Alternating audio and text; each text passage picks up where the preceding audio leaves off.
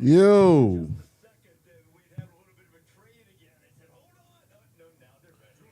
All right, so Chase Basantes just went. Let me get an audio check from Mike. From the mic. Thumbs me up if y'all can hear me. Yeah. All right, Bill's about to go. The 35th pick in the 2016 draft, the Buffalo Bills select linebacker T.J. Parker from Clemson. They go T.J. Parker here. There's the celebration for T.J. Parker. Now, I mentioned this right off the top of the show. This was a guy that many people thought last year at this time might go much higher in this draft. But as Nick and many others talk about it oftentimes, you just have to find the right spot. It's not where you start. It's how you be able to take advantage of that opportunity. And it does. You look at this, you see the things that T.J. Parker was able to do, particularly early in his career. Maybe not quite as much productivity later. You're right about that. When you look at the totality of his career, this guy is a guy who was projected to go in the second round. I mean, 6'4", 263 pounds. Runs a 4.6 in the 40, which is moving for his size. Watch him right here, coming off the edge. Beats the tackle, gets the sack. Guy reminds a lot of people of Trey Hendrickson, destroying guys at the Stinger Bowl, and that's why I think he was picked today so early. If we were doing the NFL draft 2 years ago, he might have been a top 10 pick. He had a school record as a true freshman, 12 and a half tackles for loss. As a true sophomore, he forced 6 fumbles, got heavy hands. He's active. The big question is what didn't happen this past year, Coach? Really didn't put it. All right, so T.J. Parker on the board. I'm trying to set up the stream here. Offensive line. He finds his name called on night 2 as opposed to somewhere early in night 1. Yeah, but this guy can play 3-4 outside backer, edge rusher. Just what you need. All right, the Texans just traded up, I'm hearing, to 36. If you've watched my mock draft, 36 is always where a player that I like goes. Now, the Texans took Keelan Rutledge, which was earlier than people thought, but he's a good player. So I don't necessarily think that's a bad choice. It's just not the expected choice. We got a super chat in. I'm thinking DB, tight end, center, or guard in no order. That's from Brandon McCow. Appreciate you, Brandon. Let me switch it over here to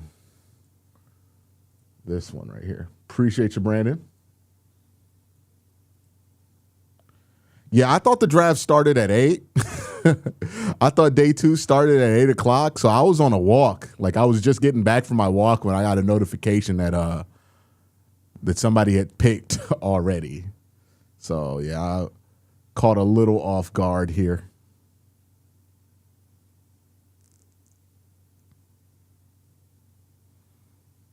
Let's see here. Stream. We want that up, but we don't really want any of these up. We do want that. Do we want? No. Cool.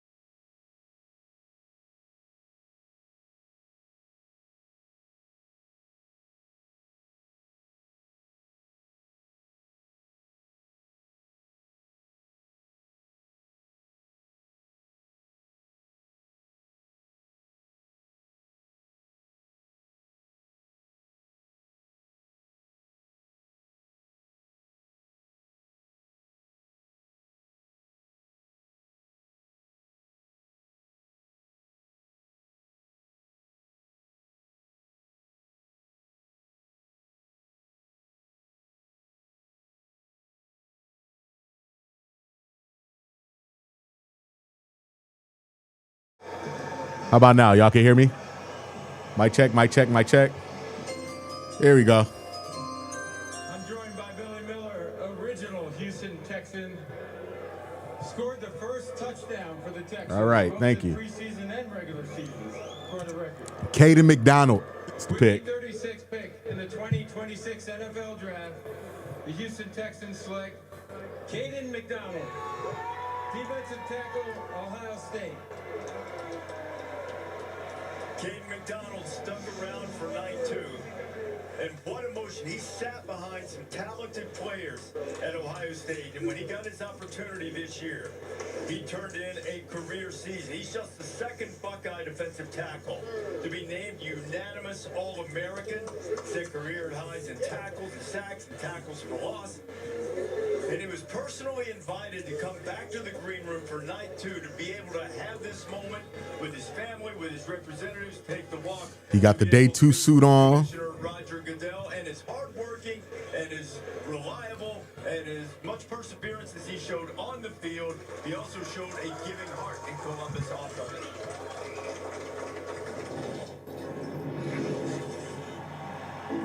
Our favorite Ohio State football player. I give back to the Ronald McDonald House in Central Ohio, and the reason why is because being that light and that shine to the kids is just All right. awesome for me. All right. So we're sitting good here, right? Pick 36 is Kaden McDonald. The Browns are picking in 2 selections here, so Las Vegas and New York. My big get here is McNeil Warren. I think Terrell or McNeil Warren would be great picks here. You know, I think you're going to have to get at least one defensive player. You already got 2 offensive players. So today, probably 2 more offensive players. I'm thinking a wide receiver and a tight end. And then maybe get McNeil Warren, right? If McNeil Warren is there at 39, I think you do it, no doubt. And if Terrell is there, I think you feel pretty good about that, unless you got like some kind of bad read on him when you visited him. Saying So says your tweet saying Fano had 33-inch arms gave me hope. Yeah, I mean, that's again why I always say I put work into my evaluations, but always take it with a grain of salt. You can never take it too seriously. Not to say that you disregard bad tape or anything like that, but you don't know the full story of what the evaluation was for a player when you're looking at them from 10,000 feet away because, you know, I can't bring in Spencer Fano and measure his arms. The Browns can.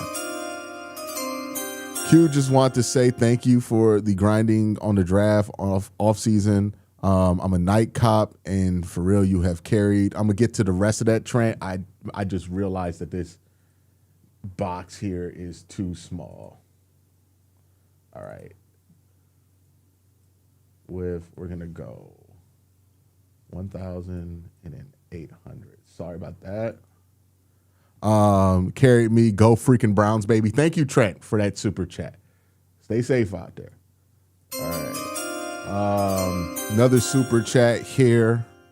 This is from Feeling Dangerously. Day 2, hopefully some defensive guys. Let's get it done. Hopefully the Steelers keep being funny too. We can always hope for the Steelers to be funny. Absolutely. Thank you for the super chats. Kaden McDonald emotional after being selected. I imagine it was quite the journey being in the room for day 1 and then coming back for day 2. I always like when guys get drafted day 2 and they're there in the green room because they always come in a much more like regular fit, right? Like day 1, it's like you going to prom. You wearing all this shiny shit. You got bedazzled tuxedo jacket on. But day 2, you dressing like you in a vacation in Florida. It's like your second day out there. You know what I mean? Just like real chill.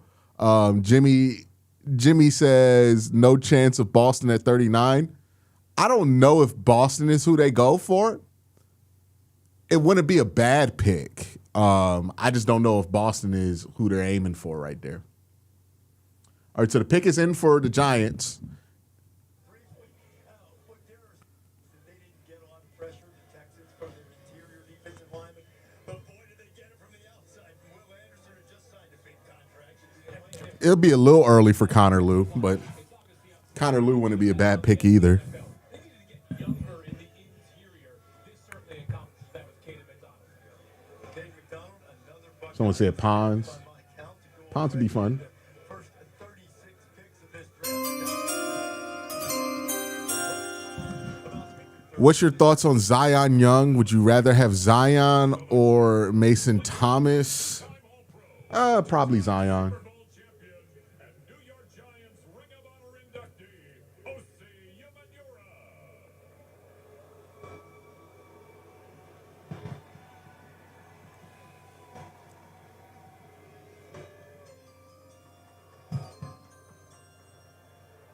I'm joined here by the great O.C. Yermanura. O.C. played for the Giants. Yeah, I think Dazon Stribling went at the top of the second. 2026 NFL Draft. The New York Giants select Colton Hood. Good. Defensive back, Tennessee. Good. Way to go, Colton. He's the one with the injury. No, he's not. He's not the one with the injury. Wow. Q just wanted to say thank you. Keep up the hard work. And then you for why you do. Oh, thank you for doing what I do. Appreciate you, man. Appreciate you, man. I enjoyed the work. I enjoy having the luxury of this being my job. So I appreciate y'all. All right, we're at 38. I mean, like, I think this is a situation where the Browns should probably sit and pick here. Let me pull up a big board.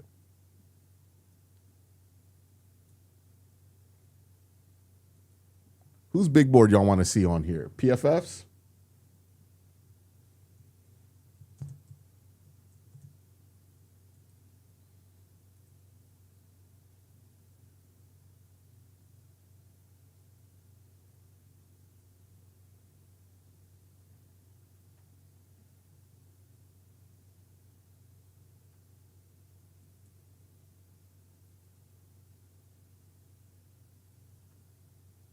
Who has a live big board to use? Maybe CBS?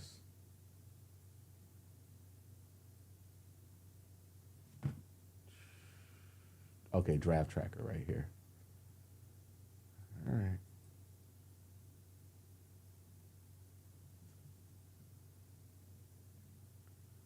So Jermon McCoy still on the board. Emmanuel McNeil-Warren still on the board. And Avian Terrell is still on the board. Denzel Boston still on the board. I think the Browns, Chris Bell's still on the board. D'Angelo Pond's there. There's a lot of players that you could like here. So I can see the argument for trading back because there's so many guys you like here that the probability that you get somebody later on could be good if you get a good enough offer. But, man, just sitting here and picking wouldn't be bad. I mean, I think you can get a couple guys that I would have viewed as, like, first-round picks here, you know, in the secondary. We got the Raiders picking. It's great to be here. Let me just say, I would be remiss without bringing up the late, great Willie Brown when he would tell all of you to remember your mother on Mother's Day. It's coming right up. All you guys. I thought he was about to get crazy with it. He said, remember your mother. I'm like, hey, man, what's he about to say? And reminder that with the 38th pick in the 2026 It's Dukes. NFL Draft, the Las Vegas Raiders select Traden Stukes, defensive back, Arizona. All right. I wonder what the mothers would think if the Mother's Day card aside. And don't forget, Traden Stukes out of Arizona, a former zero-star recruit. And we're going to run into some of that over the next 2 days. Traden Stukes is a good player. A lot of people have him as a slot corner in the NFL. Super good athlete. You know, I think there was one scout or one GM that said he's better than Caleb Downs, which I thought was crazy. All right, McNeil-Warren's there. McNeil-Warren's there. The Browns are on the clock. Avian Terrell's there. The Browns are on the clock. A lot of good options for Cleveland to go with here. Who, McNeil-Warren? No, McNeil-Warren's 22 years old. Yeah, hold on. Let me plug this in so we can get the big board on.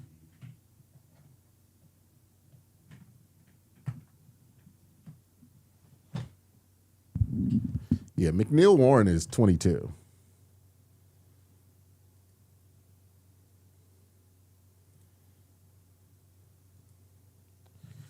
All right, the Browns pick is in, so they're staying here and they're making a selection.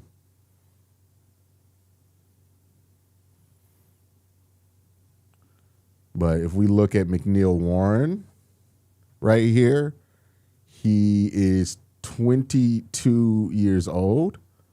Jermon McCoy, who suffered an ACL injury, right? It's real similar to what happened with is it Will Campbell? Not Will Campbell, but Will Johnson last year, I think. He is 20 years old. And then Avian Terrell, is he old?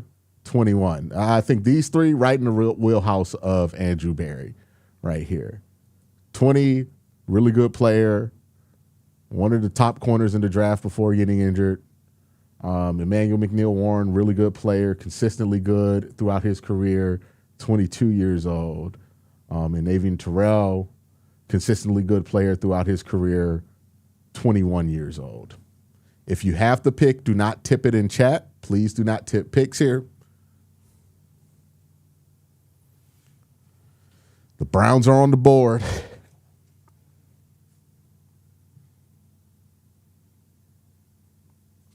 So they're gonna pick here at 39. The board fell in a I think a generous way for them, or at least from my opinion. They've spent a lot of time with Emmanuel McNeil Warren. I think that's going to be the pick here, but we will see. Let me get rid of this so I'm not spoiling my own draft pick here. Who do y'all want it to be in chat? A lot of y'all going Denzel Boston.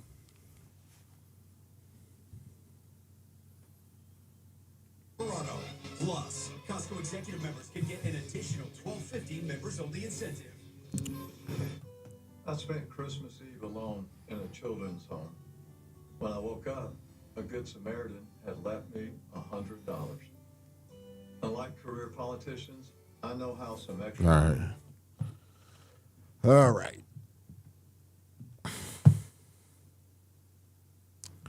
Someone said, "Why is Denzel Boston still there?" I think there's concerns about his ability to separate at the NFL level a little bit. Maybe there's something else that pops up with them. I said this earlier, but like you always got to give credence to like, hey, they actually meet these players and talk to their coaches, and oftentimes there's stuff that comes up there that they're not going to be public about because it's kind of part of the unwritten contract is, yeah, if you discover something, you don't want to say it because you don't want to influence what you already know about other teams' boards. But, you know, you could pop up something could pop up on a player. Maybe it's health. Maybe it's, character related. Maybe it's a combination of like how much he actually weighs or what kind of weight did he play at. You know, there's a lot to think about here. Our Mason Thomas wouldn't be a bad pick here either. Certainly hope his name is called soon. Our Mason Thomas, a guy that I thought had a chance to go in the first round. All right, the pick is in. All right, here we go. Here we go. Big Joe. It'd be interesting if Joe announces a corner. Here we go, here we go, here we go. We are here to announce the 39th pick for my Cleveland Browns. With the 39th pick in the 2026 NFL Draft, the Cleveland Browns select Denzel Boston. Really?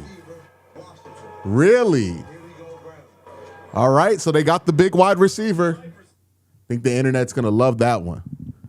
Yeah, this is the one my chat, my comment section was telling me that they want the Browns to go after. But now you get the best of both worlds if you're a Browns fan, right?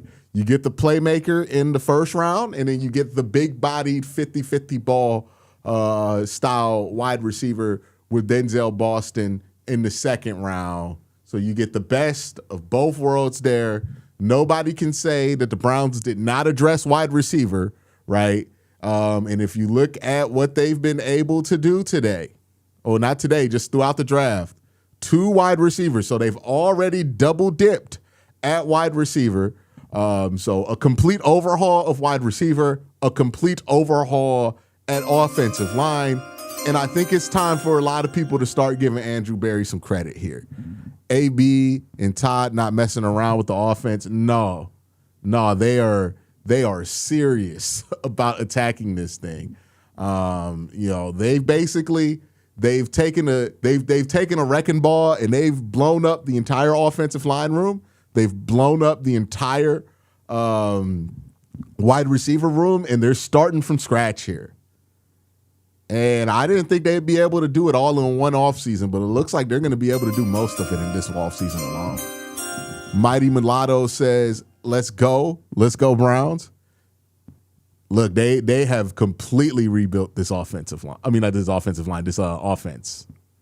The run game has been boosted by the offensive line signings that they've made, and then also you have to factor in, what they're doing at wide receiver. The only positions that really ain't getting touched is tight end, quarterback right now, and running back. Wow. Is Tillman cut now? Seems safe to say. I would say Tillman, he's going to be in camp. I don't think they're going to cut him right now, but he's going to have to fight for his roster spot. Oh, they go R. Mason Thomas. It's a good pick for them. R. Mason Thomas with the celebrations. You might be wondering, so what does the R stand for? It turns out it's just a very regal, erudite sounding name. And on his mother's side of the family, there were a lot of men who had names that started with the letter R. She didn't like any of those, but she wanted to carry on the tradition. So just R. Just plain old R. He's not a plain old player, Nick. He can cause some havoc on the edge. R. Mason can do just that. I think maybe is a little bit of tweener size-wise, but this guy's got New coach, new offense, new scheme. I love it. Hey, look, they're leaning all into this rebuild on offense. This is a completely different philosophy offensively than what they've done with Kevin Stefanski. Just looking at the wide receivers that they bring in, right? Denzel Boston is not the kind of wide receiver that Kevin was going for. Neither was KC Concepcion. But I think both can be dynamic playmakers for you. I do wonder about the fit with Denzel Boston and what the vision is for Todd Monken and him. I'd be interested to hear them on the press conference. So somebody let me know if they're signaling for a press conference after this pick. Feel like looking at everything Kevin was holding our offense back. I certainly think Kevin's limited imagination when it comes to what he can do outside the scope of the Kubiak style certainly held this offense back after like 4 or 5 years. You know what I mean? His inability to evolve or change, I think, was the downfall for him. So, yeah, I would agree with that. And maybe somebody pointed it out, right? Somebody made a great point. I think somebody in chat made a great point, right? I'm worried about the schematic fit of it, but somebody's like, hey, maybe the fit is he could get 50-50 balls in the red zone, and that's just going to help us score points. And maybe that's the case, right? I can envision it, Shador scrambling around back there, throwing up a ball, and then letting Denzel Boston work for it, and maybe that can turn into more points. So really interested to see what Todd says about this pick and how he envisions using him. But no doubt about it, Browns back-to-back wide receivers, Denzel Boston and KC Concepcion. I mean, there are some of you guys who sent me mocks with KC Concepcion and Denzel Boston as the 2 picks in the first round. You have to be happy that they went with Denzel Boston and KC Concepcion at 39. I think the board fell to him in a way to where there was a lot of different ways they could go that make sense. I think the Browns are still maybe interested in moving up from 70 because they do have the ammunition to do so. So I wouldn't park your brakes here, right? I think the Browns are going to be active here. I think they might move up. We're going to catch up on some super chats real quick. I think Pons in the 3rd round would be perfect, in my opinion, if he falls to the 3rd. I don't think he falls to the 3rd, but if you trade up from 70 to get Pons, I think that makes a lot of sense.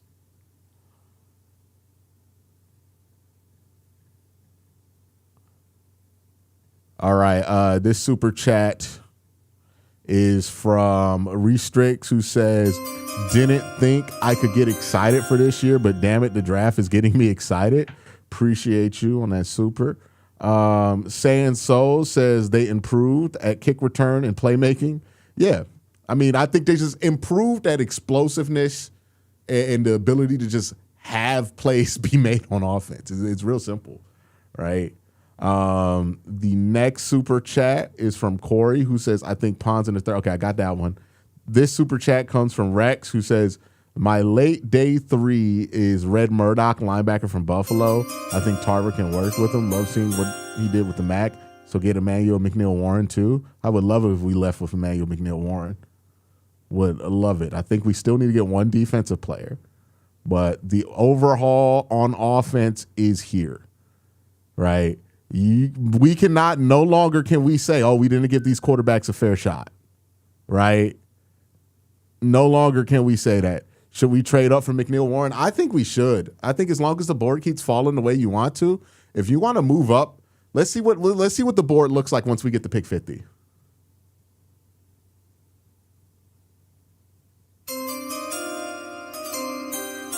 So what's good, what's the bad, and what's the ugly with Boston? The big concern is, can Denzel Boston separate at a high level, right? Like, that's the big thing. Now, it's interesting because the Browns got the best separator that was rumored to go in the first round in Casey Concepcion, if you just measure by distance. Denzel Boston was not there with Casey Concepcion, right? He's at the other track of it. Will his physical skills, his physical size be able to overcome for that? You know, that's the question there. You know, but at worst, he can just be a big, reliable target for you. Expensive Freedom says Boston is third down target with Fannin. Love it. New teams. Now teams can't just stack Fannin and force us to hit glass wide receivers. I also think, like, you know, now we talked about this last year. I think I talked about this with Daniel Fuise, where we were watching the Browns and we were like, oh, not only is this receiver room not super talented, but they're out of sync because you had injuries that kind of force guys into different roles that they're not supposed to be in. Now you have Casey Concepcion. He's going to man the slot, play a little outside. Then you have Jerry Jeudy, who's going to play a little bit in the slot and a lot outside. You have Denzel Boston, who's going to be that Z on the other side to balance things out. You could take Jeudy off the field and then just run with Boston and Concepcion. You can put Jeudy on the field with Concepcion and then have some 12P out there. There's a lot of different things that you could do here. Did you see that Mekhi was on the phone with this? I did a whole video, Corey. You got to check it out, man, making fun of the Steelers for that. He was on the phone with Omar Khan when he said, why is Philadelphia calling? Hilarious. And look, Andrew Berry's history in the second round especially is strong. Like, his first round history is not bad, but his second round history is strong. Like, he usually makes really good selections in the second round.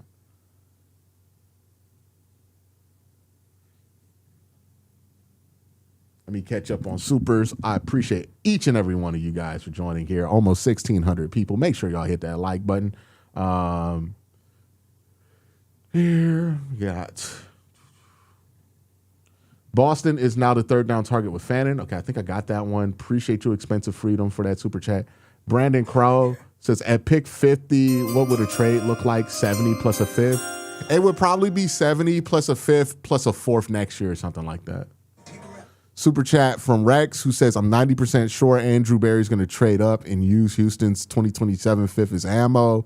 I also made soft pretzels from scratch if anybody wants one. That does sound good.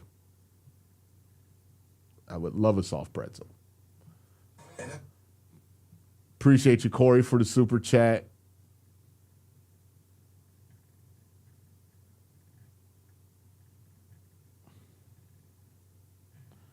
All right, I think I'm all caught up. Did I lose audio? I'm getting audio from all my equipment here. I think I'm good here, right?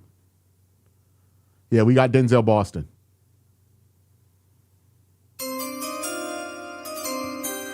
Wait, where would you trade up? Oh, where would you trade up? I give up 2/5 to move back into 50. I don't know if anybody would take it, but I would do it. Maybe 2/5, and I would swap the Kansas City third with your third, so you can move up in the third too. So the 5th and a third round swap, I'll throw you in, and maybe a pick next year. I am nowhere near you, Glick.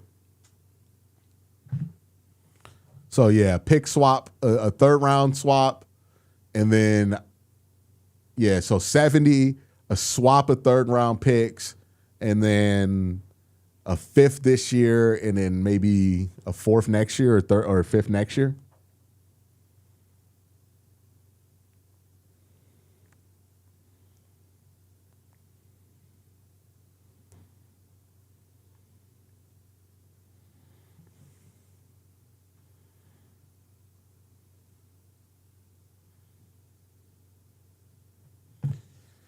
Yeah.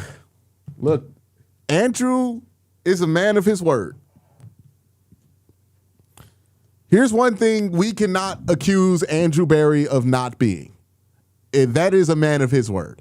Because that man is a man of his word. When the season ended, what did Andrew Berry say? Andrew Berry said that he was going to spend a ton of resources on the offense. A lot of us looked at that and said he better. Some of us said he's not going to do it. Jacob Rodriguez just went. He's a good player.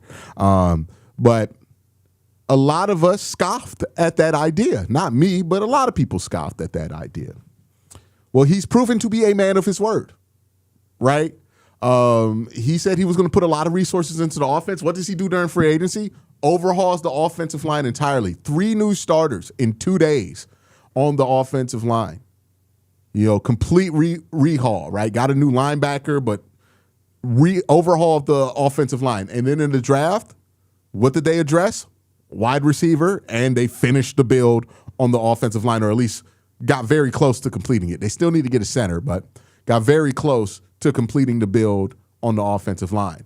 Think about it. Like, they're basically replacing an entire wide receiver rotation and an entire offensive line room in one offseason. Man of his word. They fired Kevin Stefanski. They brought in Todd Monken, an offensive coach, to fix the offense, who, we could say about his attractiveness as a head coach candidate. We can have those conversations, but you can't deny that he has a good track record as an offensive coordinator. And then on top of that, you overhaul the offensive line, not just 5 new starters, but 5 starters that they've invested, 4 starters that they have invested in, right? They put money into both guard positions, money into a tackle, and then a first-round pick into a tackle. So this isn't like the Browns of old where we're going to overhaul the offensive line and we're starting 5 dudes from day 3 of the draft. Like, these are all premium assets that they spend on the offensive line and premium assets that they spend on at wide receiver. This is a real overhaul. This is what a real overhaul looks like, by the way, right? Like, we've been sold a lot of false promise over the years when it comes to what a overhaul is going to be. This is an actual overhaul. Like, this is real, we're fixing the offense. And part of me makes, and like, I think people are making this point in the comment section and in the chat, part of me wonders, like, how much was Kevin stopping us from making these moves? There's a parallel that I want to point to that I think is relevant here, right? I remember for Andrew Berry's first 3 seasons, I was convinced that the man had a vendetta against defensive tackles. Y'all remember this? If you've been watching and rocking with me for a while, you would remember when there was a time where I was convinced that Andrew Berry simply did not value defensive tackle as a position the same way that I did. So when they finally get picks, premium picks to use at defensive tackle, in 2023, even though they got Jim Schwartz, I'm thinking to myself, they're not going to go and get a defensive tackle. But lo and behold, they hired Jim Schwartz as a defensive coordinator. And then all of a sudden, defensive tackle becomes a premium position. So it wasn't Andrew Berry who didn't like the defensive tackles. It was Joe Woods who wasn't prioritizing defensive tackles on the shopping list. Now, let's bring this conversation back to Todd Monken and Kevin Stefanski. For years, Browns fans have complained that we don't take wide receiver seriously in the draft. Now, to Andrew's credit, he's always spent some significant resources at wide receiver, and those plays have worked out for the most part, right? The two big ones are Amari Cooper and Jerry Jeudy, which worked out the first year. Second year, not so much. We'll see what this third year is. So he's been willing to spend some money on wide receivers, but not really draft assets. And then now we get to Todd Monken being here. And not only have the Browns taken a wide receiver before, I think pick 70 was the one everybody's saying Andrew Berry's never done before. He's taken 2 wide receivers before then. So I think that exposes how Andrew Berry operates as a general manager. You tell me what you need, right? Like if you're Todd Monken and you say, and Andrew Berry asks you, what do you need from me to be able to build your offense? He's going to listen to that shopping list. And that's going to be how he prioritizes what he wants in the draft. You know, Todd Monken might have obviously said, I need an offensive line. I need some wide receivers. We need to fix the pass game. Well, they spent the whole offseason shopping for offensive linemen and wide receivers, 2 positions that we thought that they neglected for the last few years, right? Kind of reflects who was making those mistakes during the Stefanski era. And it seems like it's Kevin because Kevin didn't want to shop for wide receivers or offensive linemen, or at least shop and put them high up on the list there. That's just my theory, but we've seen this before. We know what Andrew's style is. You know what I mean? He's not going to let you pick the groceries, right? If you ask him to get lemons at the grocery store, he's going to pick the right one, right, at the grocery store. But you can tell him in general you need that one thing. That's how this works, right? The coach can put together a grocery list. Andrew Berry goes shopping. And Andrew Berry makes the decisions that he thinks are best to fill that grocery list. So the next time a position comes up and we're like, Andrew Berry doesn't care about this position, he's not going to draft these positions, understand that the positions they take and the value that they have at those positions are going to be largely related to what that coach actually wants to build that part of the team. So the next time we're complaining, oh, he doesn't want to draft the player, ask yourself, is it Andrew that doesn't want to draft that position? Or is it the coach that's not asking for those positions to be selected with premium assets? Because obviously he has no problem taking offensive linemen. Obviously he has no problem taking wide receivers early. It's more of a reflection of who's asking to do, who's filling the grocery list. That's the big thing here.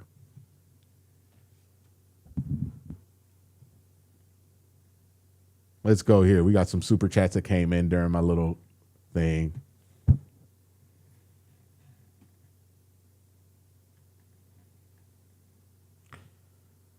Oh, there's plenty of starting caliber centers available. I don't think one went yet. Did it? Did one? Did one go?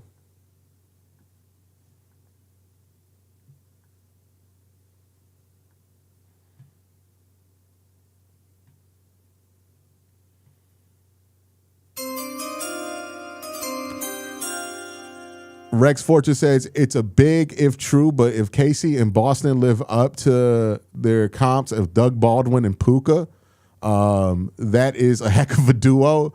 Just keep Boston off of Kick/Twitch. What did he do on Kick or Twitch? Oh, you talking about Puka Nacua. Okay. I was like, I know he ain't getting in trouble already. I know he didn't get in trouble already. I was worried. I'm like, damn, he did something.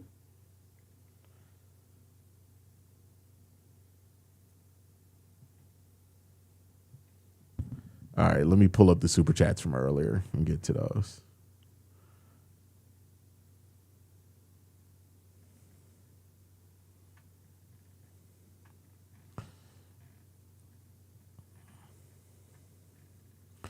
Any starting caliber centers available? Yeah, I think all the centers are still available. Do you think DW4 can have a resurgence slinging it to these young guys? We'll see, man.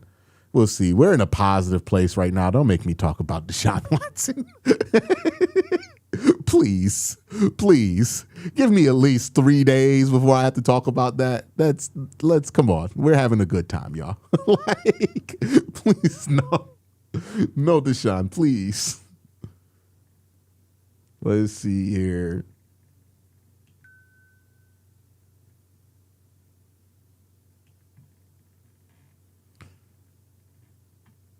All right, Rex Fortune says, yeah, I got that one already. I think we're caught up. Yeah. Like, guys, it's a party. Please don't bring up Deshaun Watson. Oh, man. All right, they got Mark Ingram out there announcing the pick. Nick Saban's first Heisman Trophy winner at Alabama making the announcement for the Ravens, and Zion Young. He's a good player. Boston primary X, Judy primary Z. I would flip it. I would. Hey, look, man, I know we don't like Jerry Jeudy because he's inconsistent and kind of annoying sometimes, but Jerry Jeudy is still your X receiver for a number of reasons. He's still a good player. Like, Jerry Judy's still capable of getting 1,000 yards, right? So he's your X receiver, and Denzel is most certainly your Z. But remember, this isn't Kevin Stefanski's offense anymore. So the Z receiver is not going to just be running cardio in this offense like they did under Kevin Stefanski, right? Like, that was the big thing, was that Z receiver was just a black hole on this team last year. But yeah, Denzel Boston there, you know, X Z receiver. Maybe you do a little like, he's going to move around between X and Z a lot too. So I think that's all there for him. All right, so Josiah Trotter, Zion Young, Derek Moore, Rodriguez. Yeah, all the centers are still there.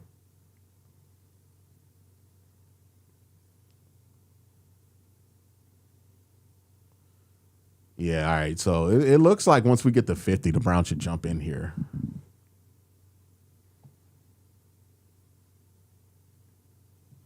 Hey, look, man, these quarterbacks are going to get an opportunity at least to be successful. You know, we're not going to be sitting here in the offseason, in the regular season, talking about we didn't invest in offensive line, we didn't invest in wide receiver.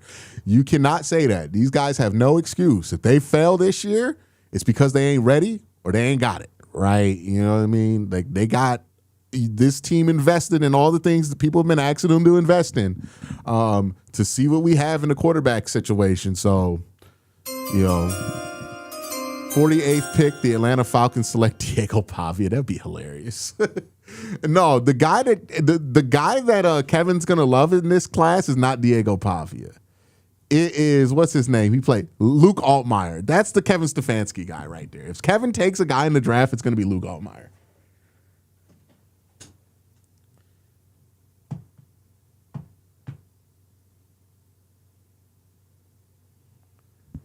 Yeah, if they get Emmanuel McNeil-Warren somehow today on top of what they've already gotten, I could care less about. You could take a heat check and do whatever the fuck you want after that.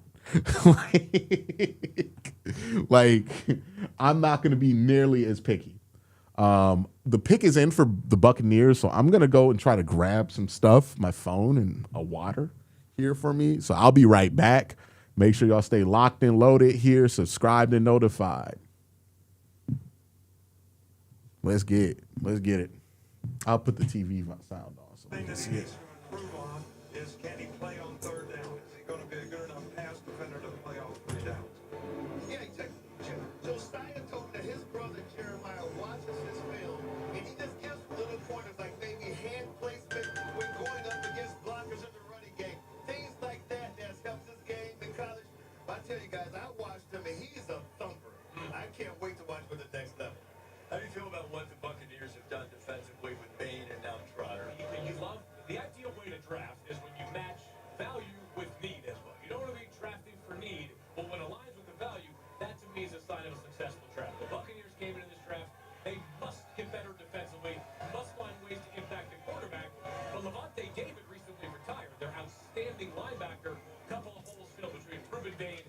about Jeremiah Trotter?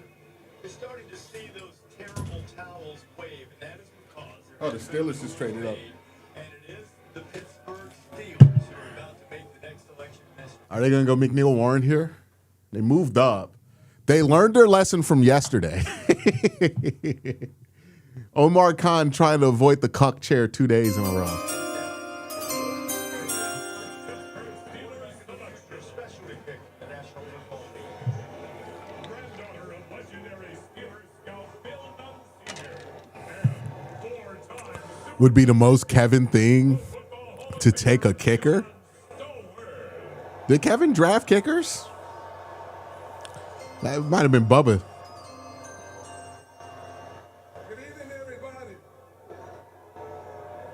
With the 47th pick in the All right. 2026 NFL Draft, the Pittsburgh Steelers select Jeremy Bernard.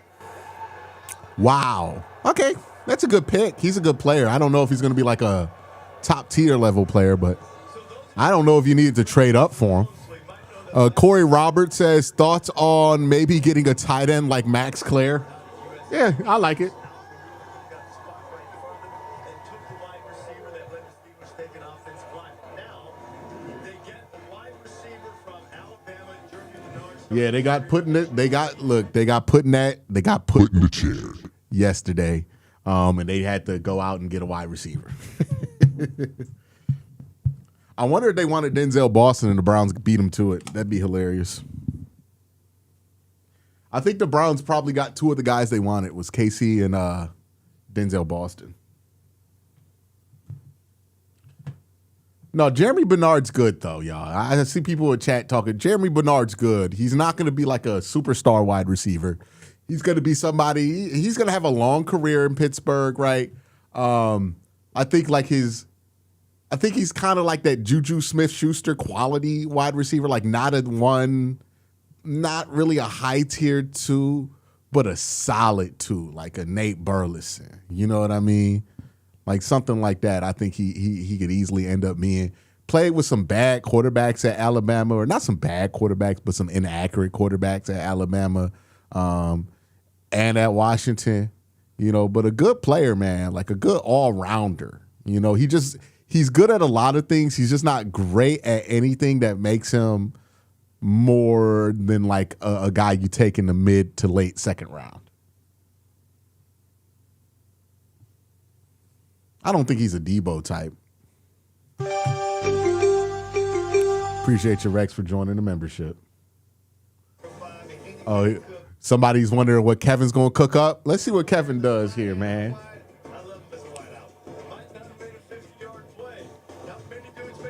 It'd be funny if they took Emmanuel McNeil Warren, because they took Cobb's guy last year at safety too. Wait. Does anything keep them from back?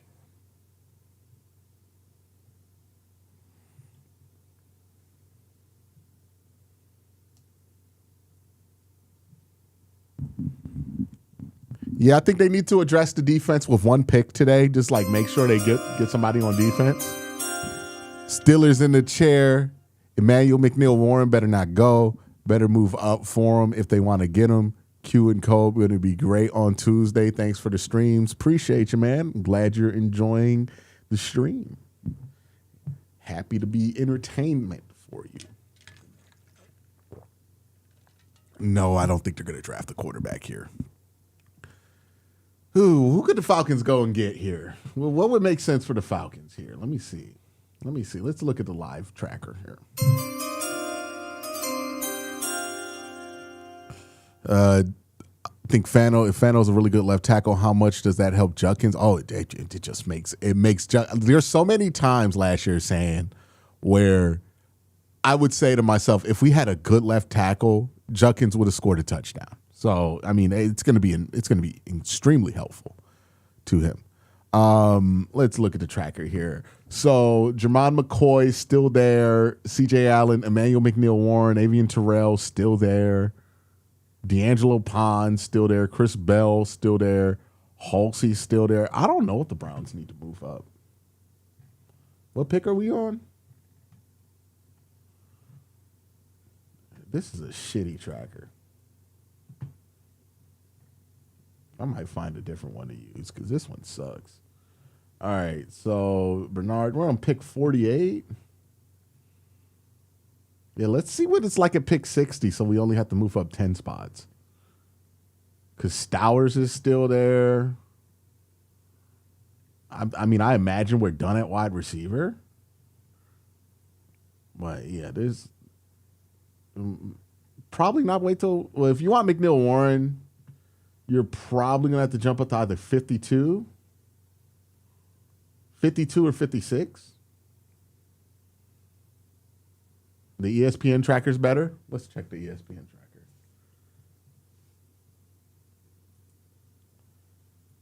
Draft 2. Oh, that's the actual feed. What? They trying to get me demonetized. Is it DraftCast? What is?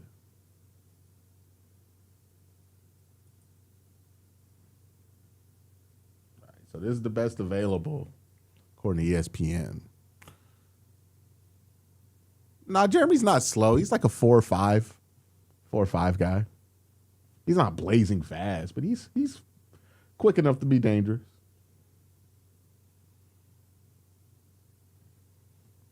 All right, the pick is in. We're about to find out what the Falcons are doing.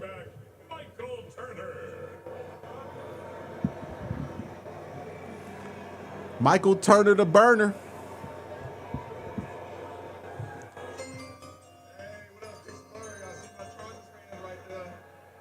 Yeah, I'm representing Atlanta, but it's always both up. We were both up to rise up, baby.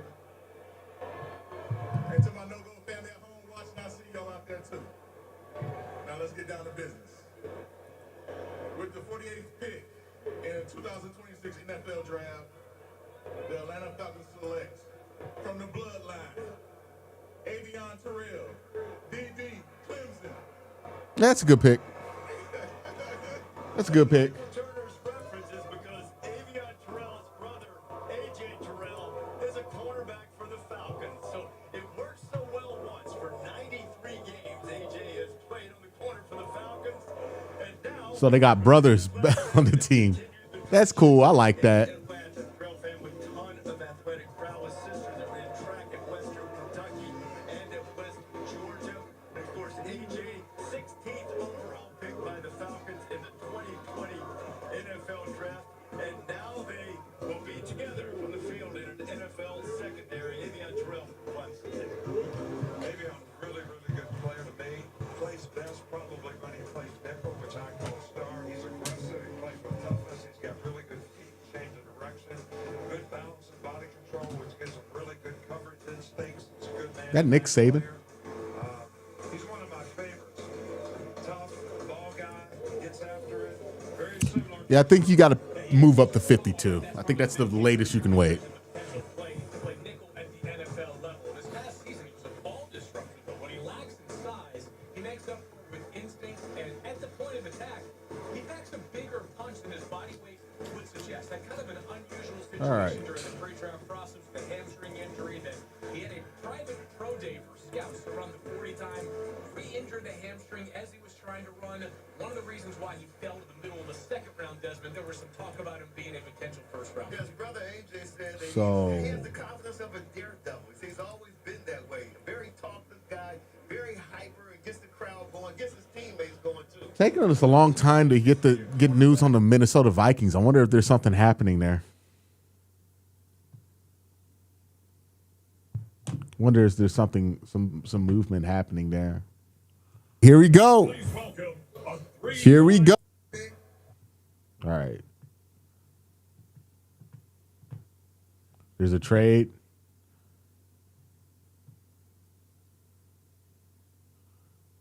Yeah, the Vikings just traded. And it's Carolina. Vikings just traded with the Panthers. Let's see what the Carolina Panthers end up doing.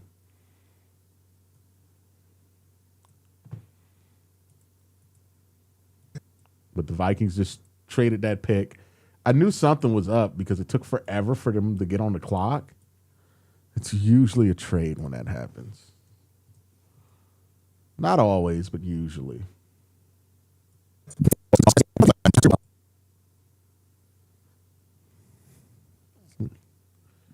Here.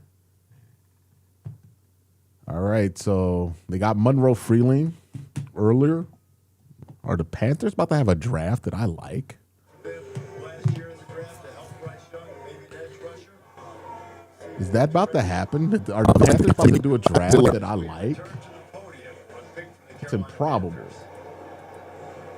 To announce the Carolina Panthers selection, please welcome Panthers Hall of Honor inductee and owner of the longest touchdown pass in Super Bowl history, Jake Delhomme. Good evening, Pittsburgh. With the 49th pick in the 2026 NFL Draft, the reigning NFC South champions, Carolina Panthers, select Lee Hunter, nose tackle. Cool. All right. Yeah, we're still good. We're still good. We're still good. We're still good. From that red selected in the first two of the draft. This is a big fella. There's 33 and a half tackles for loss in 2023. Anyway, nicknames the Fridge. Maybe in the footsteps of William the Refrigerator Perry, the legendary Bear. He started his career at Auburn, transferred to UCF, where former Auburn coach Gus Malzahn was then the head coach, and then last year went to Texas Tech. And look at his beautiful little daughter, Kaylee, 5-year-old daughter.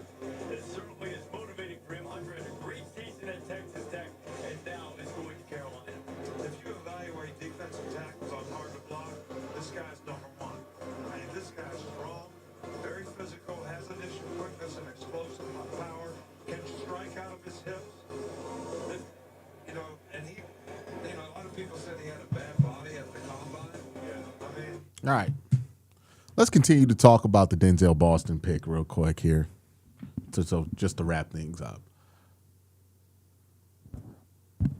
So just to kind of focus in here on Denzel Boston, the good things you like about Denzel Boston, the size, obviously, right? He's a good route runner for the guy. His size, good body control, good hands, solid hands, right? I don't think that's an issue for him. You would like the separation to be a little better. You're not necessarily going to go to him in short yardage situations unless you're trying to give him like a 50-50 ball in like the red zone or something like that.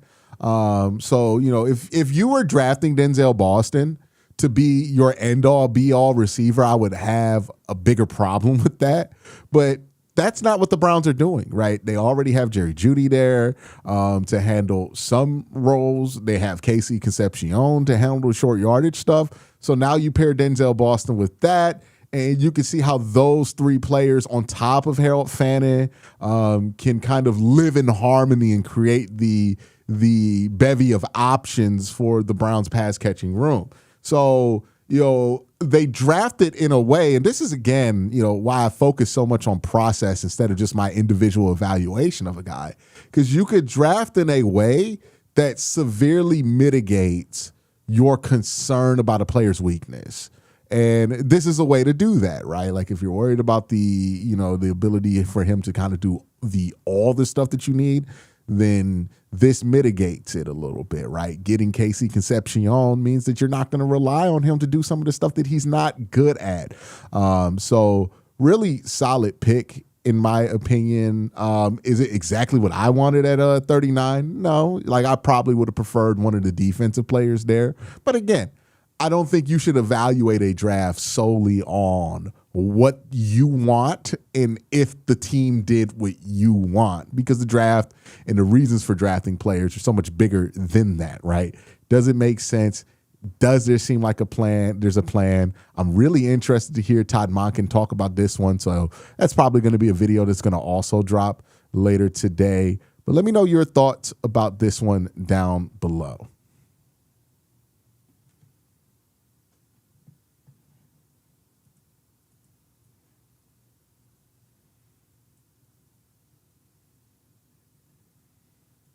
That's the big thing here.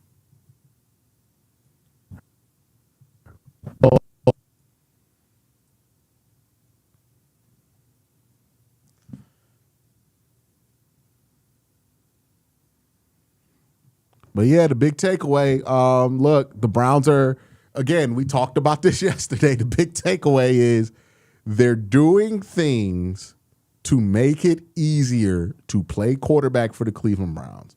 And that is because they're going to get an evaluation of what's on the roster this year. So there's no doubt if Deshaun Watson goes out there, he ends up winning the starting job and he stinks when they've rebuilt the offensive line and gotten new wide receivers, there's no excuse. There's no excuse. You can't blame the offense anymore. You can't blame wide receiver. You can't blame offensive line. The same thing goes for Shador and Dylan Gabriel, right? If they go out there and they're not successful, can't blame the offense anymore. Can't blame the wide receivers anymore. Can't act like the Browns didn't make commitments to get better at those positions. So Andrew Berry building off of what he started yesterday. It's a good thing to hear. All right, the Jets are about to pick. Sorry about that. Didn't mean to cough on stream. To thank many of you in this crowd tonight, but the entire city of Pittsburgh for all of the love and support that you. I think Pons goes here, right? Thank you.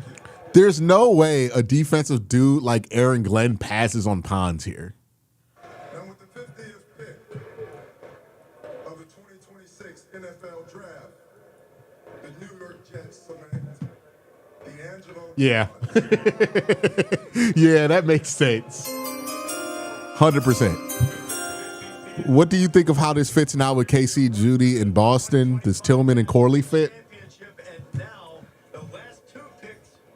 The reality with Tillman still fits. Tillman can make a way on the roster. The reality with Corley, he can do some end rounds. He fits there. You could be fine with him.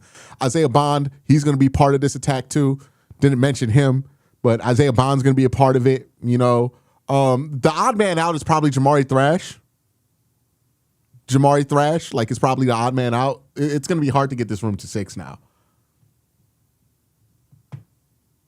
Yeah, Pons wasn't getting past the Jets. I think if you're the Browns, you want to get Emmanuel McNeil-Warren, you got to get to 52.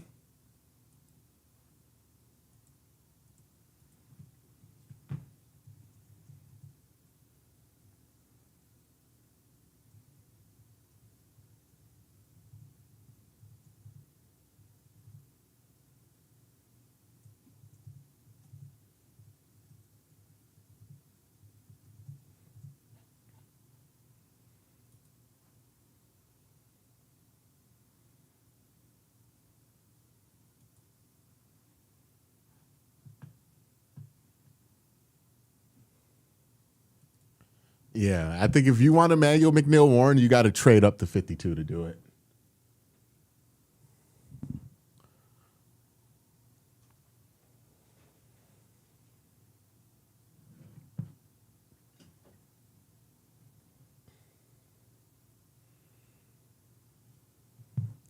You think Jermon McCoy? Like, I think Jermon's probably going to go, and then McNeil-Warren.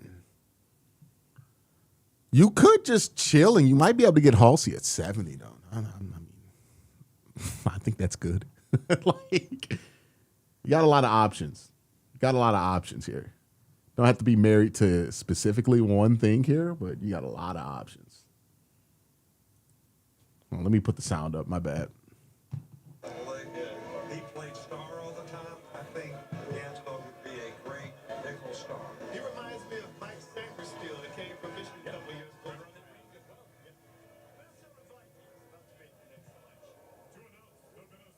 All right, so the Vikings pick's about to be announced.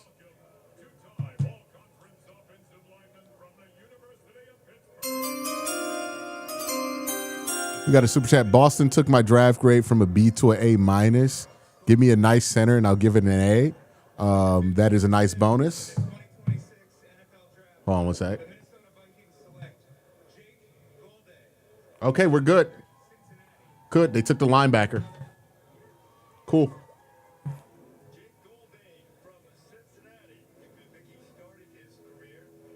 All right.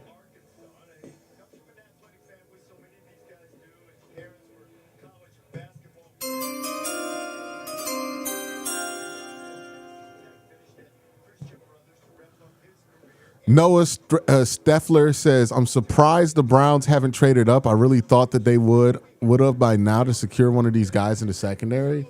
I mean, like, after it's only been about one pick, I think the Browns weren't going to trade up into the 40s. That would have been too expensive. 50, it's still going to be expensive, but that's more close to where they could shop. 60 is the most realistic of what they have the ammunition to get. Like, moving up, they got enough to get about 10 spots here up the board. Max Clare in the 4th, or are we done with wide receivers? We might be, but I think we probably go one more tight end.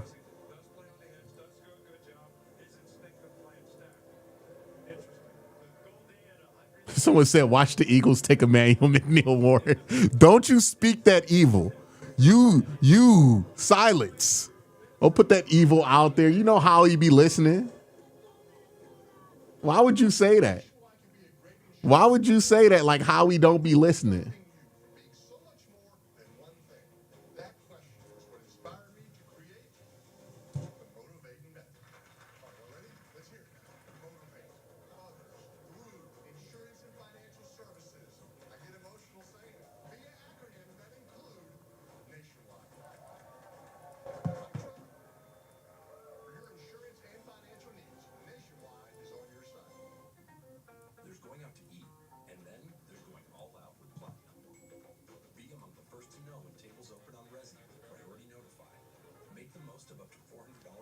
Yeah. Don't speak that into existence. We don't say Howie's name here.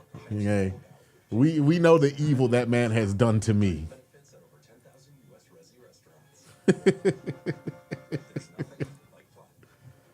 If we get Emmanuel McNeil Warren and still swing a center, that's awesome. That's big time.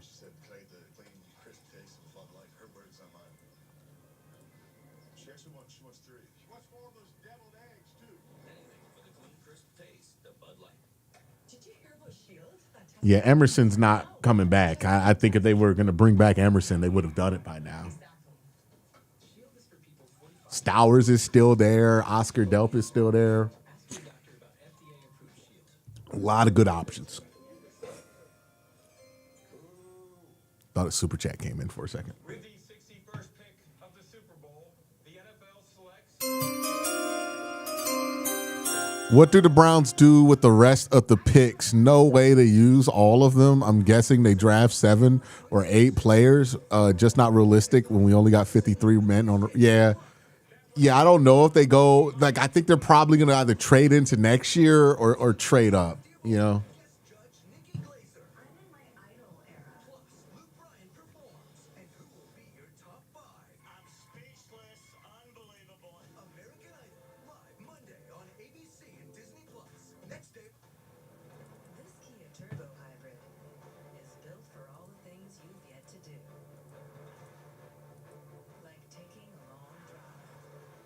Yeah, they're probably going to turn those picks into next year and try to move up around next year.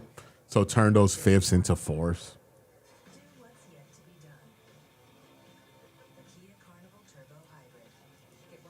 Whatever they can manage.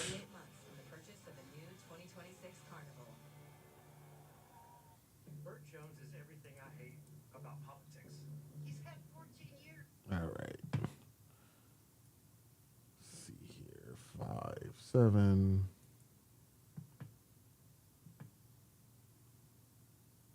What are y'all talking about Dylan Gabriel for? Every once in a while I look at the chat and y'all just be on something. I'm like, why are y'all on that? That don't make any sense to be talking about Dylan Gabriel. Why are we arguing? Leave that man alone, man. Y'all still be harassing Dylan Gabriel like he about to play quarterback for the team anytime soon. Like, leave that man alone. At this point, it's too much. He ain't doing nothing to nobody. Leave the little man alone. He ain't doing nothing to you now. Shador got the first team reps. Leave that man alone. Y'all still out here mad at Dylan Gabriel. Why? Now y'all just being mean.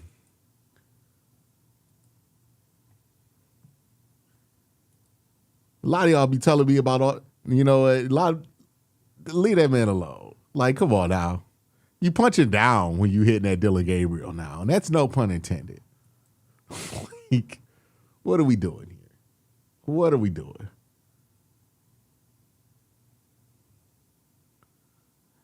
Like, seriously, being pissed off at Dylan Gabriel at this point is a choice.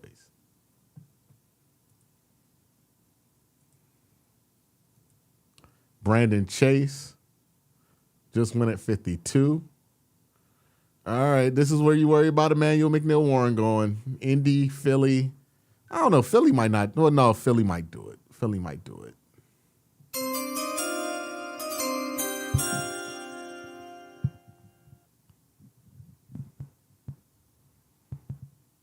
Enrique says Barry did say they'd like to add by drafting for volume, preferably this year. What does that exactly mean? I think it means increasing your odds by drafting a lot of players at a problem position, which, I mean, they're doing at wide receiver, they're doing at offensive line. It could also mean like, hey, we just got a lot of turnaround to have here on offense and defense. And I think that's probably what he's referring to, is the turnaround on offense and defense.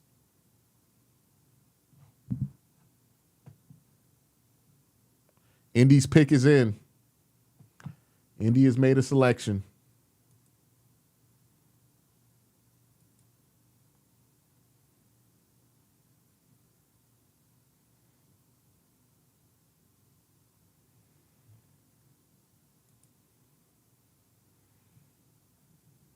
All right. Oh, God. More Pat McAfee. Oh, no. Oh, no. Too much Pat McAfee. We've reached peak Pat McAfee. We don't need more Pat McAfee, guys. Oh, God. Oh, God. He's cutting a promo.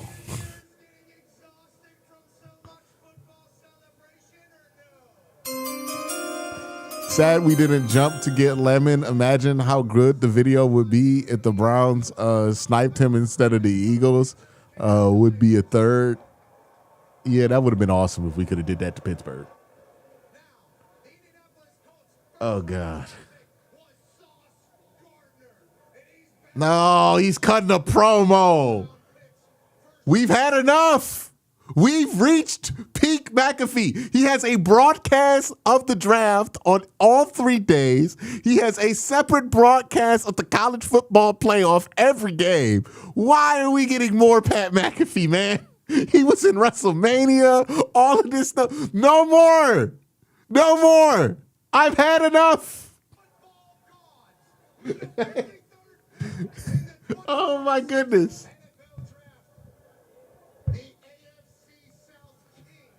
Oh, God. Where's Randy Orton? RKO. The Jelly Roller Sports. Oh, God. Oh, God. You know what, man? I blame y'all for this, by the way. Yes, y'all. All y'all people who y'all letting a punter run the media landscape right now. A punter. We could have nipped this in the bud. We could have nipped this in the bud 10 years ago. But y'all was like, no, it's cool that Pat's a punter. Nah, y'all don't let. This is what happens when you let punters have personalities. That's all I'm going to say. That's all I'm going to say. You know what I mean? This is what happens when you let a punter have a personality. Rex Fortune says, nothing will ever beat Tony Khan wearing a neck brace during the draft. Oh, because he got pile drive by the Young Bucks. They abandoned that story like in 3 weeks, too. That was nuts.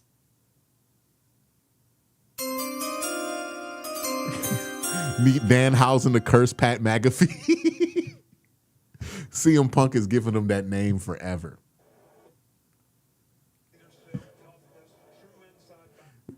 This is what happens, man.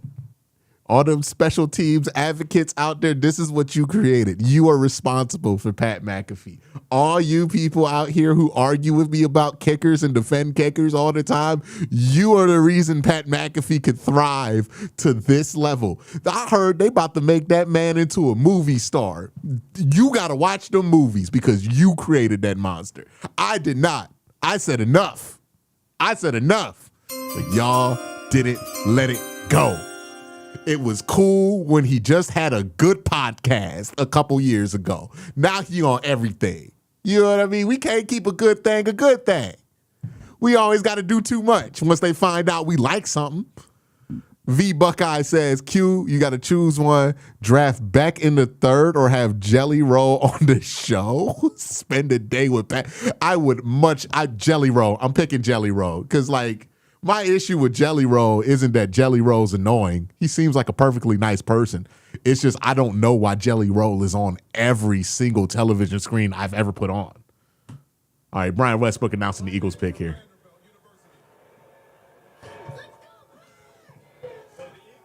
Stowers. Those bastards. They did it again. The Eagles. Bastards.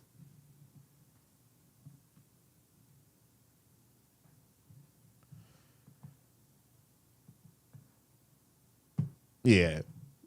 Yeah, I would definitely pick Jelly Roll in that scenario, though. Because Jelly Roll, I don't get the appeal, but he seems like a nice enough guy.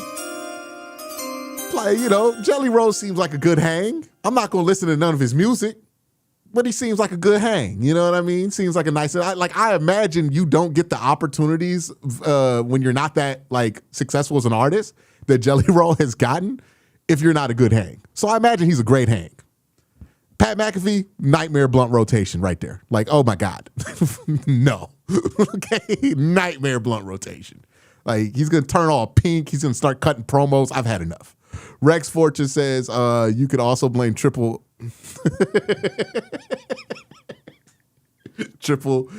sum, huh?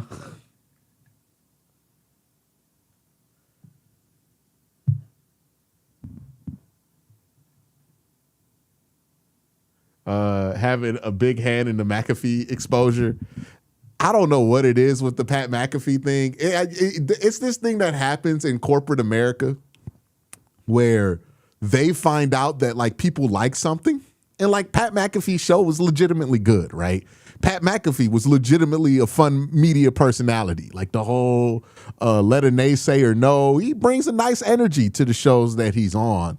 But it's like once they find out that we like something, they can't just let us like it, right? They can't just let it be, okay, like Pardon the Interruption, right? We like Pardon the Interruption, Tony Kornheiser and Michael Wilbon. But back in the day, that's what they would let it be. They would just let PTI be a successful show and pay those dudes good money to have a successful show. Nowadays, if they find out we like something, they're like, oh, you like Pat McAfee's show? How about Pat McAfee in your wrestling? How about Pat McAfee while you're watching football? How about Pat McAfee when you go to the bathroom? How about Pat McAfee when you're watching movies? How about Pat McAfee in the next season of Game of Thrones? It's like, dog, I ain't asked for this much. I just like the podcast. That's what it's like. That's what's happening with Pat. It's like they done found out we like Pat McAfee and now they're going to make us not like him no more because they're going to burn it out. They did the same thing with superhero movies where it's like, hey, you like superhero movies? Yeah. How about everything a superhero movie? I don't know about that, right? Harry Styles about to be an Avenger. Like, that shit don't make no sense.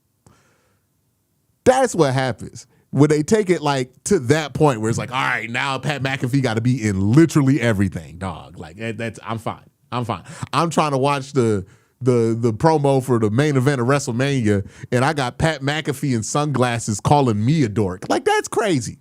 That's crazy. That's enough. Like, you know what I mean? Someone said, I'm guilty of watching the Pat McAfee National Championship stream. Sir.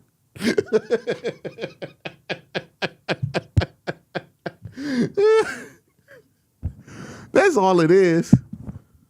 The Jelly Roll thing just blows my mind. I don't know how Jelly Roll is that famous when I don't know any of his songs. But that might just be a Two Americans thing. Eclipse says Pat McAfee and Charmin crossover. Sign me up. Oh my goodness.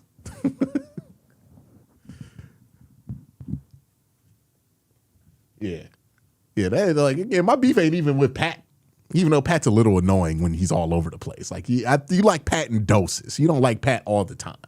Like, wasn't he commentating for Raw for like a year or two. This is just too much. Like, it's just too much.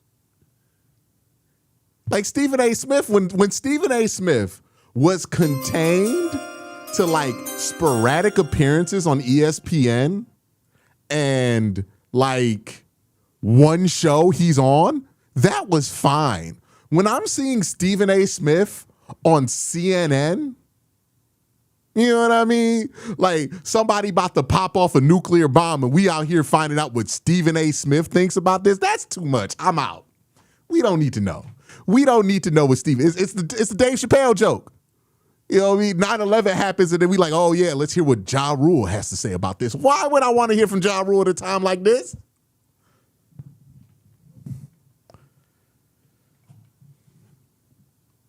They can't just let us like something, man. Like, just damn.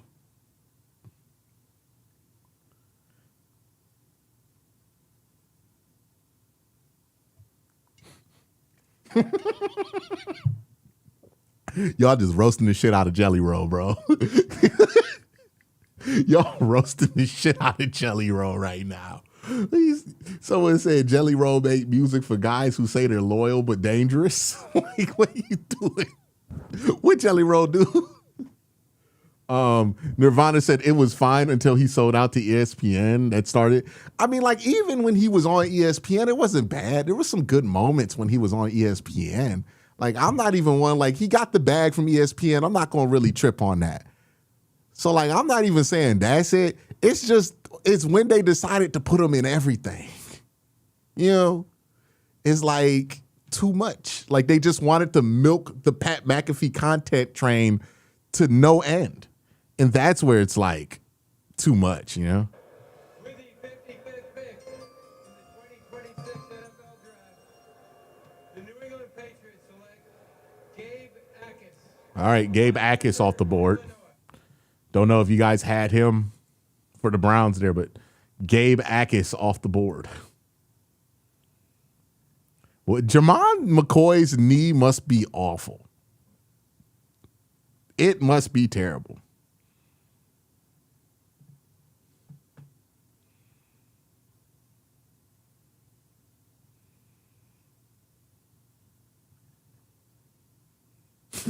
Chili Roll makes music for people that come over and rile up your dog.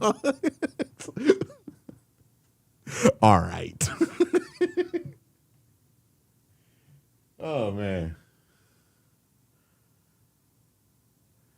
Hey, man, if we get to 60 and Emmanuel McNeil Warren is still there, we got to do that, dog, at that point. Jonathan Grenard traded to the Eagles.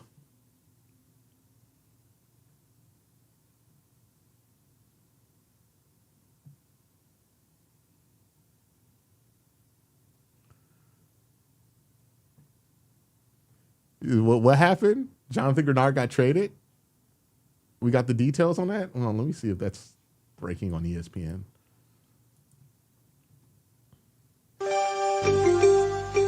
Yeah, so Stowers went and then Yakis went. Thank you for joining, Casey.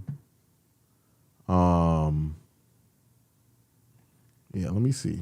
This is a break on Twitter.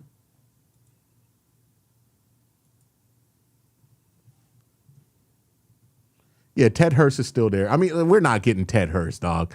We done drafted 2 wide receivers already. We're done. Maybe like somebody in the 6th or 7th round. All right, so Jonathan Grenard has been traded to the Eagles in exchange for 2 third-round picks, 1 this year and 1 in 2027. Grenard has 38 career sacks, including 15 in just 2 seasons. So Jonathan Grenard on the Eagles. They get their pass rush whole field. I wonder if that also ends the talk about Myles Garrett becoming the Eagle. Or are we finally done with the Myles Garrett to the Eagles talk? All right, Nate Boerinker, he was good at the Senior Bowl. He was good. This guy, the Texas A&M tight end, he was fun to watch. He was one of the guys I wrote down.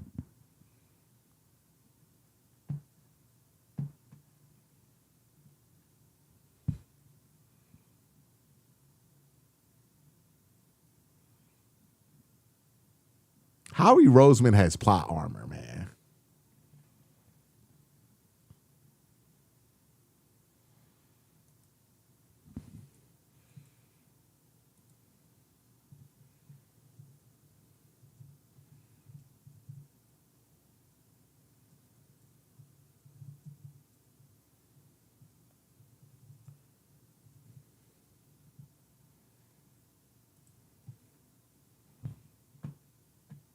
14 picks away from Cleveland.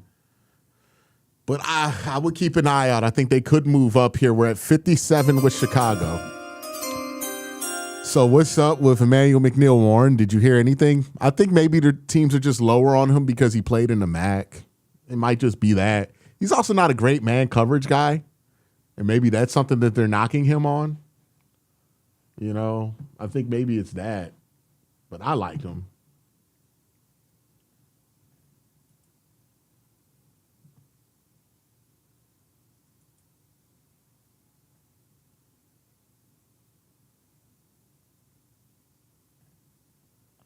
Yeah, I mean, like sometimes that level of competition stuff is serious. Like it really hits way harder than we anticipate. Kezi Court with the $10 super chat. Appreciate you. I mean, at this point, it's just bonus, man. Like you done got so much value out this draft.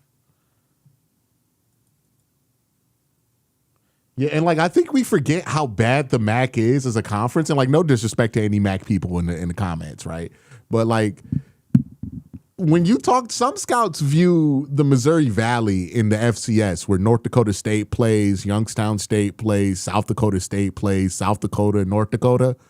Some schools, well, some scouts view that conference as tougher than the MAC, right? Like, so there are times where FCS players can get the nod over a MAC guy because, you know, the competition in the MAC is not really seen as very, very testing. You know, he has the one game versus Kentucky. That's SEC competition.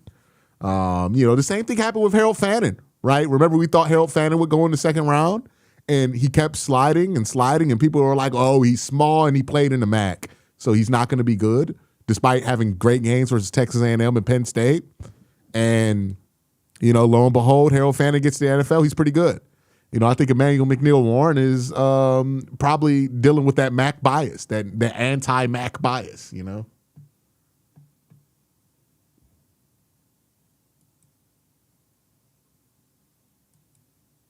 And look, I get it. I know the MAC's not high level of competition, but football is football, you know? How we could trade out of this draft entirely and still somehow get an A- draft grade. The plot armor is ridiculous with this guy. Howie Roseman needs to be investigated. How do you have this happen all the time, Howie? You need to be investigated. There's no way around it. Like things need to be looked at. Investigations need to be had. Papers need to be processed because how is Howie always doing this? It makes literally no sense. It makes no sense how he's consistently able to get his hands on some of the best players in the draft for no reason.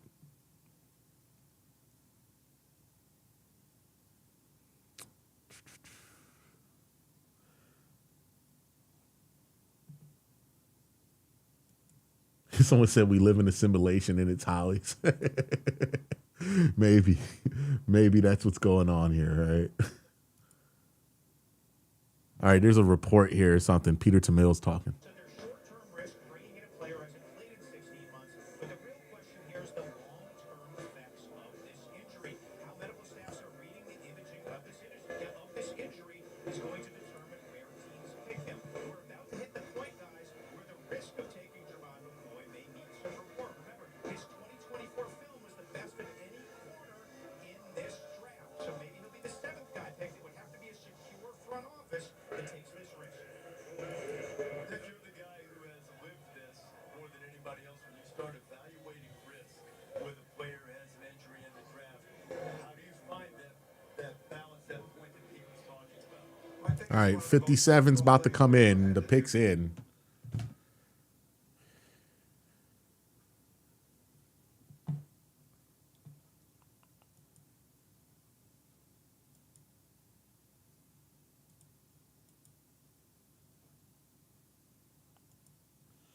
Did the Browns trade up?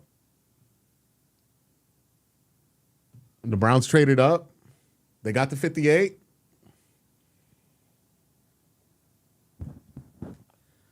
Did we trade up? We got the 58. What did we trade? Hold on now. All right, so the Bears about to make a selection here.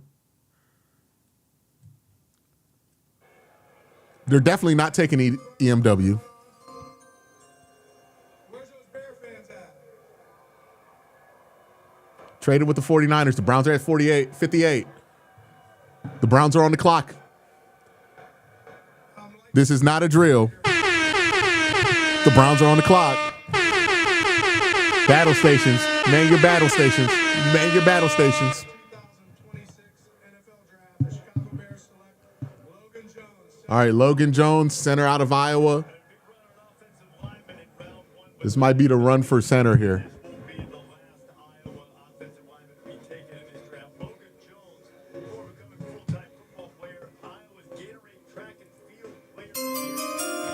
All right. Someone said Jermon McCoy, maybe.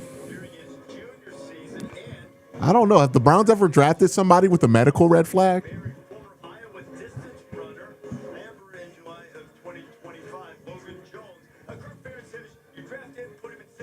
Could be Connor Luke here, too. Hard to argue with Kirk Ferentz. That Iowa offensive line has been a factory house. 51 straight games started during the final 4 seasons of his career.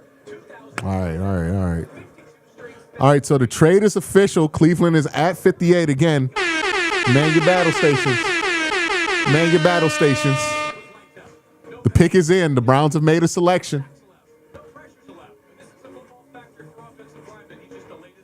Man your stations.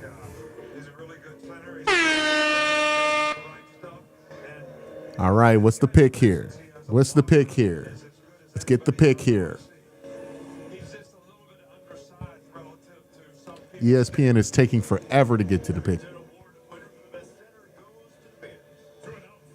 All right, here we go. Here we go.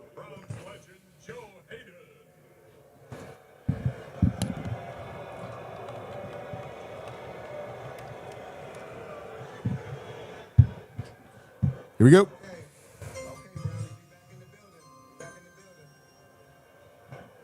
With the 58th pick in the 2026 NFL Draft, the Cleveland Browns select Emmanuel Yes. Oh, he did the damn thing. Andrew Berry, you magnificent son of a bitch, you bastard. Oh, this is Howie Roseman level shit right here. This is that good shit here, boy. Yes. Love this selection. Emmanuel McNeil-Warren at 58. I thought this guy, you would have to take him at 24. You picked up Casey Concepcion, Denzel Boston, and then were able to swing back and get McNeil-Warren, and you still have your third-round pick next year. Now, we're going to try to see. The Browns had to trade up to 58 to get McNeil-Warren. So let's see what they had to give up here. But I love this. Let's go. Let's go. AB is doing, look, man, AB can cook. AB can cook. AB can cook. I need people to start acknowledging Andrew Berry. Acknowledge him, chat. Fingers up. Acknowledge him. Acknowledge him. He's cooking. All right, so what did the Browns give up? So the Browns get 58. Okay, it's about what I said, right? So the Browns trade 70 for 58, and basically they traded their early fourth for a fifth, because 152 would be fifth round, right? Or is that sixth round? So they traded 2 rounds down. They didn't lose a pick, but they traded those picks back, and they're probably going to turn 152 into like a fourth round next year, or fifth round next year. So we still got 74. We still got the Chiefs pick here, right? So we didn't lose any selections. We still have the Chiefs selection at 74, and we got Emmanuel McNeil-Warren here. Still can get a center at 74. Maybe you can even move up there. This is why I defended the Browns when they decided not to fire Andrew Berry at the end of the season. And I thought it was obvious to me, right? Andrew Berry's back was against the wall last year, and I think he proved last year he's a good GM. He's good at his job. Kevin Stefanski's back was against the wall, and by week 5 last year, he couldn't prove that he was worth keeping. So why fire Andrew Berry when Kevin's the only one that's demonstrated that he needs to go? Right? And so many people were just so fixated on wanting to fire both of them at the same time because it's cleaner, but throwing the baby out with the bathwater isn't something that we normally think is a smart decision to do. And this is why I didn't want to do it. Andrew Berry has proven to be a good general manager. He knows how to operate the board. He's patient but aggressive. You know, look, there were a lot of us screaming that he needs to trade up from 38, 39 to get Emmanuel McNeil-Warren, right? Like, there were some of us saying that he needs to jump up even earlier for Emmanuel McNeil-Warren. But he was patient. He trusted his intel, and his intel told him, I can wait until we get about pick 55. And then I'm going to start calling. And then he found somebody to bite on the right price. You notice they didn't give up that much, right? They traded back from 107 to 152, basically, to pick up 58. That's all they did. They gave up 70 and 107. They picked up 58 and 152. So without giving up much, like we were talking about maybe giving them like 2 fifth-round picks or something, without giving up much, he found a way to move up, find a deal, and then get the guy that he wanted. And then look at what the patience in his strategy has gotten. You know, people complain about the Browns trading back off principle, right? Like, that's something that you'll hear a lot. People complaining about the Browns trading back because they're like, oh, we're passing on players.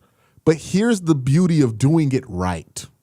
Andrew Berry's trading back, but he's not compromising on talent. He's not trying to just jump the board and get the talent. He's being aggressive in specific spots and strategic with his trade backs and trade ups. Because he traded back, he could trade up now, right? Because he traded back at 6 and got that extra 3rd round pick, that freed him up to move 70 and get Emmanuel McNeil-Warren, who I imagine was a bonus pick at that point. The value was just too high for Andrew Berry to ignore. And if you watch me and my coverage about the Cleveland Browns, you know Andrew Berry is not a man who could pass up a good deal. Right? Andrew Berry is not a man who's going to pass up a good deal. You take Andrew Berry to Costco, he's going to be there all damn day because he's not going to pass up a good deal when he sees it. It's how Shador ended up on the roster because at some point the deal got too good for him to ignore, right? He's not going to pass up a good deal. And he saw a good deal. He took it. He was patient with it and got the value that he wanted. That's just a good GM. Think about how different Andrew Berry operates, how well he's able to manipulate these boards versus every other GM that the Cleveland Browns have had. And tell me there's not a significant difference here. This man is good at his job.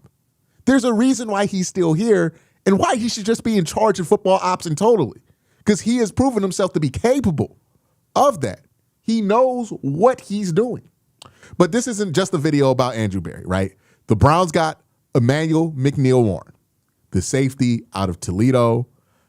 I love this pick. Again, this is a player I thought was a first-round quality player.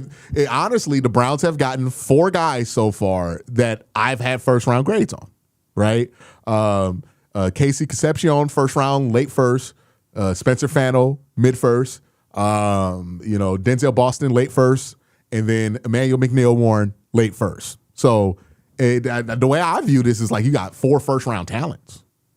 You know what I mean? So I love that. I absolutely love that. Can't help but love that, right? The reason I like Emmanuel McNeil-Warren, great instincts as a safety, really good hands too. There's a couple spectacular catches that he made while he was at the University of Toledo. Super physical, hard hitter. And I think he could be that free safety playmaker that the Cleveland Browns have been looking for a long time over the top of this defense.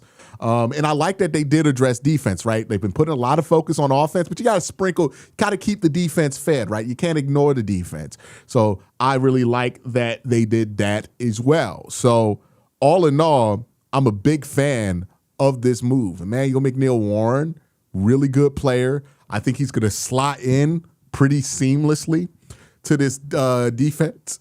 And now, if we're looking at the Browns, all they need is a center. That's all they need to get. They get a center today, this is going to be an A+ day. They get a center today, A+ day for the Cleveland Browns. But Emmanuel McNeil-Warren, I'm super excited about this pick. I'm super excited for you guys to see this guy once he puts pads on. He's gonna hit somebody hard in the preseason, and we're gonna get excited about Emmanuel McNeil-Warren. There's a reason why people were super high on him. If you're wondering why he dropped out the first round all the way into the late second, I think that had a lot to do with the fact that he played in the MAC. We were talking about this on stream, but the MAC is probably the least respected conference in college football. No disrespect to my MACtion enjoyers, right? If you like the MACtion, if you like the MAC, no disrespect to you. But it's probably one of the least respected conferences in college football, if not the least respected one that's considered Division I, or at least FBS. And that has an effect on a lot of people's evaluation, right? A lot of people don't like to project what somebody's going to look like from going to the MAC. We saw this exact same phenomenon play out with Harold Fannin Jr. Remember, Harold Fannin Jr. fell in the draft. People thought he'd be a second-round pick, but he kept falling in the draft to the third round because he played at Bowling Green. He only had the 2 games against SEC opponents that people can go off of in the Georgia Tech game the year prior.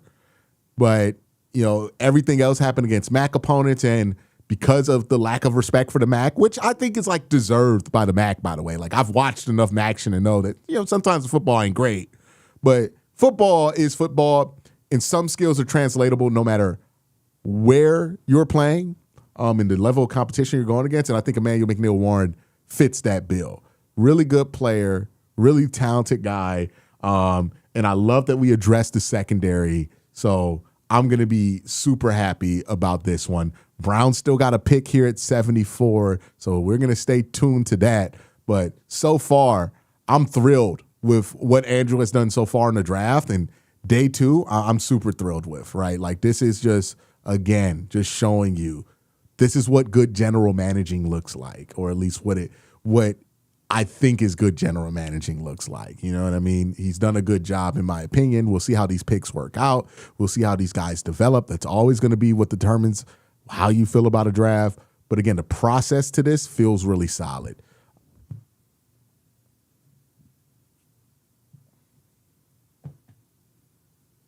All right, let me catch up on supers.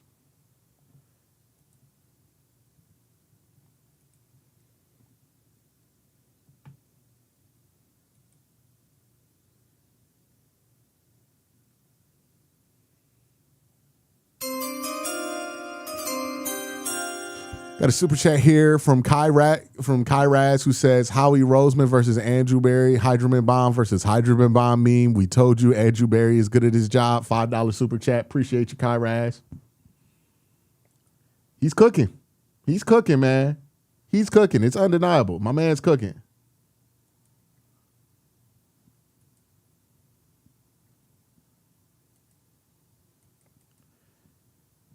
Ben Thompson says you might be able to convince me that DePodesta was the boogeyman. AB's moving crazy.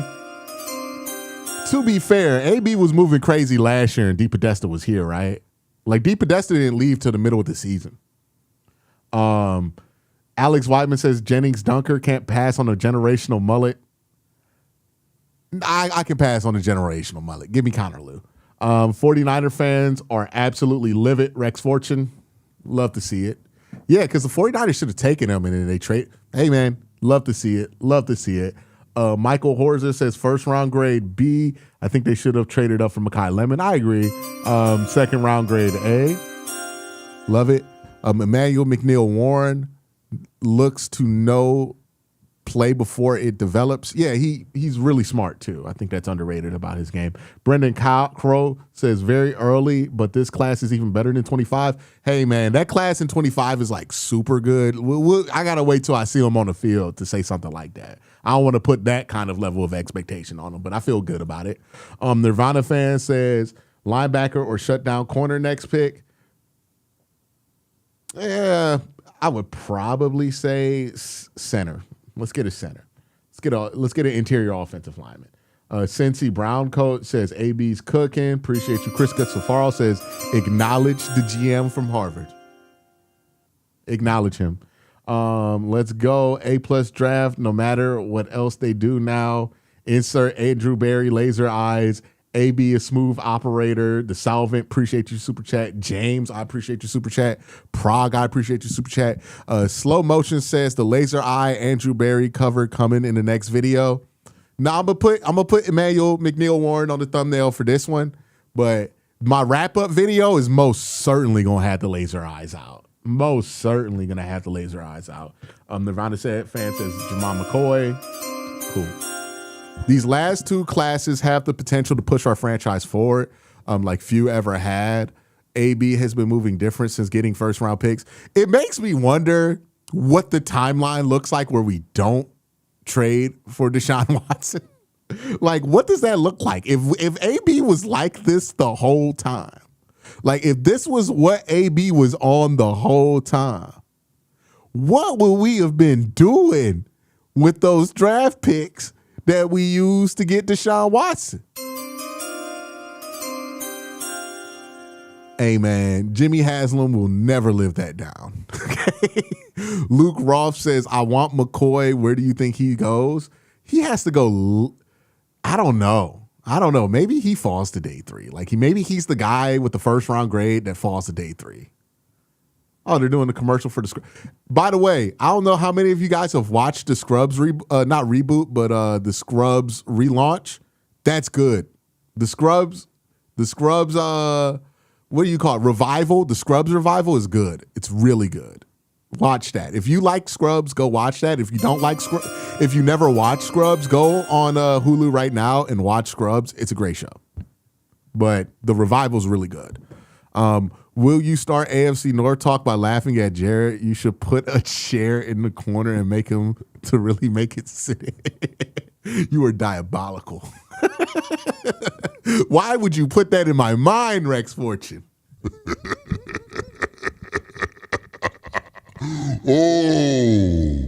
Oh, you are something, bro. Word on McCoy is the knee bone plug will have to be replaced a second. So he ain't going till day 3 if that's the case. Yeah, if he need a new knee, if he got the Lonzo Ball, basically, it's he's going late day 3. Oh man.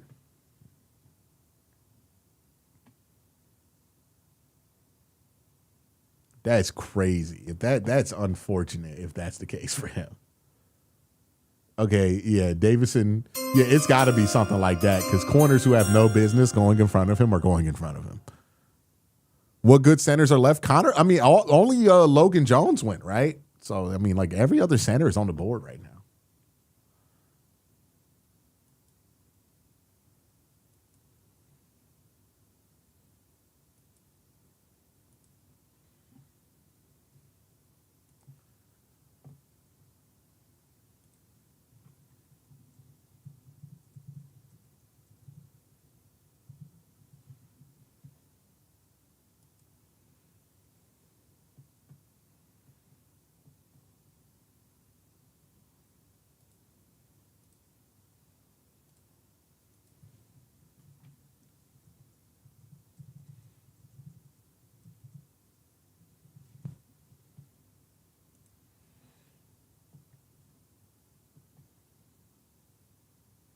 Yeah, I can't wait. Okay, they're doing the press conference.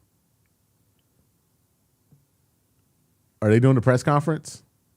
All right, let me go find the press conferences.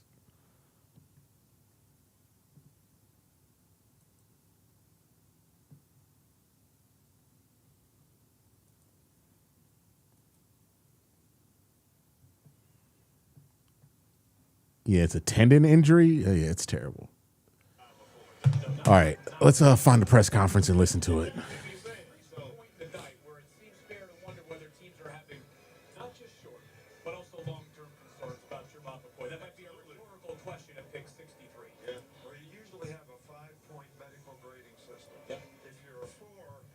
Take a guy for less value. In other words, you'll pick him at a lesser price. Okay. If you give him a 5, you take him off the board thinking he's got long-term issues and may never be able to recover to his level of ability before he got hurt. That, I hope, is not the case. Yeah. All right, they had Glenn Cook go out and talk. We're going to listen to the Glenn Cook pop. I think he said it. Frank Plesko says, looking forward to seeing your film breakdowns of all. I can't wait, dude. I cannot wait. I'm so happy to do it when they draft this well. We would pretty heavily invest on this side of the football. All right, let me pull it up here so you guys can see. I think he said it. We would pretty heavily invest on this side of the football. So I think between some of our acquisitions in the offseason and then, these first 3 picks, which, not necessarily how we thought it would play out, it sort of just matches that theme. And I think what's beautiful about it is all 3 of these guys, it's not something that we felt like we reached for. We made the trade back in with our first pick and showed a lot of patience with the next 2 and still got 2 really, really good players. So excited about the group. Still have a lot of work to do with 2 picks today as it sits right now. And, ready to go. So with that, I'll take questions. Did Jake Slaughter just go? Hold on. Let's listen to the draft real quick. Yeah, Jake Slaughter just went. They announced him as a guard, interestingly enough. So I think the Chargers are going to play him at guard. But Jake Slaughter went. Older guy, I don't know if the Browns were interested in. I think they're more in the Sam Hack, Connor Liu camp. But, yeah, I like him a lot. He was really good at the Senior Bowl. We got a super chat from Rex Fortune. Can you add the new Good Times theme to this? And then King AMT says, as a Raven fan, A+ draft, I have to admit, it's good when your ops are coming in and saying, yeah, I got to give you props. But Rex Fortune says, can you add the Good Times theme to your soundboard? It would really help after this draft. All right, let's continue to hear Glenn Cook talk. Kind of unusual to go back-to-back wide receiver. You guys had all night to think about this pick. Was he prominent all night? Yeah, I think it's just like I said, as we took a step back, as all teams do, when the first round ends, and look at your board, it sort of just stuck out to us. Like I said, we didn't necessarily plan to take 2 receivers back to back, but we also couldn't ignore value, and again wanted to make sure that we invested on offense, gave Todd and the offensive coaches the resources they need to work with, and I mean the 2 players not only fit that bill, but they complement really, really well. Almost like stealing, getting Denzel Boston at that point. I mean, I wouldn't say that, but we definitely are excited. Like I said, we had to show patience because you just get antsy when you see a guy that you think has a ton of ability. He's big, he has great hands. If he's there, do you take McCoy at 74? At this point, I think the knee's cooked, so I'd stay away from him entirely. Very subtle, sneaky speed. And just really, really complements things that we have in that room right now. And you just have to exude some patience and allow it to come to you. And we're excited that, we didn't necessarily have to give up any resources to get a player of his caliber. What do these 2 picks say, Glenn, about the way you guys assessed your wide receiver room after 2025? Yeah, I think it doesn't necessarily only speak to the room, but also just speaks to the 2 players. Casey's really explosive. He's really talented. We love what he can do with the football. And then Denzel, almost 6'4", 215, very physical, competitive, and has great hands. So I think it's just as much about what. Yeah, you know what it says about the room? They looked at that bitch and said, "Oh, okay." We're adding, and we're always talking about this is a team building exercise, not a player acquisition exercise, and we're happy with the 2 skill sets that we added. In terms of. Go ahead. Okay. Like you mentioned with his size and the 50-50 ball ability that he has, like how much are you guys hoping that he can be an immediate sort of red zone threat as a rookie? Look, all these guys.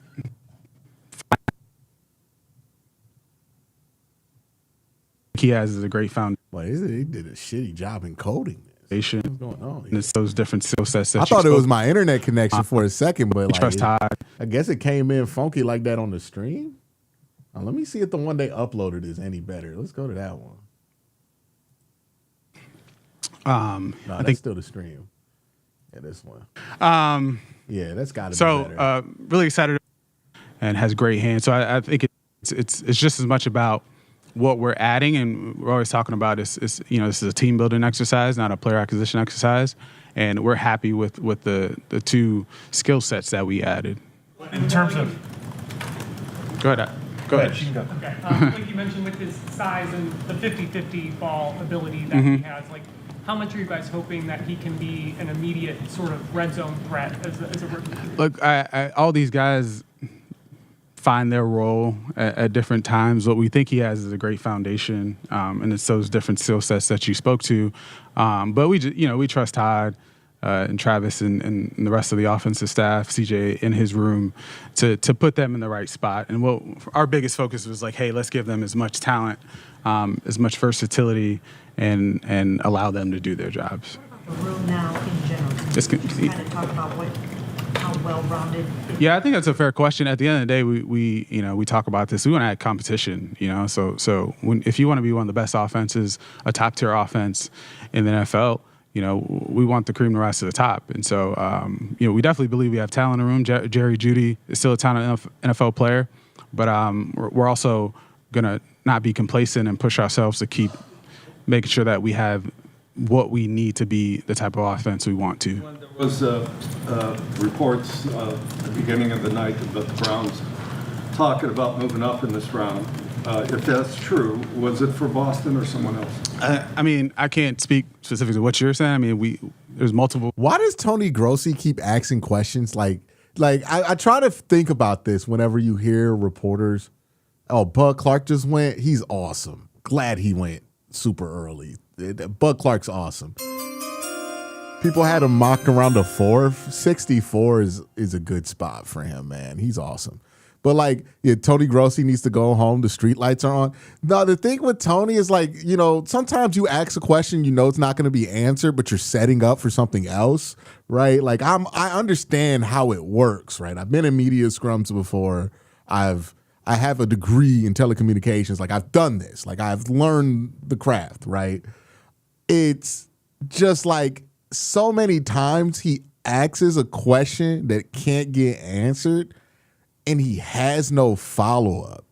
And then he goes on air and complains about his question not being answered. But it's you had to know you weren't going to get an answer from that, right? You can't talk about a trade-up that didn't. Why would they talk about that? They're not going to talk about that.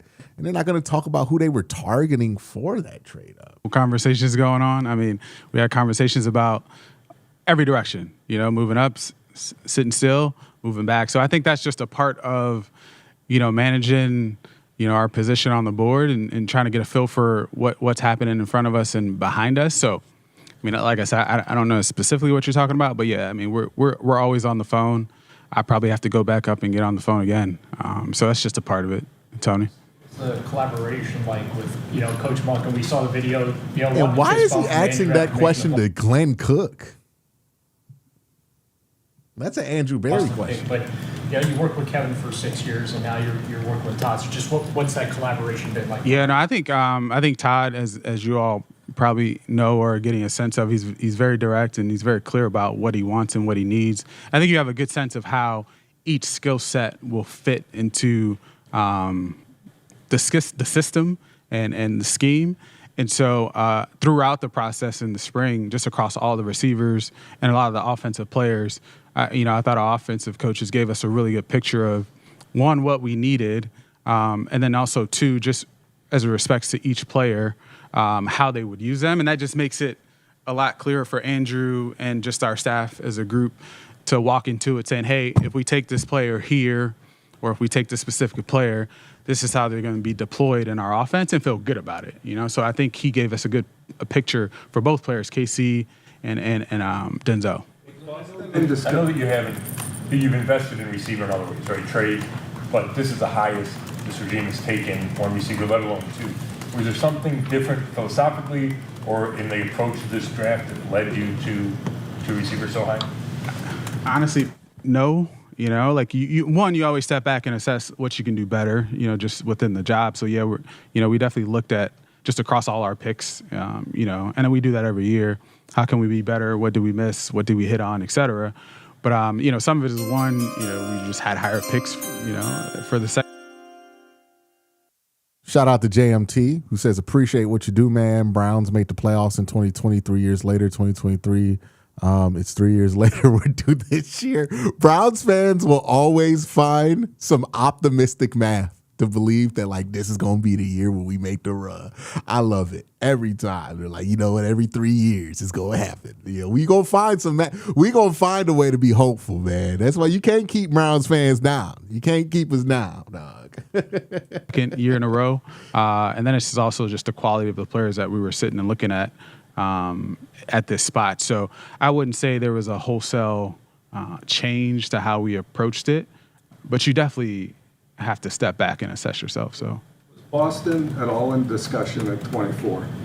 I mean, I'm not going to get into that. I think, you know, I don't want to make it a KC versus Boston thing. Yo, this is the second time he does that. Like, does he have a follow-up?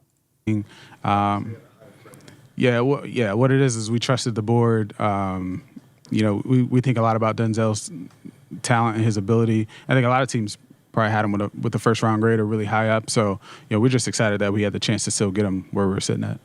Yeah, why does he ask that question? I'm not one to be like, oh, you're asking questions to sow discord, you know, because that's not how that works. Like, they don't care what questions you ask in the locker room. But it is more of like, what did you hope to gain out of that question? Like, was he on the board to take it 24 over Casey Concepcion? Like, obviously no. Why? See, I can't stand y'all. Why did you tell Flemlo I want to fight him? I said if you said if Flemlo, well, you said if I had to get in a fight, who would I want with me? And I said Flemlo because I think Flemlo can fight. Why did you go to his stream trying to start trouble?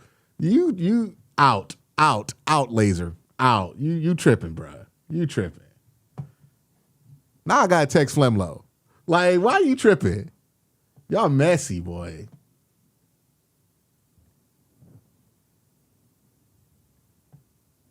Y'all messy. Carson back at 65? Okay.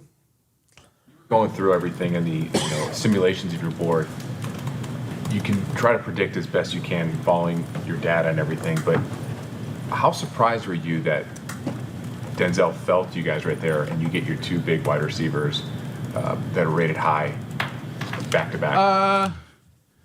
I mean, to your point, you can simulate it as much as you can, and we do. I mean, we probably spent 4+ hours going through a number of iterations, and you still don't get through all of them, right? You still can't 100% pinpoint how it's going to play out. There's probably a few picks in the first round that, even with those number of iterations that we went through, you know, sort of caught us off guard. So we try to get as close as possible, and I think what it does help us do is have good answers to the test. You know what?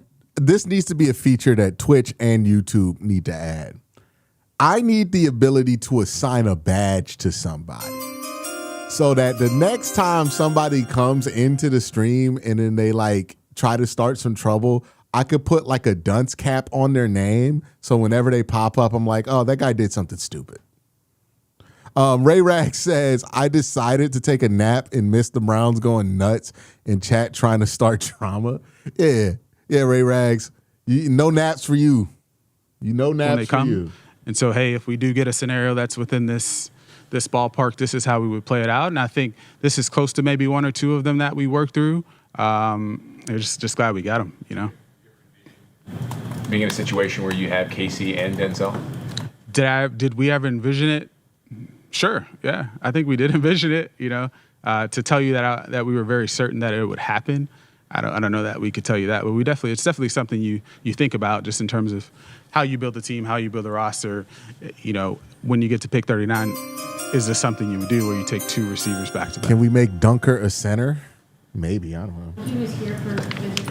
What did you kind of glean from that and getting a chance to talk to him, see his reaction to meeting? So it was pretty interesting because both he and KC were together, you know, and so you know, you had. Now that I look back, both guys are sitting at dinner and you're getting to know the 2 different personalities and getting to understand who they are as humans and young men and so much about their life. And I mean, Denzel's academic All Big Ten, you know, an exceptional kid, you know, loves the game and has a lot of head in his future. Same thing with KC, just hilarious, funny, a lot of energy, but also very competitive. And just when you spoke to football things, he definitely, you know, flips a switch, and you love to see that about him. So looking back, like I said, to the question that was just asked, couldn't have envisioned that both players, as we sit there at dinner, will be on our roster, but it's also a thing that I'm not mad about. Where was that dinner? It's just our 30 visits. Well, it doesn't get any worse of a pick than that. Cardinals will be getting a GM next year. That is the ultimate. We thought we would get Ty Simpson, and now we got to do something. Yeah, so as when we take him out to eat. I've been talking about KC's ability on punt returns, but Denzel can also. Yeah, he did. I mean, just how much, you know, did that kind of add value to him? It's in the back of our minds. We know it, right? Like it just adds. It's an added luxury to have players who can, you know, with the constraints of the 53-man roster and the guys you can have active, to have someone, especially with his dimensions and build, to go back and field punts. Like you know, we're definitely fortunate that he also can do that. Our focus is on his ability as a receiver. Same thing with KC. But again, it is an added bonus. I should have mentioned that earlier, but that's a good point. Everyone assumed that offensive line. Got a super chat from Mighty who says, so they had dinner with one and got both. Yeah. Barry mentioned yesterday he expects this to be a volume draft for you guys. Wants to bring in a pretty good size rookie class. Appreciate the super chat. Do you feel like now you guys are in a spot where you can kind of start stacking the roster? You don't necessarily have to maybe zero in on needs. All right. Cam says this. AB is cooking. Sad that pessimist fans only conveniently remember the DG pick. I can't believe we came out with KC, Denzel, Emmanuel, McNeil, Warren on top. A+. It's funny too because it's truly like. By the way, the Browns are going to be picking here soon. They're pick 67. Well, pick 68's on the clock right now. But yeah, that people's trying to act like that draft was bad just because we took Dylan Gabriel is a prime example of like some people will never be happy. You can hit on 5 people in a draft, and then like the one guy you don't hit on, people will always use that, right? But feeling dangerously, 1139 says this. Unfortunately, it's about time for me to go to work. But do you think this draft has the chance to be better than last year? Also, love Flemlo's videos while the topic's up. Man, Flemlo, like he's really one of the first people to reach out to me and like talk to me and like help me out. Like he's awesome. Like he used to be, well, he is one of my favorite YouTubers. So absolutely. Dan Rowe with the $5 super chat says, love the content. Keep up the good work. Appreciate you. Well, yeah, let's continue to hear Glenn Cook.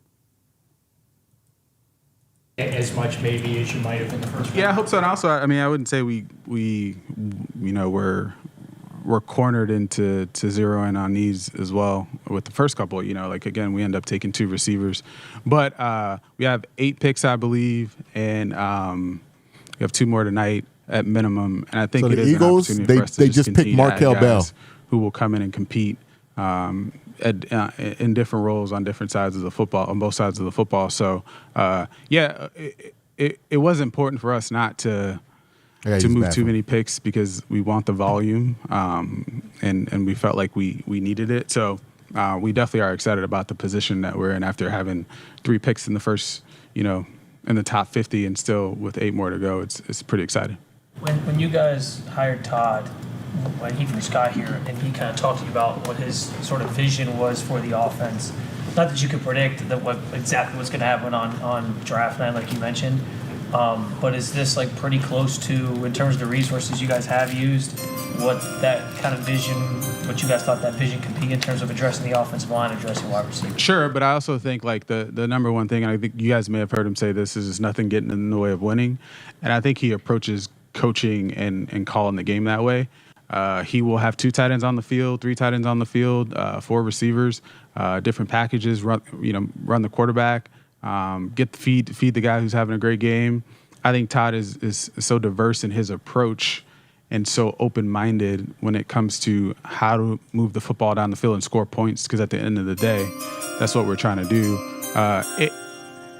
From a 30,000-foot view, it just opened up our opportunity across all the players in the draft, because you just know you're not necessarily pigeonholed into it has to be X skill set, X build, X makeup. It's really like, hey, have a good idea of how we want to use this guy, and Todd will take it from there. So it was what about more Dennis so probably Sutton from that from lens Teal, as opposed to 6.7? specific We'll like skill sets at receiver or running back or tight end or O-line, if that answers. Blow my eardrums out. Appreciate you. All right, so that was Glenn Cook, the assistant general manager. Catherine talked too. We'll hear what she had to say in just a second here. But the Browns, in my opinion, for my money, are having a pretty good draft. The Eagles pick is in. This is going to be Markel Bell here at pick 68. So they're going Markel Bell here. They're getting size, I imagine, to do the whole Mekhi Becton thing. Let me catch up. I think I heard. Jesus. Monken recruited Delpit to Georgia, by the way. Yeah, it could be it could be Delpit, but because they got a pass catcher at 39, I don't know if they go pass catcher again here. Maybe they wait a little bit later. Thoughts on Taylor Green in the 5th, if available? I'm going to tell you this right now. I am not a Taylor Green guy. I think that's Kellen Mond 2.0. I don't want that. I get the appeal to some people with Taylor. I don't have that appeal.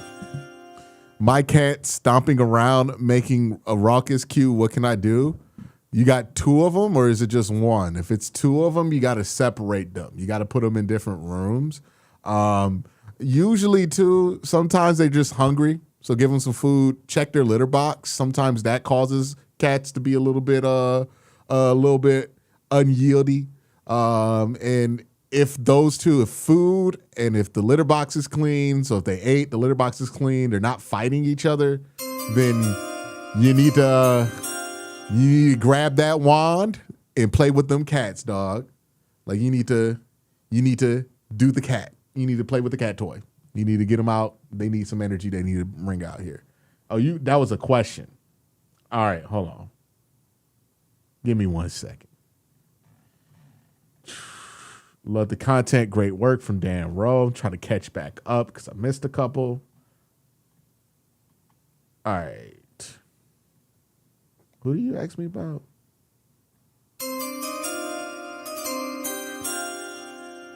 Cooper said, okay, I thought that was the Browns for a second. It's the Bears. They're picking at 69.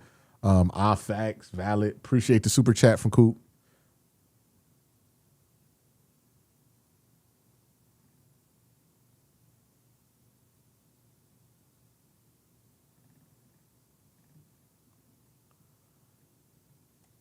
Did I get it? I think I got it. Am I caught up? Man. Who said that? Who said that in the chat? Was it Ant Boogie 3550 that said get that wand out and play was crazy? Look, man, you ain't never had a cat. You got to get the cat toy out. Oh, they went Sam Roush. They love tight ends over there. He's good. Big guy. He could block. Think he's going to be a receiving threat in a couple years. He's good. All right, we're 4 picks away.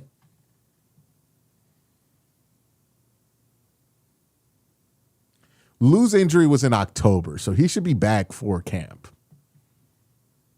Yeah.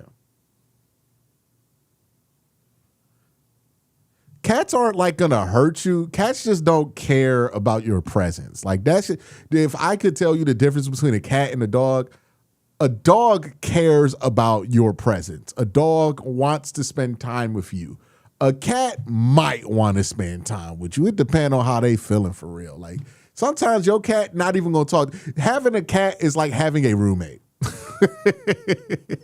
Having a dog is like having a child, right? Like that dog is dependent on you. That dog always wants you to do something for you. That dog is always gonna bother you. That's what having a dog is like. Having a cat is like a roommate. Like you might not see that cat for 3 days. Real talk. You might not see that cat for like a month. But a dog, you gonna have to deal with them every day because they rely on you. You know what I mean? You fix the litter, you have the food out, you got the water out for the cats. They gonna be chill. They gonna do what they want to do. You know what I mean? Dogs gonna bother you. They ain't gonna just like not bother you. You know what I mean?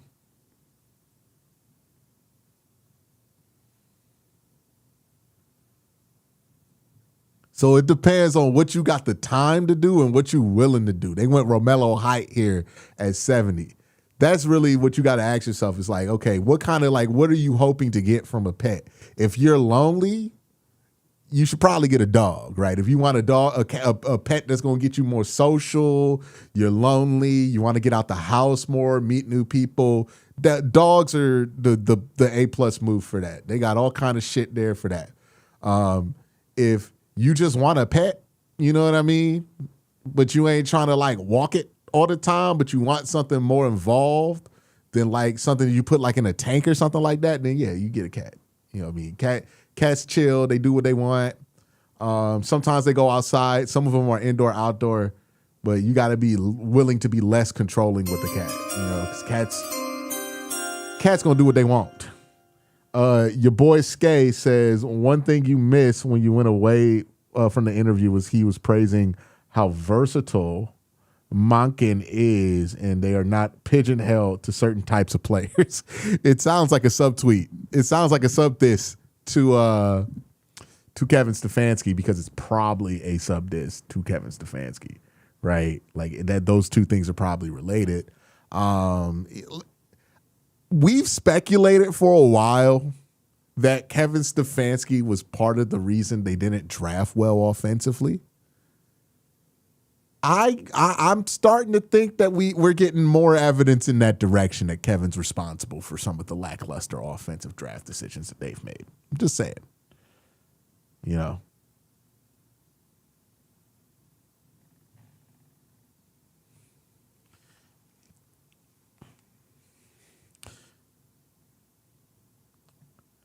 I mean, cats poop inside, but they poop in the box. You know what I mean? They poop in the litter. Oh, you got a Maine Coon. That's big.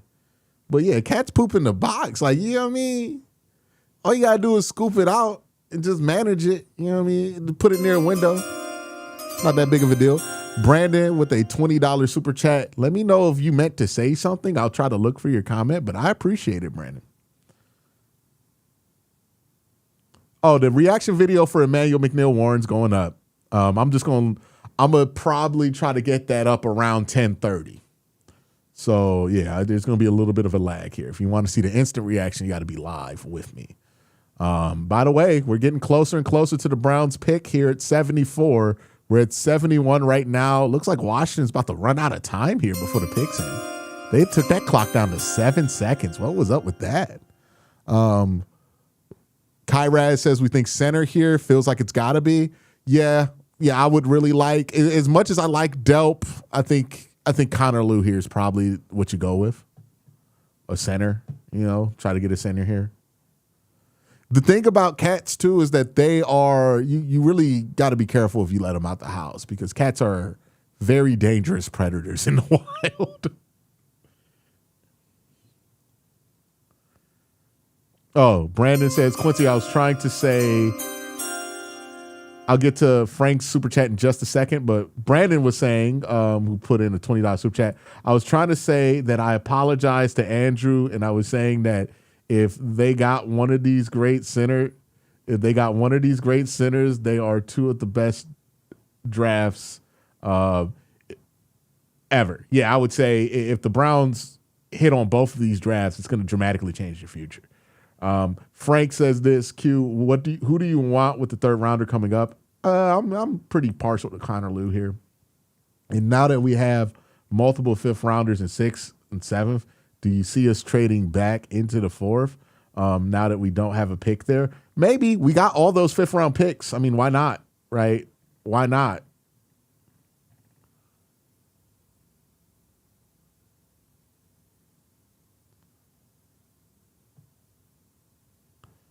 Yeah, you ever see them GoPro videos that they put on like Wildcats? Like they go out there and they terrorize the community. Like,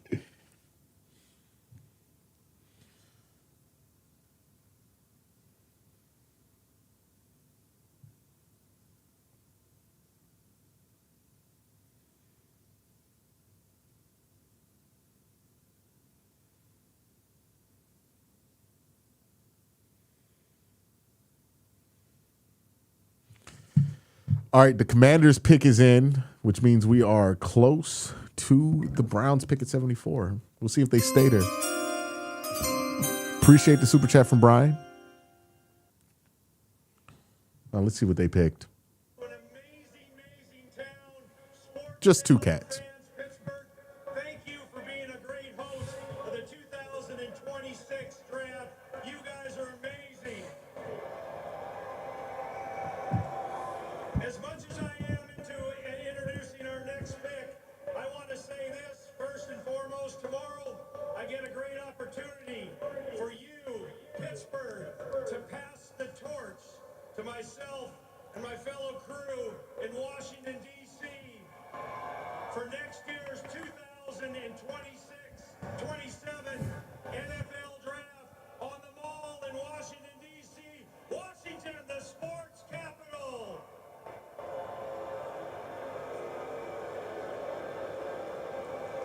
All right, who are they taking, man? All right. All right, dog. Announce the pick. Oh, my goodness.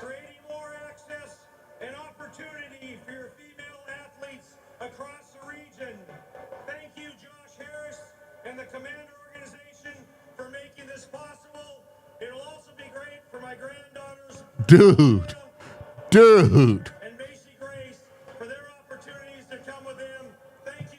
Brother.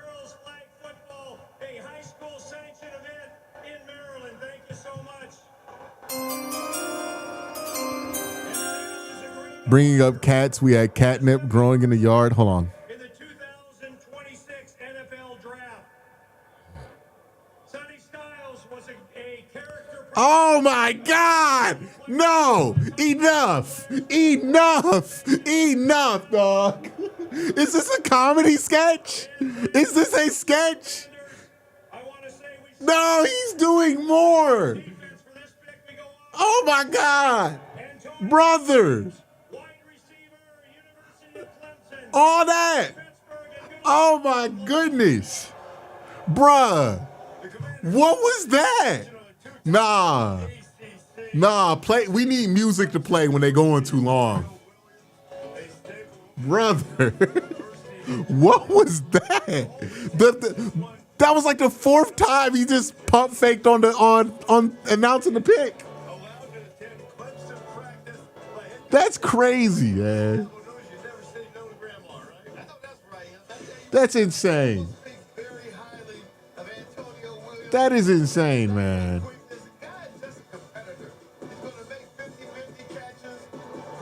All right, Brian says, we had catnip growing in the yard. It was hilarious watching other cats get into it. Looked like they were on speed. Yeah, they get crazy on that stuff. King Tut says, should the Browns swing at Jermon McCoy if available, despite the injury issues? They don't have to do that right now. Cincinnati's about to pick here, but unfortunately, Mark Ripien took all the time here. I got to pay some bills here and thank my sponsor for this stream, PrizePicks. PrizePicks, We've been doing a lot with them. We've been doing some picks with them. Make sure that you join PrizePicks. I have a promo code with them. You get $5 instantly. Well, you get play $5, get $50 instantly. Earlier this week, we put some picks down for the NBA playoffs. We had Brandon Ingram, Donovan Mitchell. Real easy to make these picks. You just got to go more or less, and then you can string them all up and then try to get a good game. I always encourage people to be responsible when you're doing this, right? I do about $5, $10 bets, but make sure you play responsible to your financial situation. PrizePicks, it's a great place to do this. Check to see if it's available in your state. And then if you are on the PrizePicks app, make sure you follow me on the PrizePicks app because I have a promo code that you can use on, well, not a promo code, but you can follow my picks on the PrizePick app. So make sure you use it, sign up for it, use the code HMA. There's a link down in the description. Thank you for PrizePicks for sponsoring the channel for this year. All right, Spicy Mason says, we got filibustering in the NFL draft before GTA 6. That was the worst I've ever seen it. By the way, the Bengals went to Cario Davis here. The Bengals went to Cario Davis. That was the worst I've ever seen. What do you think about Pat Coogan here? Nah, I think it's way too early to go Pat Coogan. Hey, Connor Lew. What's the guy out of Washington's name? I'm sorry, I'm blanking on names today.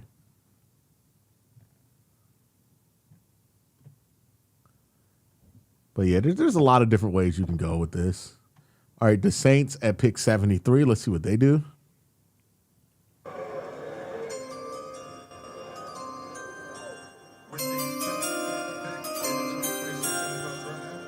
Washington bringing out the filibuster at the 2026 draft. Damn. Oh, Oscar Delp just went. Oscar Delp at 73. Think this makes what the Browns do at 74. Oh, we traded back. We traded back. We traded back. How far did we go? How far back did we go? So our pick was probably going to be Delp here, right?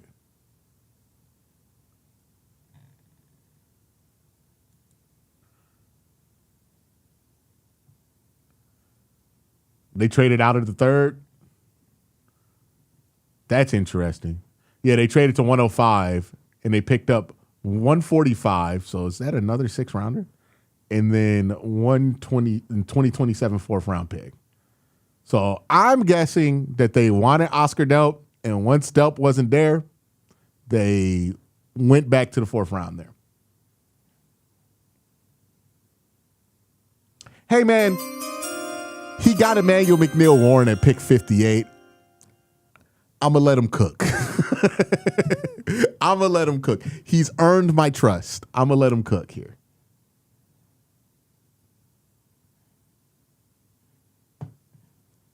Yeah, I'm going to let AB cook here. He's earned it.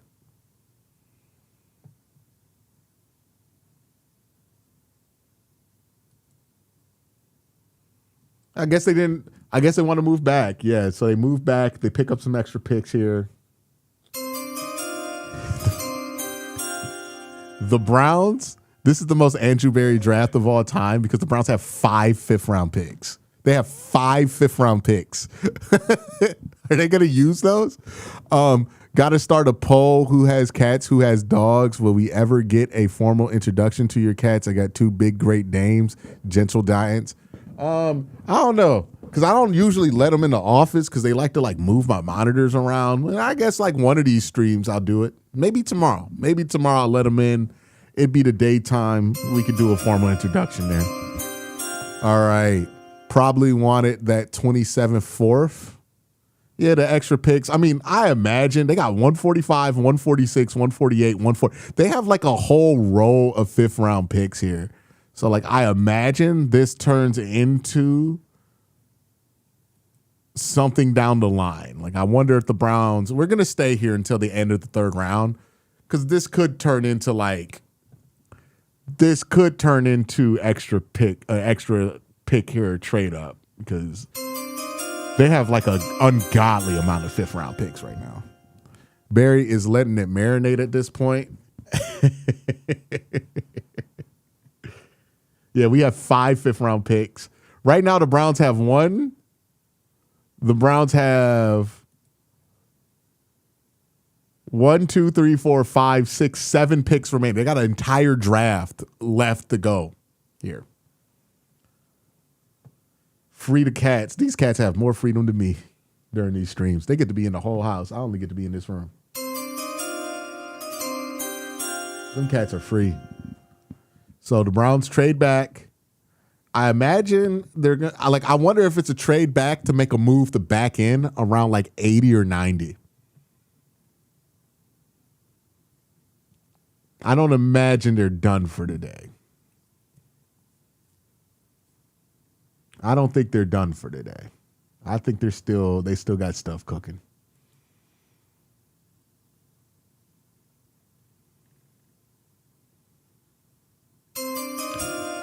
We got to trade for a tight end, right? Stoll can't be our number 2 tight end. Yeah, we got to do something at tight end. But again, we got like 7 picks left, so they'll probably get somebody. They got like 7 selections left. So we'll see what they do. We'll see what they do. They are madmen right now. I think what the Browns wanted was because they had to give up that 4th round pick. I think this is part 1 of a 2-part move. This is my theory. I think this is part 1 of a 2-part move. I think they made the move because they wanted to get back that early 4th that they lost when they made the trade to go get Emmanuel McNeil-Warren. Now, stay with me now. Stay with me now. And I think that they did that to get the ammo, right? They get the 4th round pick that they wanted.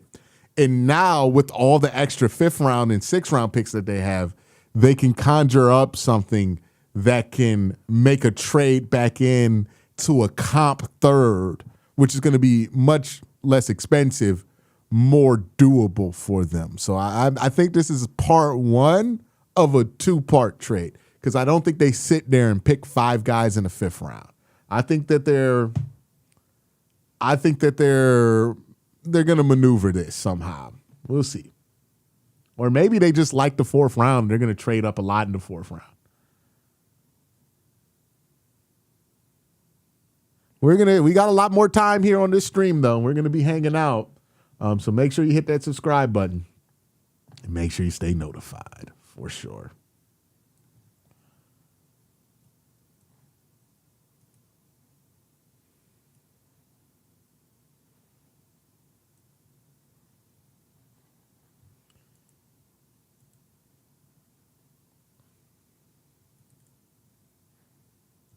But yeah, the big take.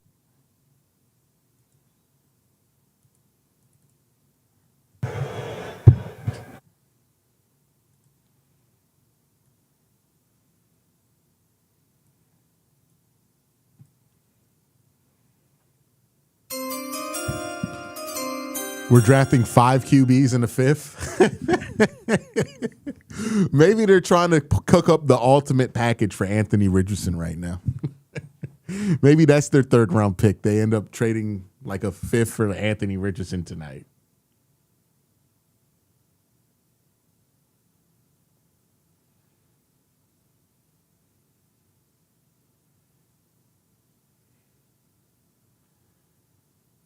There's a lot to talk about.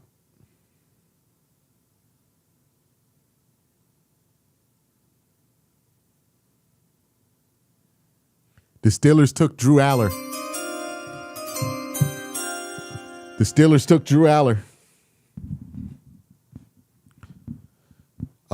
Ryan says, what's going on with Jermon McCoy? I think the NFL feels like that knee is cooked. This happened to, I don't know if this was like 10 years ago. So if you don't remember this, you're forgiven. But remember Ifo Ekpre Olumu?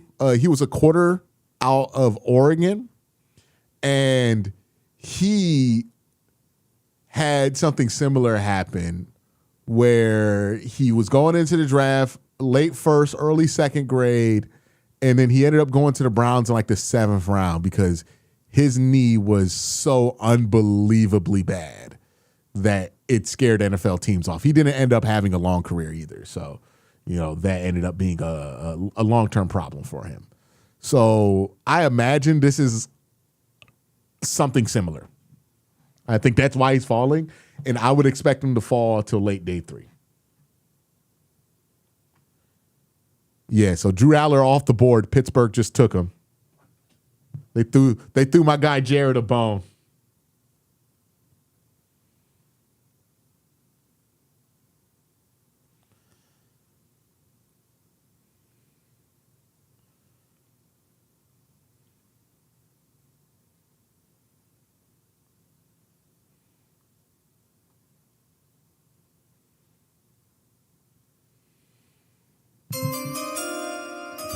$2,118 in the chat and only 607. We can get 1,000 likes. We got to get 1,000 likes, y'all. Let's get 1,000 likes. Let's get 1,000 likes. If you think the Browns going to trade back in today, Andrew Berry just called me and he said he ain't trading back into the 3rd round until this stream over 1,000 likes. So we got to get up there. We got to get over 1,000 likes. It's not up to me. Andrew said that we got to do it. You know what I mean? So let's get back into it. Let's hit that like button. Let's hit that like button.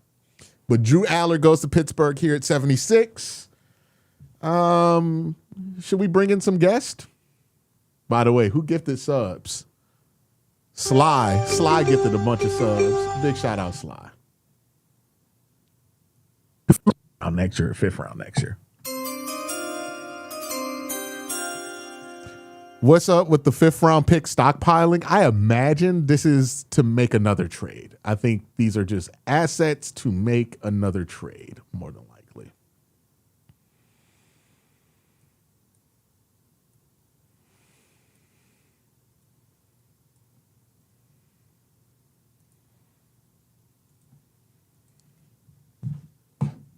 Big shout out to Sly for gifting some subs here.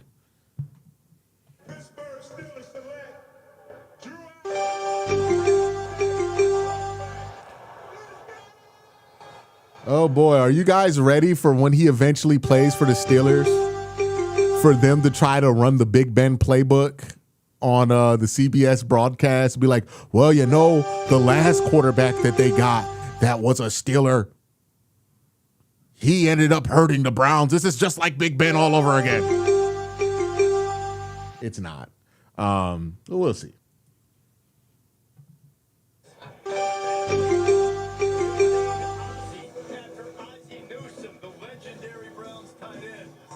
Richard Baker says, Q. My brother Ryan says, what's up? Shout out to both of y'all. All right.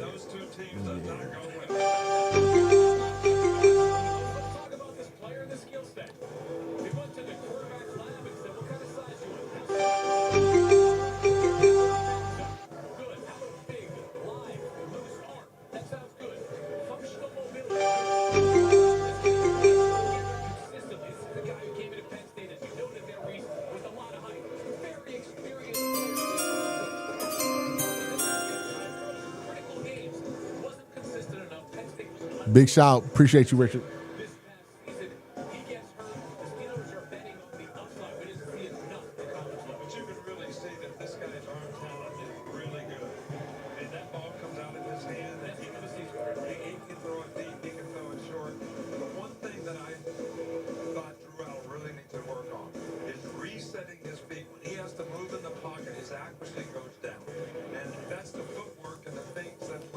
All right.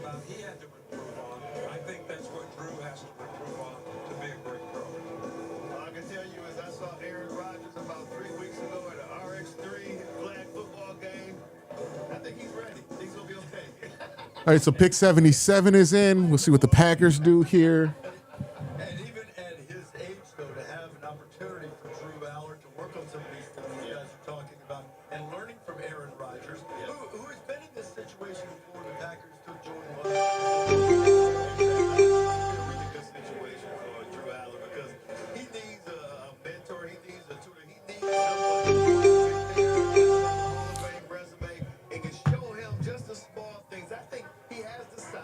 You're only worried about Drew Aller becoming a franchise quarterback because of years of Ben Roethlisberger propaganda. That's why. That's why you're worried about it. Drew Aller might become a starting level quarterback. I think that's possible. I don't think that there's a way to fix the decision-making problems that he has, right? And the big issue with somebody like him is that you can make bad decisions, but overpower those bad decisions with arm talent in college. But it's very possible that he doesn't have the arm talent to get away with that in the NFL because he didn't really have it in college. And that turns into him just being a high interception guy.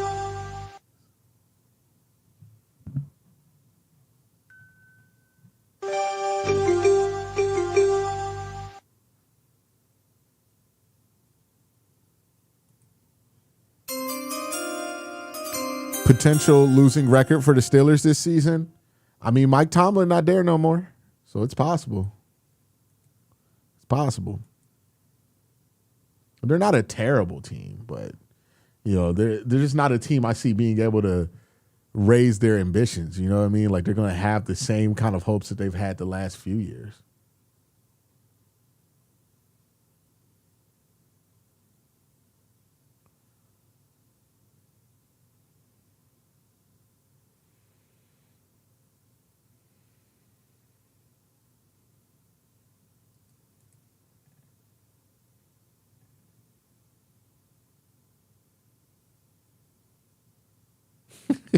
I think they're going to go Drew Aller versus Will Howard in camp this year. I don't think they're bringing back Aaron Rodgers.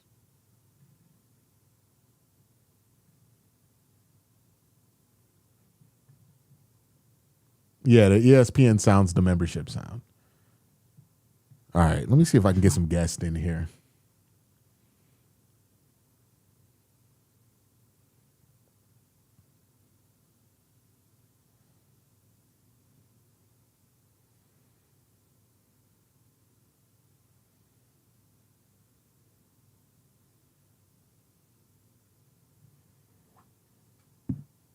I got to get a charger real quick. I'll be right back. The Colts picks in at 78. We're trying to see and wait. The Browns trade back in. Healthy routines for you, healthy routines for them. Greenies make health a treat.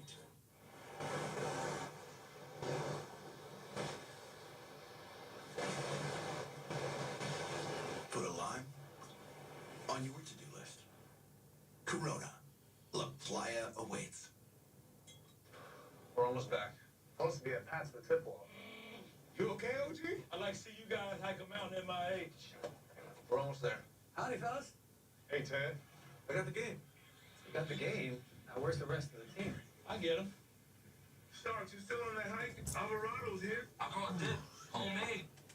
Wish me out some snacks. I found these berries. Oh, very poisonous. Yeah. When the connection matters, it has to be AT&T. I would tell my coach, my father, that I love him, and I tell him thank you. I got to see so many great examples of him just showing up for others. The one thing they told me is that he never bet against me, and that was the little ounce of belief that I needed to get to where I am today. Welcome back to the 2026 NFL Draft, presented by Bud Light. The last 5 picks here in the third round. The most recent one is Christian Wallace, defensive tackle out of the run of the Missouri Defenders. Going in this night 2 of the draft, he's going to Green Bay Packers. Finishing his career with the Tigers. Field day, best available by Marriott. Still have Jerron McCoy, quarterback of Tennessee, with the injury concern, sitting atop that list. Attacked by a Brent. All right. Yeah, we're going to bring Mac on the show. Dynamic athlete with the football in his hands. Probably still the board at this point because basically just wide receiver screens. He did the dirty work after the catch. Wouldn't surprise me if he goes at some point here before the end of round 3. Will there be some compensatory picks at the end of that round? What that means he has free agent signings or lose players and trying to make it up to do it at the end of various rounds. We will get through 100 picks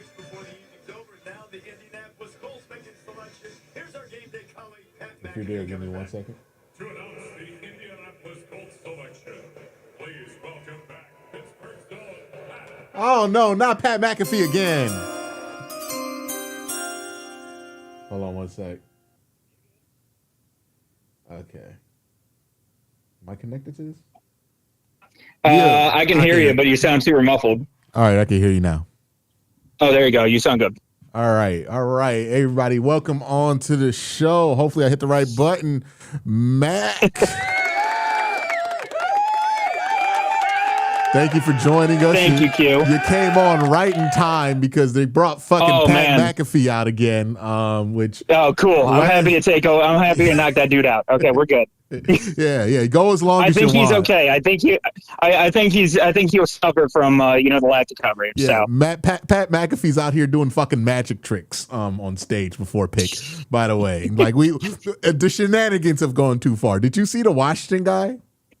The guy who punt fake? No. Yeah, Brett Ripien's dad or Mark Ripien, he came out there. He punt faked announcing this pick like 5 times. It took him 10 minutes. Oh, my God. That's why the time limit was melting down. Okay. Yeah. Now Pat McAfee's out here cutting one of his shitty promos. He's redder than Triple H in his prime right now. I can't do it. I can't do it. You think the Browns going to trade back into the third here, man? It depends. There are a few really interesting names, and I know we've already had a couple of. AJ Hulsey. Dude, I know. That was the one that I saw him go off the board, and I'm like, you got to be kidding me, man. We got Emmanuel McNeil Warren. We're all right. Oh yeah, no, I was thrilled. Between him, Denzel Boston, I'm already through the roof. The ones the position group that I'm watching to see if there's a little bit of a run and maybe AB gets a little bit of urgency is the center group. I know we've had a couple of go off the board, but you still have Connor Lew there. You also still have Sam Hecht from Kansas State. And then on top of that, also, the one that's really interesting is Emmanuel Pagnon is still on the board. Yeah, what's going on with that? Do you have any read on that? I don't have a read on that, man. I'm not going to lie. I thought that he was going to go much earlier than this, so I'm not sure what the issue is there. But I thought that he's a good interior player that could play center. And I thought that he would be a good idea. Yo, you still there? Yeah, I don't know. It's cutting you in and out real quick. Oh, okay. All good? Yeah, you're good now. Yeah, no. There were a few times back last month where I thought that he was a candidate at 39, but I'm not sure why he's falling. But again, he's a certain player. Like between him and Connor Lew, where if it starts to get kind of dicey towards the end of the round, and maybe you see a couple of those players go off the board, maybe you do end up going after him and maybe trying to trade up. And especially, I think the interesting part is in each of the trade backs now, the Browns have 5 picks within 10 or 5 selections within 10 picks. Hold on. Ed, the most Kevin Stefanski choice of all time has just happened. Do you know the Falcons took at 79? I do not know. Guess. They took a wide receiver. Guess who Kevin would go with at wide receiver here? Oh, God. Who's slow, that has solid hands? Oh, God. Hit me with it. Zachariah Branch. You know what? I swear to God, man, I don't know if it's Kevin that's making the picks. I think they're just going for PR.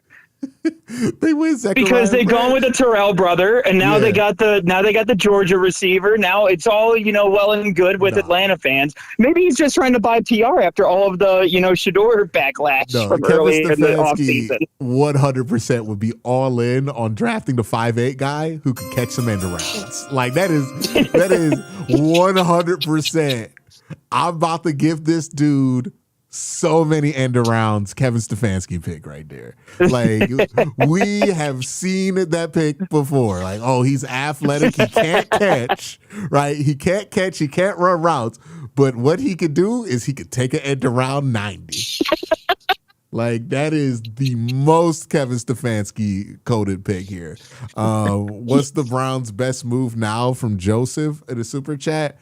Connor Lew. I would go Connor Lew. What would you say, Mac? Honestly, I would agree with that. He very much fits their profile of being a younger center. Obviously was highly touted prior to the ACL injury, but I think that he's somebody who very much fits their profile. I would agree with that there. Yeah, they seem to be really low on injured guys. Like, I think we underestimated just how low they would be on injured guys. Where did Chris Bell end up going?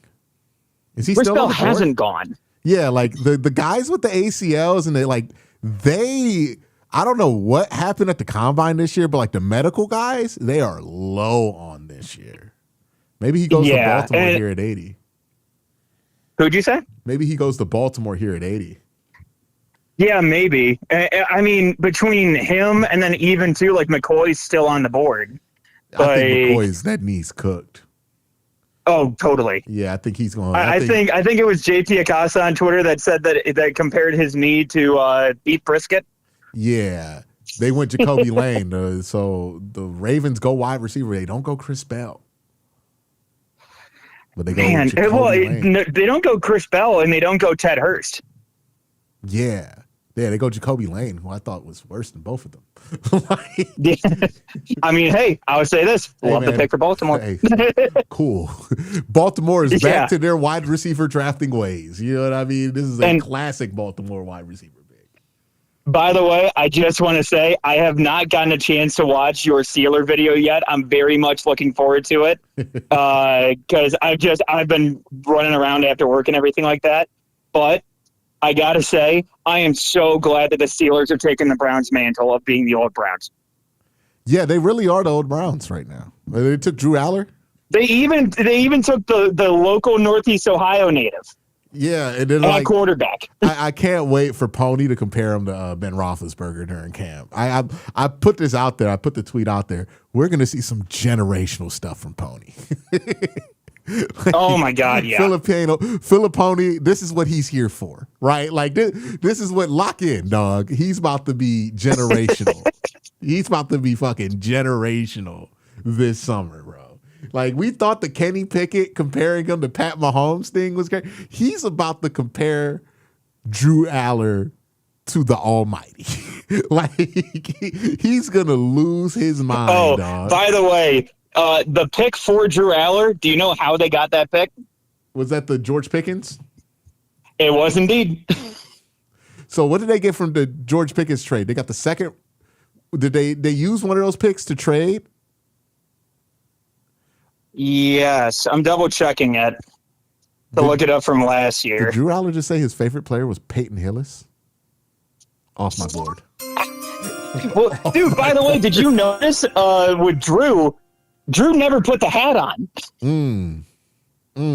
Drew Browns fan. Didn't even put on the Steeler hat.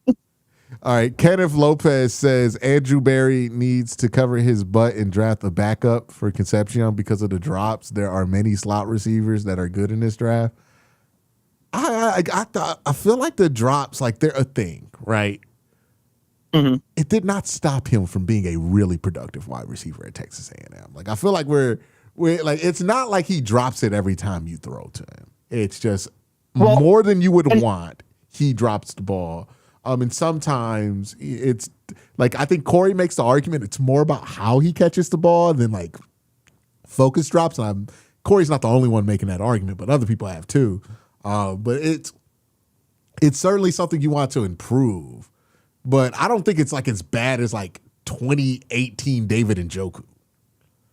Well, and even like by comparison, though, like if you actually look back, and I think Pete Smith had the tweet or something like that earlier today too. But like, Zay Flowers actually had a higher drop percentage coming out of college than what Concepcion had, and also by comparison, Concepcion also had more touchdowns than Zay Flowers did in college as well. So like. The other thing, too, is, and we had this on the show earlier today, too, but we were reacting to Josh Norris, and Norris made the argument basically that you live with the drops because you look at the other plays that he's able to make.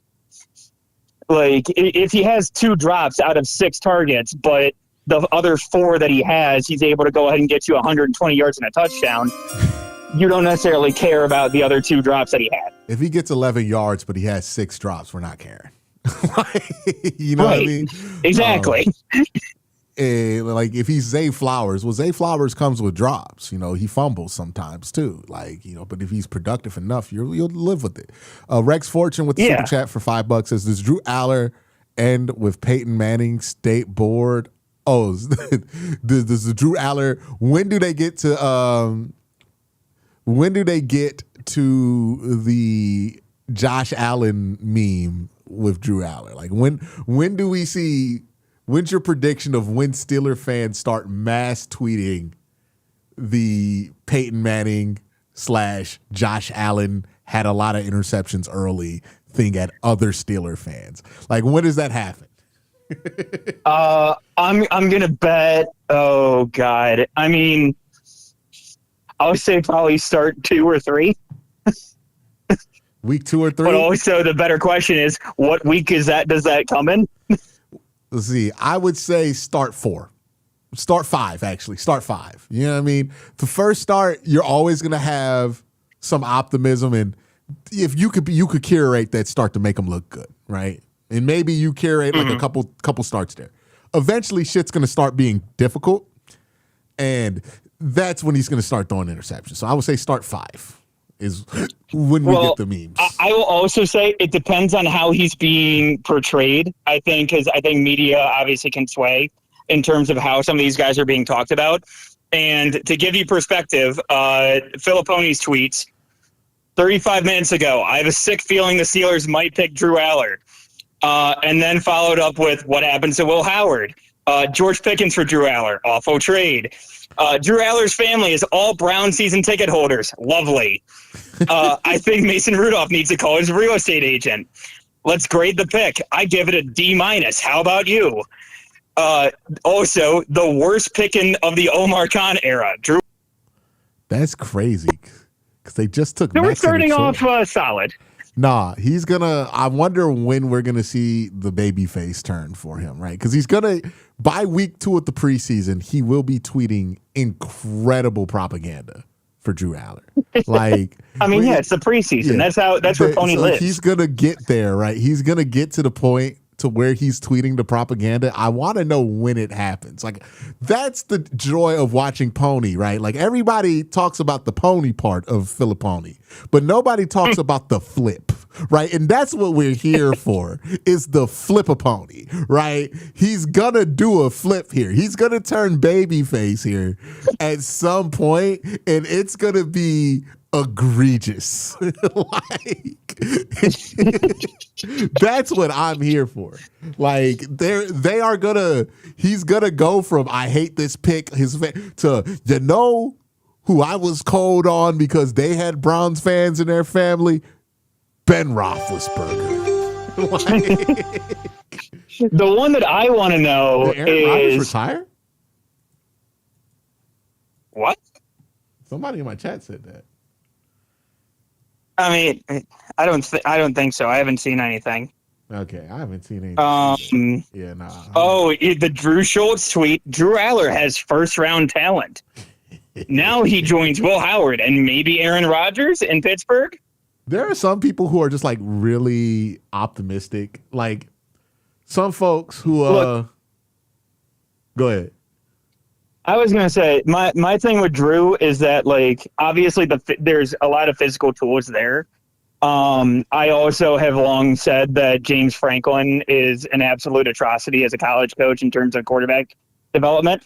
But at the same time, though, with Drew in particular, I think because of that, I think he needs a couple of years in order to work through some of that and work through adjusting some of his mechanics and everything. Mm-hmm. But I think that I would rather him go to a situation where there's less, or there's more of like an entrenched starter in front of you. Like the Ram situation, I thought would have been great. I'm sure there's a couple others off the top of my head that I can't think of at the moment. But like having somebody that he can go ahead and sit behind for a little while and develop, I think would have been a better situation. In Pittsburgh, this might be quick. Yeah, here's the thing, too, with Drew Aller. I don't think it matters if he sits on the bench, man. Like, he's not one of those guys I think that matters for. Like, he's going to be Drew Aller. Like, there's going to be, like, this is Deshaun Kaiser to me, right? Except for like, what if Deshaun Kaiser had stayed in college? Like, this is what that is. Because like Deshaun Kaiser looked pretty good sometimes, getting you up and down the field. Yep. And then Deshaun Kaiser started making some impossibly bad decisions, right? Like that's what Drew Aller is. Like I think I'm putting my stake in the ground. This is going to be the Deshaun Kaiser experience. He's going to be good enough in camp to where like you might want to like if they don't have anybody else there, he might start. You know what I mean? And this might look really good early. Just like it did with Kaiser, we were like, oh, he's starting. You know, he pushed Brock Osweiler off the roster. And then that first game versus Pittsburgh, he wasn't bad to start. And then he threw that interception, and then it never stopped happening with him, right?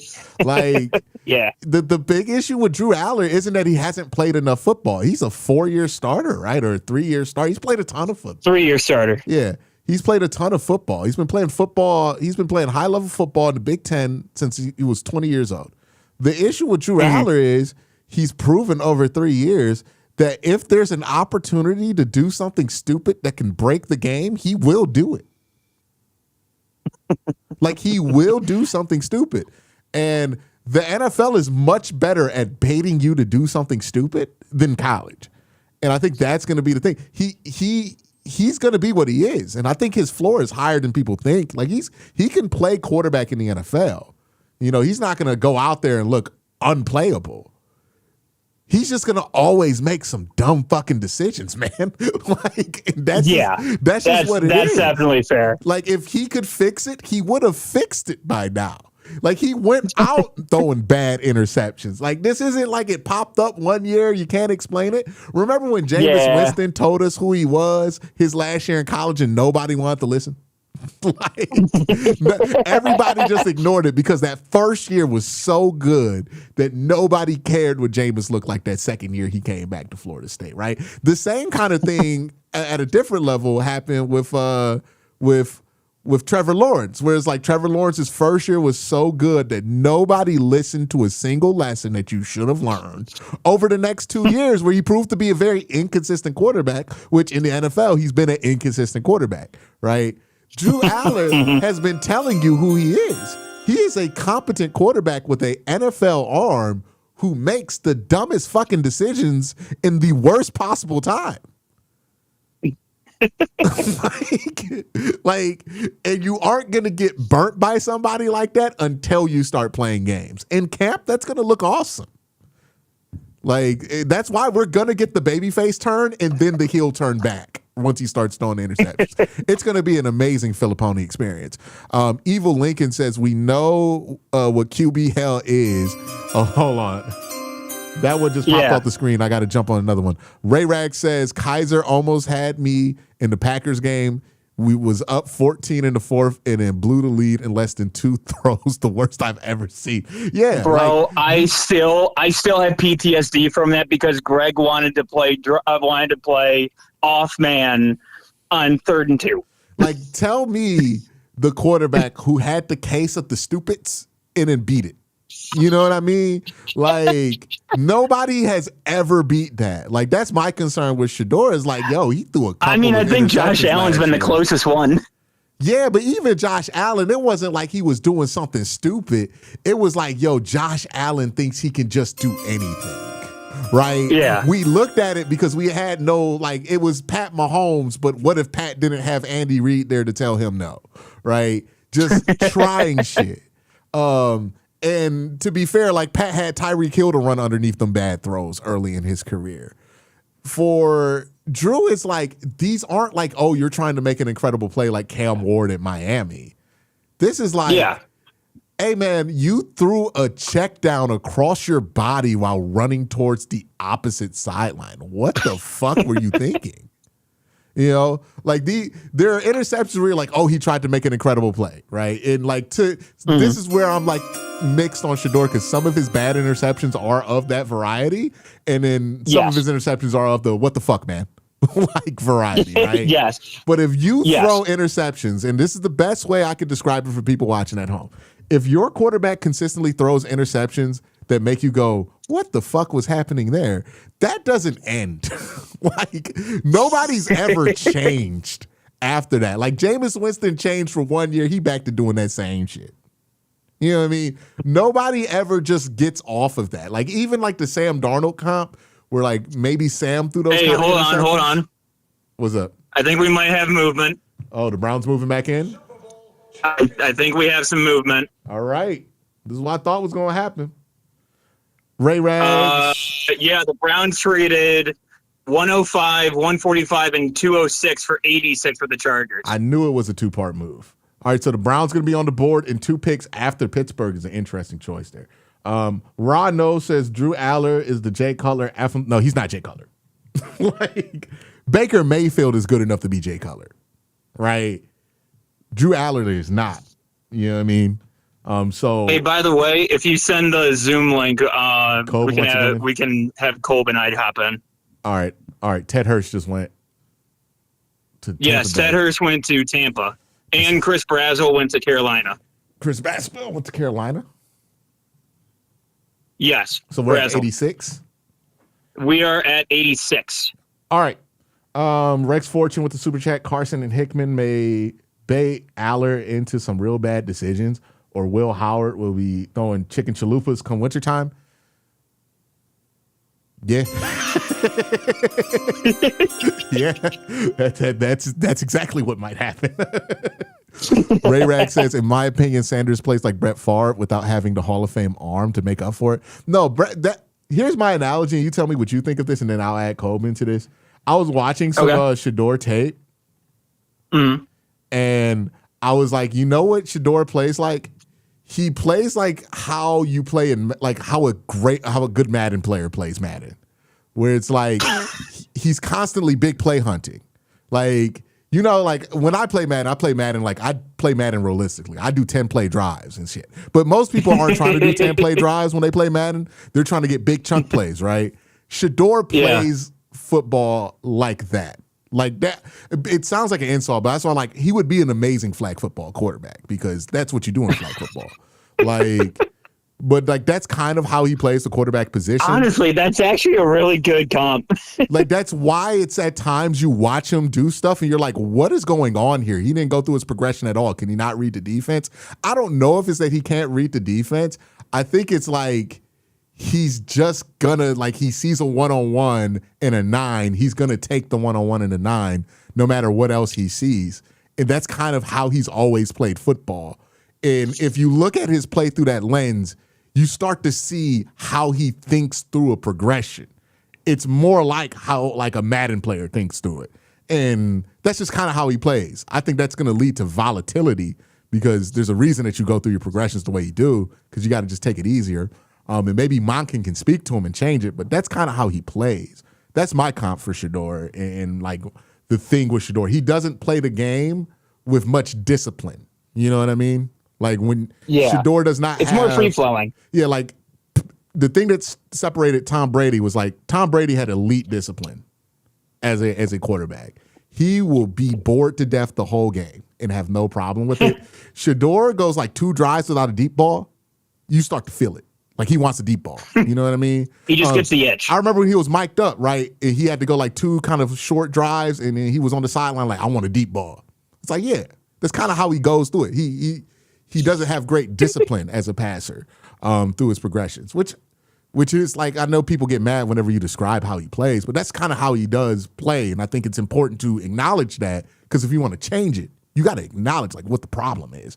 Browns are on the board here. Oh. I will say I have seen the pick, but I'm not going to spoil. Yeah. Should we bring Cole? We're going to bring Cole in after the pick is announced here. All right. So. Yeah, I know. I think Cole just started up a space again. Okay. We lost Cole. Right. We'll see when they announce this pick. I'm hoping for a center. We'll see what happens here. I'm going to be intrigued to see your reaction here. Yeah. I'm hoping for a center. I would like Connor Lew.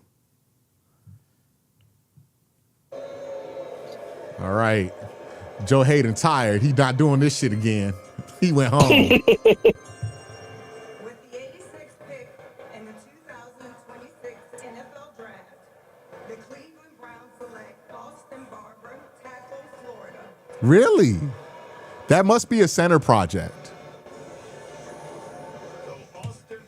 That's what I was thinking. Pull up. Let me pull up his measurements here.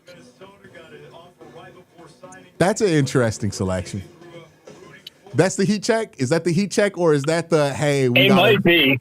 I wonder if that's the heat check, or I wonder if that's the, hey, we got to make George Warhop happy because we did not give him what he wanted. So 6'6". Austin Barber he's 6'6" and 7/8. He's built like a came in weighing tackle. At 318, he had 33 and an 1/8 inch arms. So again on the lower side, and then his hand size was a 9 5/8. He had a 1.77 10-yard split with a 5.12 40, and then a 32-inch vert and 9.3 broad. Okay. Those were all the combine. Okay, so let's work backwards here before we talk about Austin Barber as a player. Do you have the details on the trade? I do. So the deal was, give me 1 sec. Yeah, it was 105, 145. So now we only have 4 picks in that range, and 206. Okay, so it was 6, a 5th, and then our 4th. So we traded up from our 4th round pick, right? Correct.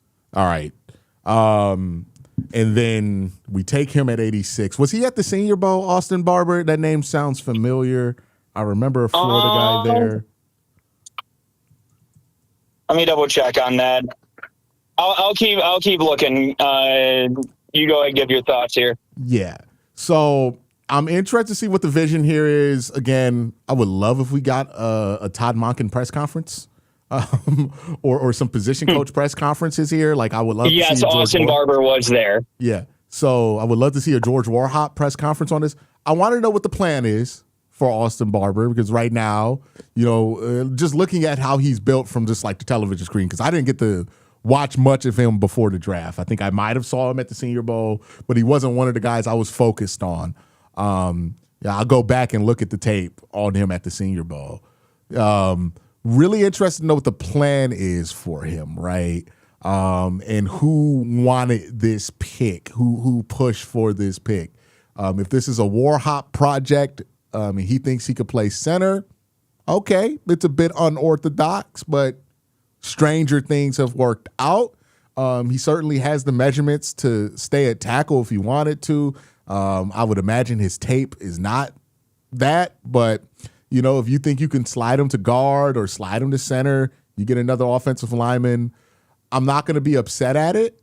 There were some guys who are centers in the NFL right now that I thought would be good players. Connor Lew, one of them, but maybe the injury scared them off of him. I'd just be interested to know what the vision is for it, right?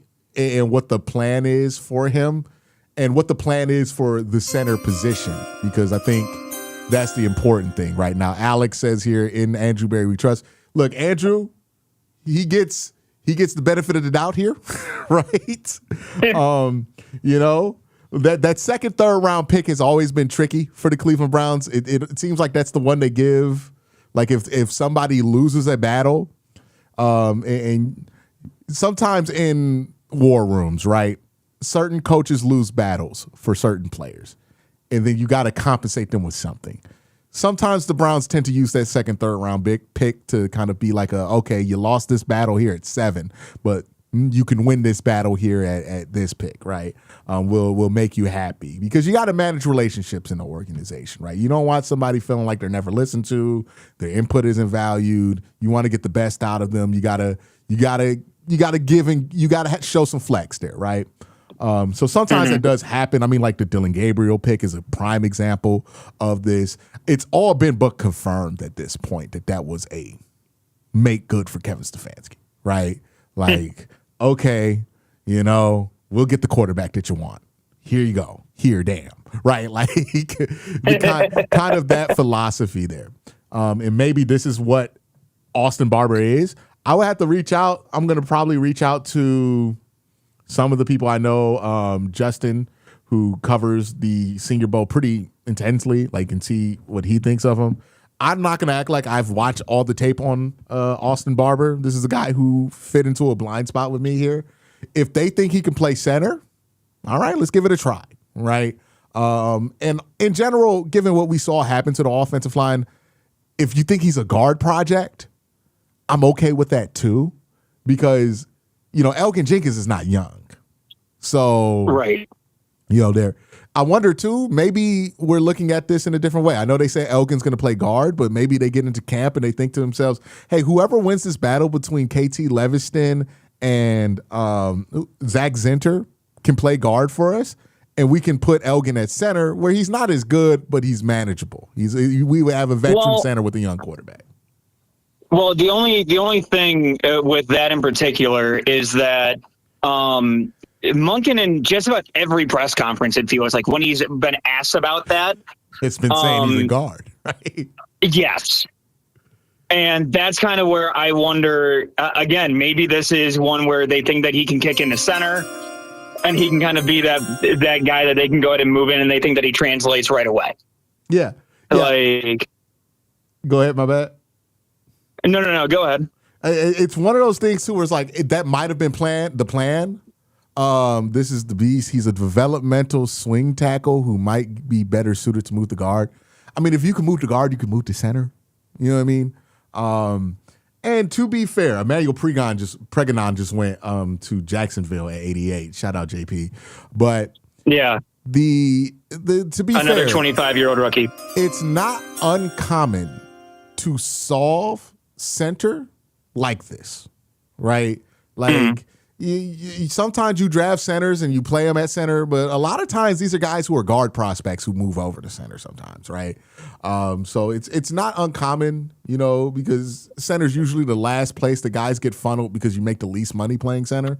Well, you used to, I mean, now it was they gave $40 million to a center who's not even like the best center in the league, but I digress. Maybe he could play center. Maybe they think he's guard. Given how much the Browns' offensive line deteriorated from 2020 to 2023, I'm willing to overstock offensive line. You know what I mean? I'm okay with that. Chris with the super chat. I wonder if Barber is a sit and develop piece behind Titus Howard. Mac, tell me your thoughts. I'm going to look up his age real quick. Yeah, so he's 22 right now. He turns 23 in May. I don't know if that's developmental territory. Right. That's what I was thinking too. At least with Barber, at least looking up some of the different places that he's played, basically at Florida and basically where he's lined up at left tackle. His entire career for the last 3 seasons, he's been a starting left tackle there, played 700 snaps the last 2. I think that this is interesting because honestly, I wanted them to kind of do this with Trey Zune out of Texas A&M. So I'm interested to see what they view from him. So and in terms of just we're getting what you say? Todd Monken's at the press conference right now. He said he sees Austin Barber as a tackle to start with the flexibility to potentially move inside. Okay. Again, for me, them moving up 20 spots though for this.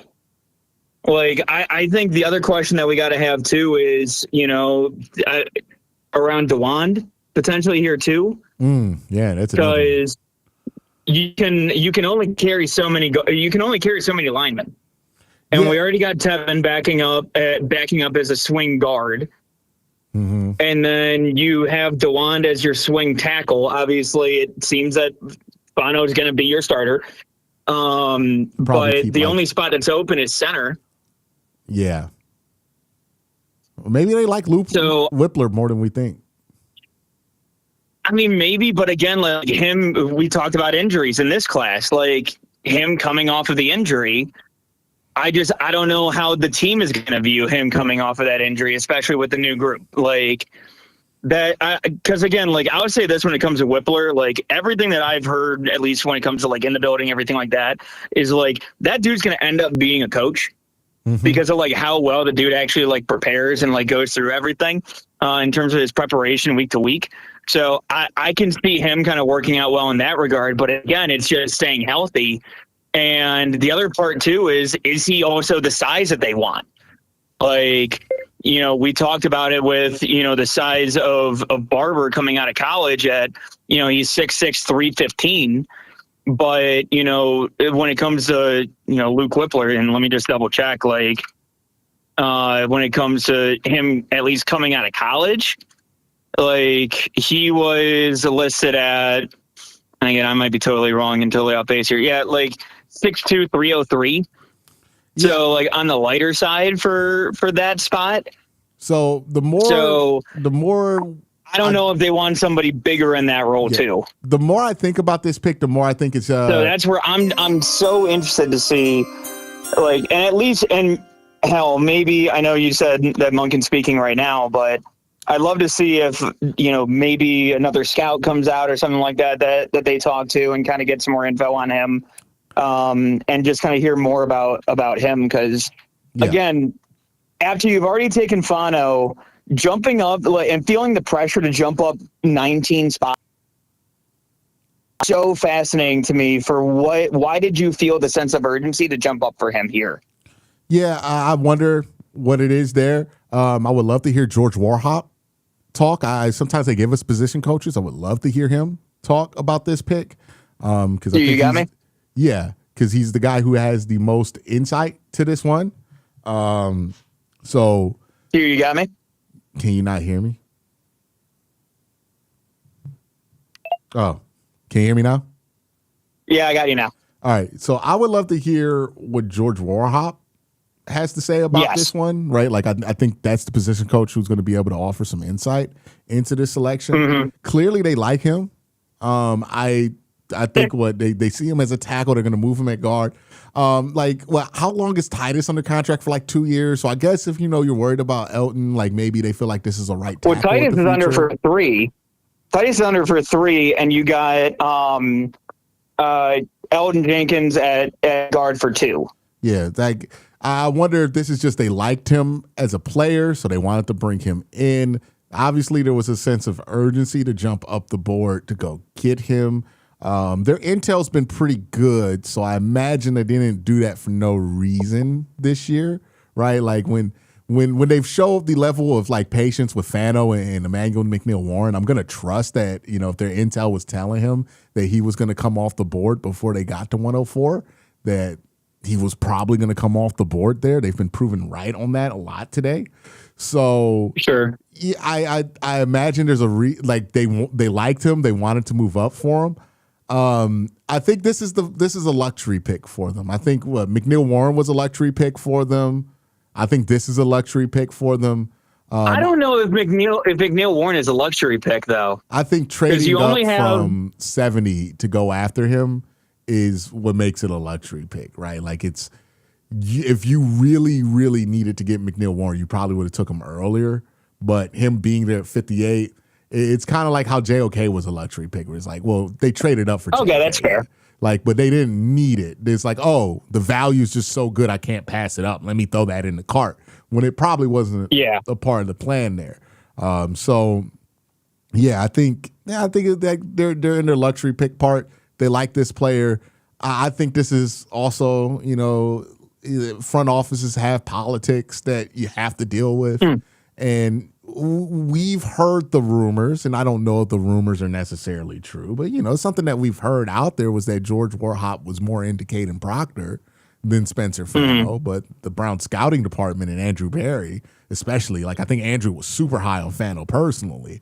Were high on Fano, and that's where they ended up going. And George Warhop, you got to make him happy somewhere, so you can say, hey, look, we're going to take an offensive lineman who you want.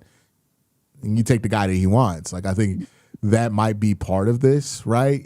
Just trying to make sure that people are involved in the process. And then, you're saying to yourself, you trust George Warhop.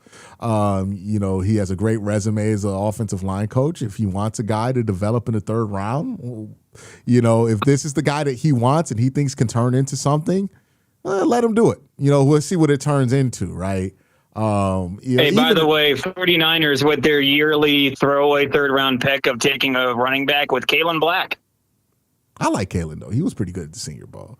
But Yeah, I think that's kind of the philosophy of this one. I'm interested to learn more about this selection. I think the instinct for a lot of people is going to be to shit on this one. For sure. I'm going to want to learn more about this selection. I have my gut feeling on what motivated this.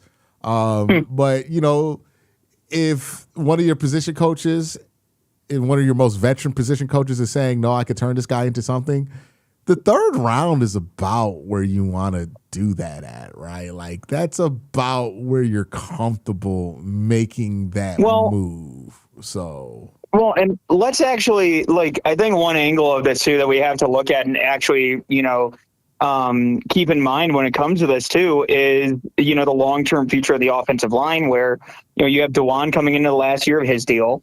Yeah. You have Tevin Jenkins only on a 1-year deal.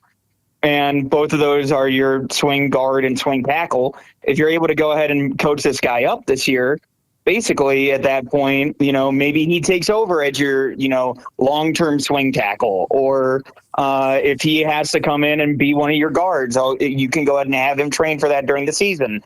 And on top of that, it's not like both your swing guard and swing tackle are, you know, the clean bill of health that you really want from that. Like, having somebody that, you know, has plenty of experience, at least when it comes to collegiately, but having somebody that you're, you know, developing to be that guy in the future when both of those players are known for their injury history, I also think is kind of smart on their end as well. Yeah. And honest to God, if you're going to draft a player that I'm not very aware of at a position, offensive line is probably where I'm okay with that happening, because, like, push come to shove, if it doesn't work out, it doesn't work out, but it's not going to mess your team up. And if it does work out, then that's going to be amazing, right? So cool, you know what I mean? Like, I prefer this to what they did with Dylan Gabriel last year, where it's like, oh, well, we're going to have to, like, build the offense around that guy for like 5 weeks and, like, really try to, like, change things to make that work.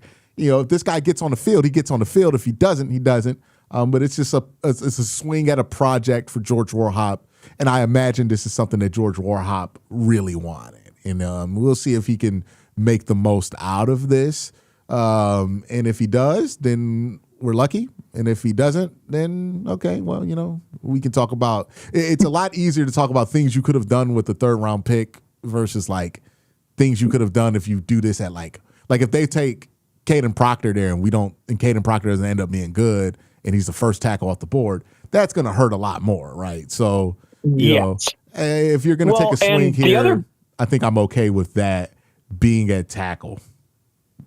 The other thing, too, I think at this point is that, you know, I think there's only one spot on the in the offensive line room that's open, and I think it's center.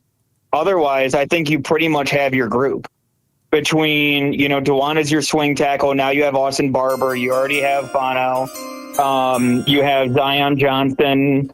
Obviously, you mentioned Elton Jenkins in there, too, and Titus Howard. Somebody brought up this, too, Michael Horser with the $10 super chat.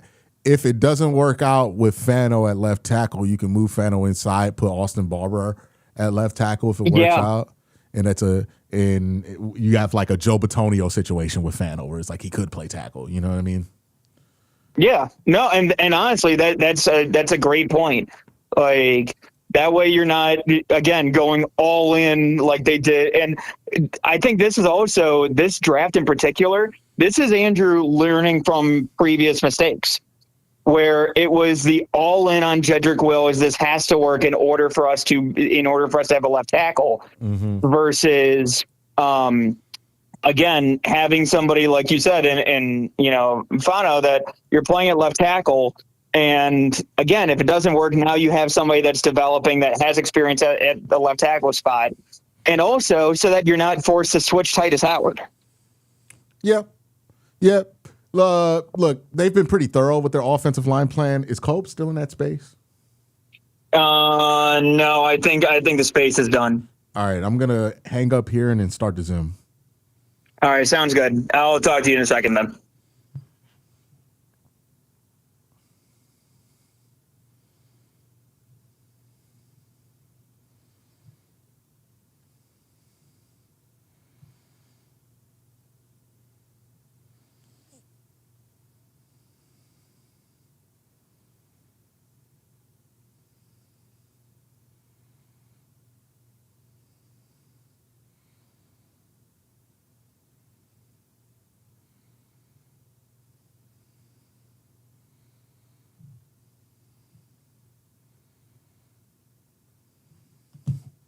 All right. All right. Here comes Q. Where's Curtis? I think Curtis is busy tonight.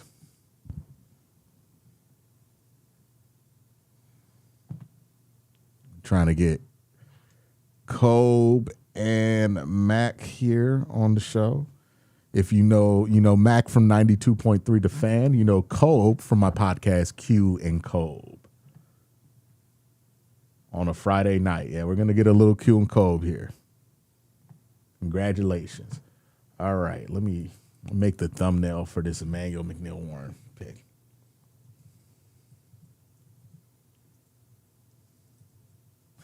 Yeah, somebody said in chat, the annual third-round pick that blindsides us. That's true. That is a reoccurring thing with Andrew Berry, as much as I like him. All right, I think I got Mac in. We'll probably get Kobe in just a second. Somebody in my chat just said the annual third-round pick that catches us off guard. Every year there's one. The Siaki Ika Award goes it's not to. like the fan base will go ahead and hold every third-round pick against Andrew Berry. It is funny, too, because, he got 2 Pro Bowlers in that draft last year, but Dylan Gabriel, it's like, guys, you can miss on players in the draft. And one of them was a third-round pick.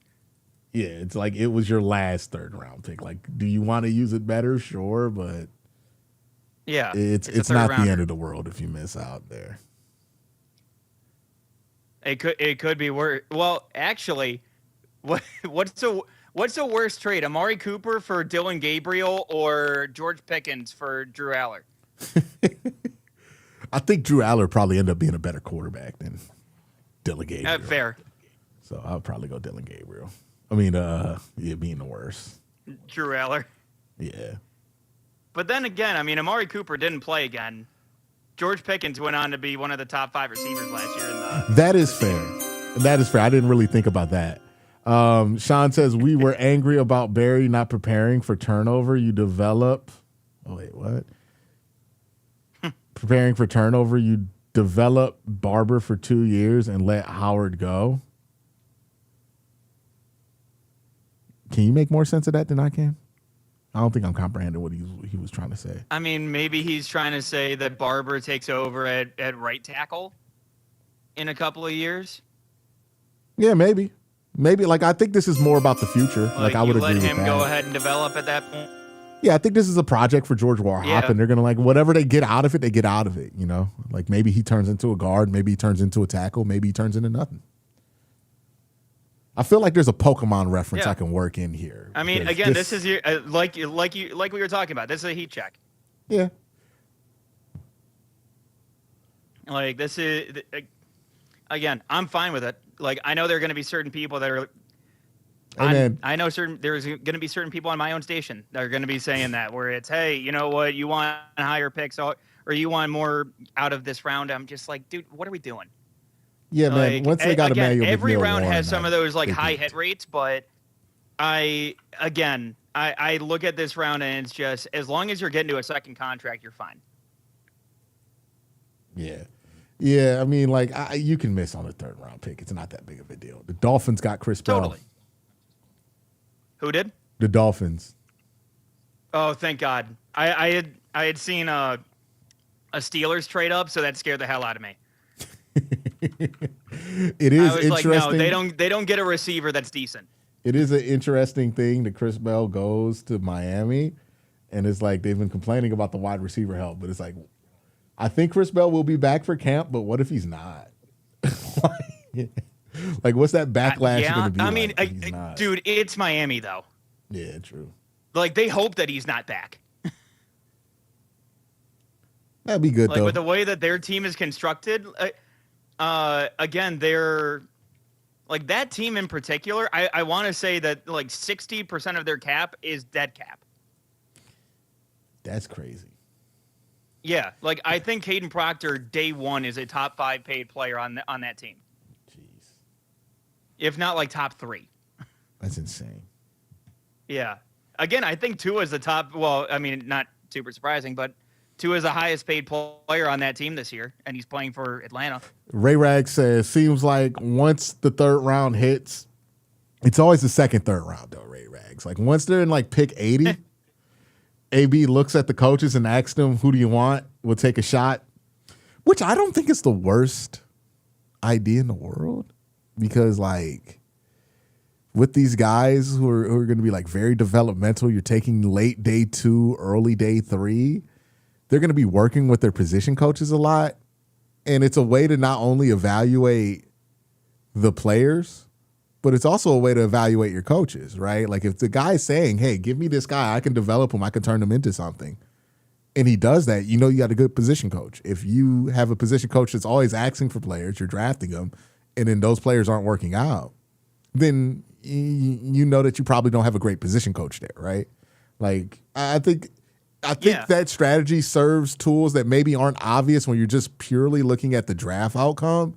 But if we're looking at like overall, I think these could be key building blocks to making sure that you can maintain a certain quality in your coaching staff. So, you know, maybe there's something to that philosophy. Well, and the other thing that's interesting too, is that, and Daniel Oyefusi tweeted this earlier, but Emmanuel McNeil-Warren was the third time that AB has traded up for a player. And now it's back-to-back picks that they've traded up for a player. Mm-hmm. So this is now the fourth time that Andrew Berry's traded up for a player, and he's done it twice in one draft. And again, like with, you know, he's down to 4 picks within 10 in the 140s. Like it stands to reason that they're going to move up again tomorrow. So I think that there's a decent shot here that, you know, it's 3 trade-ups. And on top of that, again, you're going up and trading up for a player that you think is a value. That's what you're doing when it gets to that point. Or at least somebody that you have circled that, hey, we need to come away from this draft with this guy. Steelers got Jennings again, Dunker. The fact that – who did? Jennings Dunker, the Steelers traded up for. Oh, my God. Dude, again, like I said, when it comes to the Steelers are the old Browns. Mm-hmm. Like the Steelers are like that quintessential, like the Mike Holmgren years, like the Mike Holmgren and Ray Farmer years. That's where they're at right now, and I couldn't be happier. Like Again, the way that they're operating, I think is very funny. Especially, you know, taking the young offensive tackle that needs a lot of developing when they haven't developed an offensive lineman. Mm-hmm. So, slide with the super chat here. My bad. Go ahead. No, you're good. Slide with the super chat here. Not going to complain about picking extra tackles after watching Kev's god awful old line for 2 years. Hey man, you don't have to see KT Leviston ever again. Maybe a guard. Dude, with the way that they picked, I don't think you're seeing that dude again. I mean, hey, maybe at center. Dude, that's the last guy I want at center. Yeah, like, I just thought about that. He's the dude I had with B Jax on stream where we were going through plays and he pointed at somebody. When David Njoku pointed at somebody and then he pointed at the same person and then didn't block him. I don't think I want that dude. I remember that play too, actually, now that you mention it. I remember watching it being like, there's got to be something. I was like, maybe somebody. It was on like the 5-yard line, and they both whiffed so hard. No, it was like it was like a switch. And they were supposed to like communicate who gets it. And he just like, he pointed at him and then just like nothing. They announced him as a guard. So he's going to play guard for Pittsburgh. That's a better spot for him. Oh, for sure. Yeah, I'm not a big fan of. Oh, dude, by the way, we already have a statistic for this draft. We did? We do have one in the Baldy breakdowns. Oh, we do? We got a Baldy breakdown already? Yeah, Baldy 50 minutes ago. Browns, it's early, but the hashtag dog pound is getting rebuilt brick by brick. Hats off to Andrew Berry and his team. Oh, shit. We got like 25 last year. We let the league in Baldy break down, so nice to see we got a tweet there. Ray Rag says, AB's press conference, we're excited today, not just for the players we added, but how we added the resource base for 27, so that trade back was about the 27 fourth. All right, yeah. Hey, man. Okay. Let him do what he want to do. Stock up picks. I mean, dude, so we talked about that Houston trade last night where it was trading a few of your later round picks over to Houston. They got a 27 fifth in that deal. So, they've been planning out for this draft class 2 years in advance now. Well, so now you have an extra 4. You have 2 fifths. Yeah, you have 2 fourths, 2 fifths, and I think 2 sixths. Andrew has proven to be a very prepared GM, right? Yeah. Like, he does not get caught off guard often. And if he does, he usually has a plan. He doesn't call a prospect when somebody's going to take him away from him? Yeah, man. Look, Can we confirm that he wasn't on the phone with Oscar Delp? The Browns did some of the bullshit that the Steelers have done over the last 3 years, could you imagine what that coverage will look like? Like, every time something incredibly goofy happens with it, I'm like, it's funny because it's not going to become anything. Like, it's not going to become a running joke on Brandon Perna's channel. It's not going to be a whole fucking video from 5 Points, right? It's not going to be like a thing that leads ESPN or something like that. It's just going to like fly off the back. You know what I mean? And that's the thing is like that would end up being like a pot shot every single Sunday. Yeah, and then Like, you know what's going to on also, national do you know what that better happen to Pittsburgh when they play Philadelphia? Oh, they better play that video. Oh, dude, I need it. Oh, they better play that video. And then every time they announce the poor bastard we took after him, well, that's Max in the chore. You remember this moment? That shit would happen with Cleveland where they would just ram it down our throats. Hey, man, remember that time the Browns did something embarrassing? Let's laugh at it again. You don't want to laugh at your team getting owned? Like, Steeler fans are just so not built for this. Like, No, not at all. Dude, and again, that's why I'm so looking forward to seeing it. yeah, they're not built for this, but they're going to have to. It's been long overdue. All right, so we got the Andrew Berry press conference quotes coming out. Is Kobe coming? We have Corey's reaction to the Jennings Dunker pick. I saw the it. Steelers are certainly drafting. Yeah. All-time favorite hate watch. Good for them, good for me. Absolutely. Love it when they take players I don't like. Exactly. Let's see. All right. Yeah, I mean, I'm not going to really complain when you got like what they got in the third round, 2 players that I thought were first round picks. So, Oh, yeah. yeah, well, they're not in the third round, but in the second round. So like, Yeah. you get it. Well, no, third round too, right? Well, they traded no, up. Only, They traded only picked up. Barber in round 3. Yeah, they traded up from 70 with that pick. Okay, Kobe can't join. All right. What else do we want to talk about overall? I mean, let me take a look and see who's still on the board at this point, because Yeah, let's look at the board real quick. Let's go ESPN. let's see.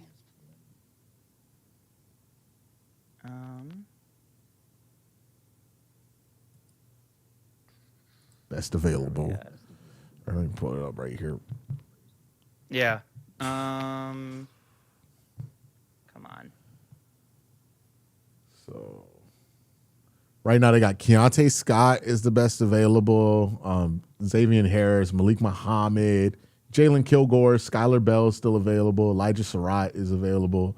Sam Heck is available. Neon Burke, Zakir Wheatley, Demetrius Crownover, Garrett Nussmeier, who people thought would be a first-round pick, Kyle Lewis, Justin Jolly, Grace Holton, Danny Dennis Sutton, Bryce Lance. You got Jalen Kilgore out there too. Genesis Smith, Brian Parker. Brian Parker was a guy that I thought that they might go after, to be honest with you. Him or Jalen Farmer. I wonder if they still do. I mean, again, with the 5th rounders that they have, It wouldn't shock me if they only actually pick of those 4, if they only pick in that spot for one of them. Maybe take a couple of those, package them up to move up into the early 4th potentially, and then use one of them in order to get a pick next year, maybe a 5th, maybe a 6th, depending on what you got and what offers you have out there. Another one too, Keith Abney out there from Arizona State, as well as Jaden Kennedy. And one thing also too that I did want to mention, and Bryce Lance and Deion Burke still out there too. But one thing I wanted to mention was that last year, just as kind of like a reminder, but with Atlanta, the fact that they selected Xavier Watts at the end of round 3, and then immediately about 20 picks later, they followed it up by immediately selecting Billy Bowman. And they had taken Billy Bowman, converted him from being a safety and converted him into being that nickel corner for them last year. I know you already have Emmanuel McNeil-Warren off the board. I do wonder if you go ahead and maybe you take one of these safeties that, again, it's a deep class, and maybe you kind of convert one of those guys into your slot corner, because that still is a need for this team. All right, so it's center. There's Sam Heck, Lou. I think Gilbin's the last one I go with at center. Brian Parker I would throw in that conversation too. D tackle, maybe Grace Holden if they're looking for one. What does this mean, the end for Grant after the year since we put resources towards Emmanuel McNeil-Warren? I don't know. Grant's not that expensive to keep. So you could keep Grant around. You know, like Grant was a huge part last year in their solution for slot. So like, yeah, well, and on top of that too, like I can say, at least from hearing from people in that building, Grant very much took on the vocal leadership role in that locker room. And you know, he was one of those guys that actually, you know, really kind of took ownership of special teams even. And he was one of those guys that, you know, came forward, was willing to play special teams, wanted to play special teams after the struggles early on. And so he's somebody that, you know, I know a lot of people kind of talk about Miles and, you know, maybe complain that, you know, Miles is the highest paid guy. He should be more of a leader. Whereas, you know, that's not really his style. That's not really how Miles kind of operates in terms of like being that vocal rah-rah leader. But Grant Delpit very much so was that guy that was the pulse of the locker room, especially week after week. So it wouldn't shock me if he's a guy that, you know, AB goes ahead and tries to get something done and also kind of stretches out that cap number to open up a little bit more there as well. Yeah, I think they can figure out Grant. Like, I think Grant could stay. Ronnie Hickman's the one that's interesting. Right, because played a little free safety. I don't know where they envision McNeil-Warren playing, but I imagine it's free safety. To be fair, the Browns, well, Rudy especially likes to play 3 safeties a lot, right? Yes. And they did not get a slot corner like at all, right? So I imagine 3 safeties is part of their solution for the slot. So I think we tend to think of it as like a 2 safety starting position, but I think a 3rd safety could start, you know, or get starting snaps on this team, right?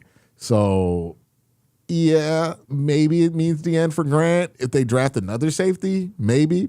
But it could be a project to put him at like slot or something like that. But I think they want to keep Grant around, like just for those reasons you mentioned, some of the locker room stuff. Grant's been a team player for this whole time. He's always been willing to make the move that needs to be made. Those kind of guys, like when you're trying to build a program, are super important because they're good examples to follow to your young players, right? You can say, look, Grant's doing it. Why can't you do it? Grant was a Thorpe Award winner. I think he was in college, right? Like, you know, so you get out there and play special teams. Like you can't have an attitude about special teams when Grant Delpit is out there. So I think Grant is very useful to them. They're going to keep him around, and he's not super expensive because he's a good player, but he's in that Goldilocks zone where it's like, we can keep you around for like $9 million a year. You know, like, and that's great He's not for what you get back for him. Like he's like pay, yeah, but he's good enough to where like you want to keep him around and you're willing to reach a certain spot. he's good enough. Like it's the go. It's like who fit that? It's like Miles Austin was a really good player, but like, well, yeah, kind of like Miles because he's made a Pro Bowl before, right? I think so. Yeah, like it's kind of like that where it's like he could be on your team for like 10 years because he's not gonna need that much money, like he's not gonna demand that much money, but what you get is pretty good out of him. He's not like an elite guy. He He's can't a play. two-time Pro Bowler. Yeah. Oh, he is. So it's the same amount of Pro Bowls as Miles Austin. So, like really good football player, really useful for you. It's just like, I think he tends to people like jump to think they're going to replace him because he's not an elite player, but there's a role for dudes. Like you need dudes like Grant Delpit to build a good defense because if you just draft nothing but elite guys, you're not going to keep all of them, right? Like Grant is a glue that helps you keep all those pieces together.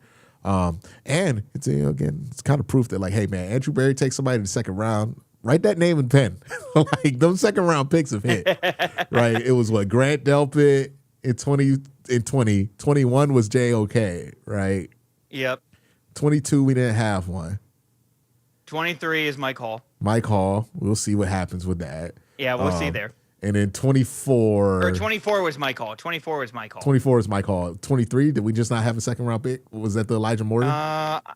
Let me double check. When was the draft in Cleveland? Was that 22 or 23? 21. That was the JOK draft was here. Okay, yeah. That was when Myles Garrett came out in the suit that was spandex. 23, we did not have a second. Okay, so did we have one in? So 23, we didn't have one. 22, we didn't have one too. Correct. Okay, so no seconds They had those years. 3/3 in round 2. They traded back out of. That was the Elijah Moore. Okay, and then the 25 second round was Quinshon Judkins, Carson Swester. I think that worked out.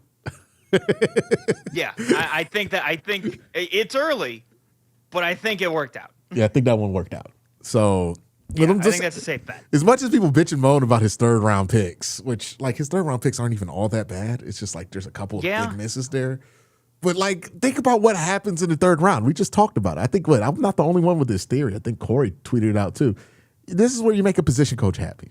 Right? Like and I think like if you think about what happened, I'm like, I think they had to make a position coach happy. It's like, okay, hey George, you've been talking about this dude from Florida. We're taking him here, man. We trust you. Maybe not with Caden Proctor over Fano, but we trust you here. Well, and even to add on to that too, like if we're actually looking at like his record as in terms of third round picks, like Jacob Phillips was a miss. Jordan Elliott's still playing. He's almost got 100 games in his career. Anthony Schwartz, obvious miss. That was but also that was 100% Kevin Stefanski. Houston with Nico Collins too. Yeah, what'd you say? I said that was 100% Kevin Stefanski. Like yes, and Anthony Schwartz. Which oddly enough, also then like the butterfly effect led to the Deshaun Watson trade and led to Kevin Stefanski getting. Oh yeah, he was the guy that got the interception, right? Yeah, he's the one that led to the interception. Yeah, only Kevin would draft a wide receiver then busting his shoulder. Only Kevin would like. This is sometimes like the odd hubris of Kevin Stefanski that you'll deal with because like Kevin's not like an outwardly egotistic guy, but like there are times where it's like, wow, the fucking balls. Like, he was like, I'm gonna draft this wide receiver who cannot play football, and I'm gonna teach him everything. And he ended up just overloading this poor guy. But the funny thing is that the following year he went to the complete opposite end of the spectrum. Because the next year, so it was Martin Emerson, Alex Wright, and then David Bell. Yeah. And so he went from I have to teach you everything to this guy is definitely safe. He runs routes and is good for a 5-yard curl and just falling over the first down marker. That's all you're getting out of David Bell. Yeah, like you did the position coach third round pick. It's always something, man.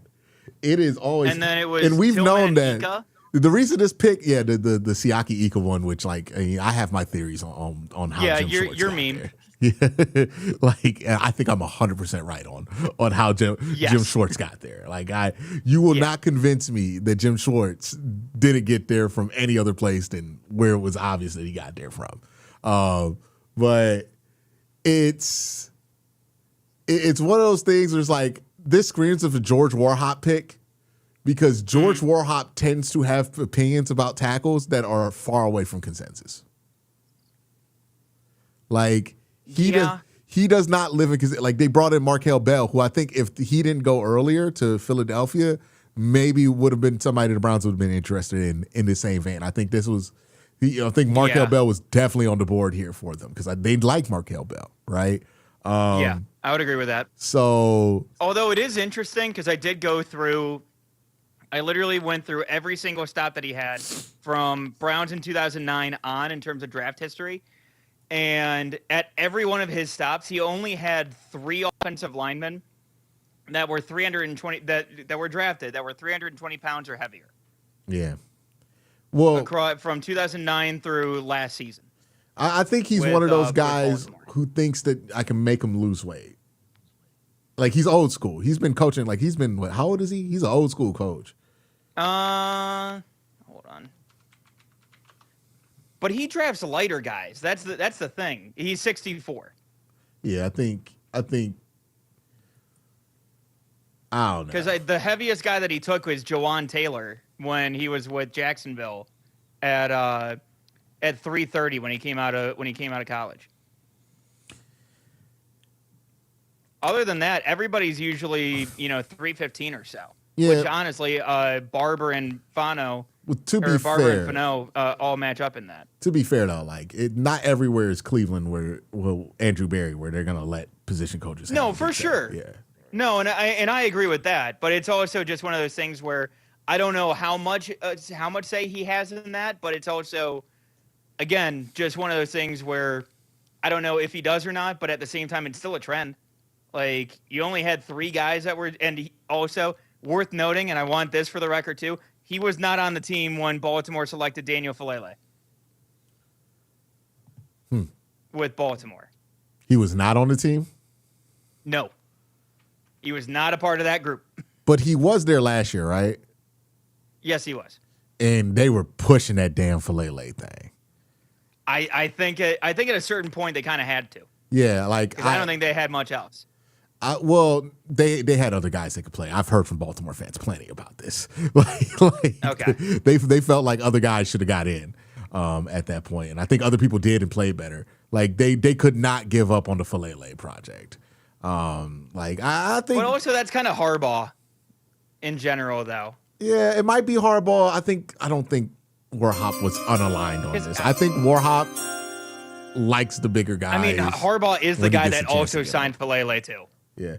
Kyle Wharton Forster says Kyle Lewis, Keontae Scott, Jermon McCoy, Sam Heck, Elijah Surratt, all still on the board. Can we jump back in? So Surratt, I did hear at the Combine, was going to go a lot later than people thought. He's going to be like Rashad Higgins. Like, he's probably going to go around 5 or so. He's going to be like Rashad Higgins. You know what I mean? Yeah. Like, yeah, actually, that's a solid one. Like, I think that's exactly where he ends up because he's not athletic enough to get open consistently, but he will make some great catches. Like, fan favorite, for sure. He's going to look awesome in the preseason game. Fan favorite.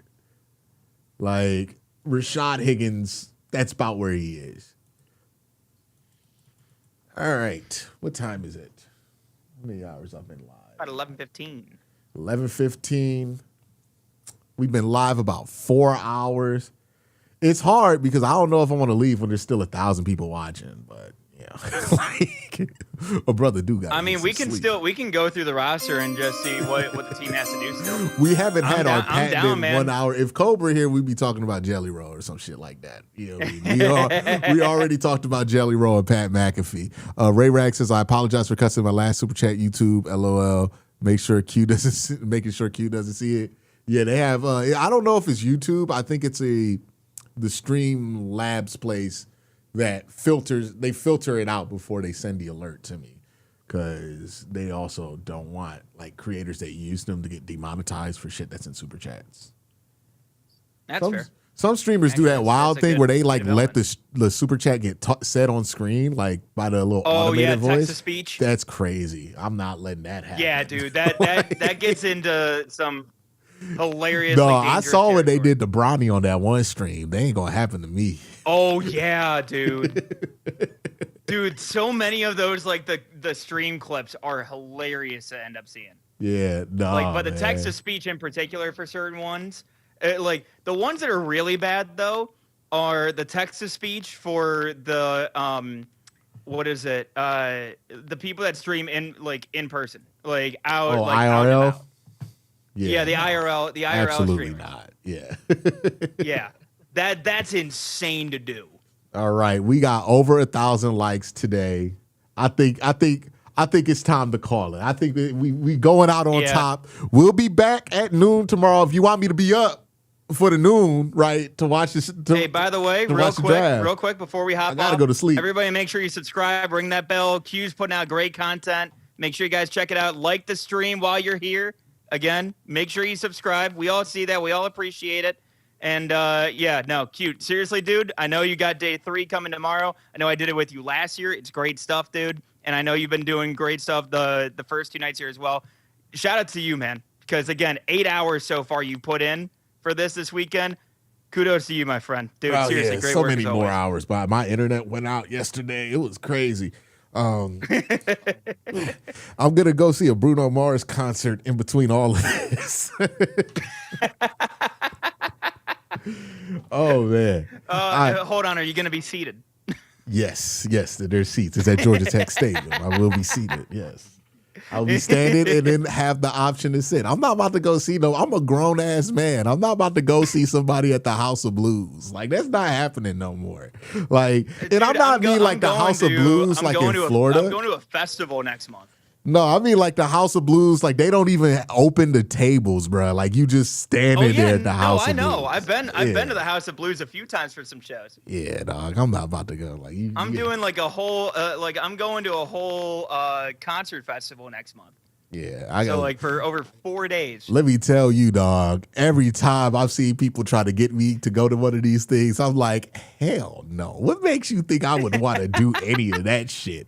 That sounds like a bad You're gonna be the dude that brings up a folding chair. Oh, I'm bringing a folding chair. I'm sneaking water in. I'm sneaking snacks in. Like, I'm like, you guys ain't gonna put a tarp down? You know what I mean? Like, you're gonna break out the peanut butter sandwiches. Well, I seen the conditions they be having these like music festivals in, and I'm like, people pay money for this. Like, if I stroll up into the park and they doing jazz festival, it is what it is. You know what I mean? But if I'm paying like $80 a day to go see somebody, I'm not about to be on some first come first serve shit. Like, no. Put this shit on a grade and let me see it from the back, because ain't no way I'm about to be doing that shit. Somebody doing fucking cartwheels in the middle. Like, I seen the videos. There's some weird people that go to them fucking shows too.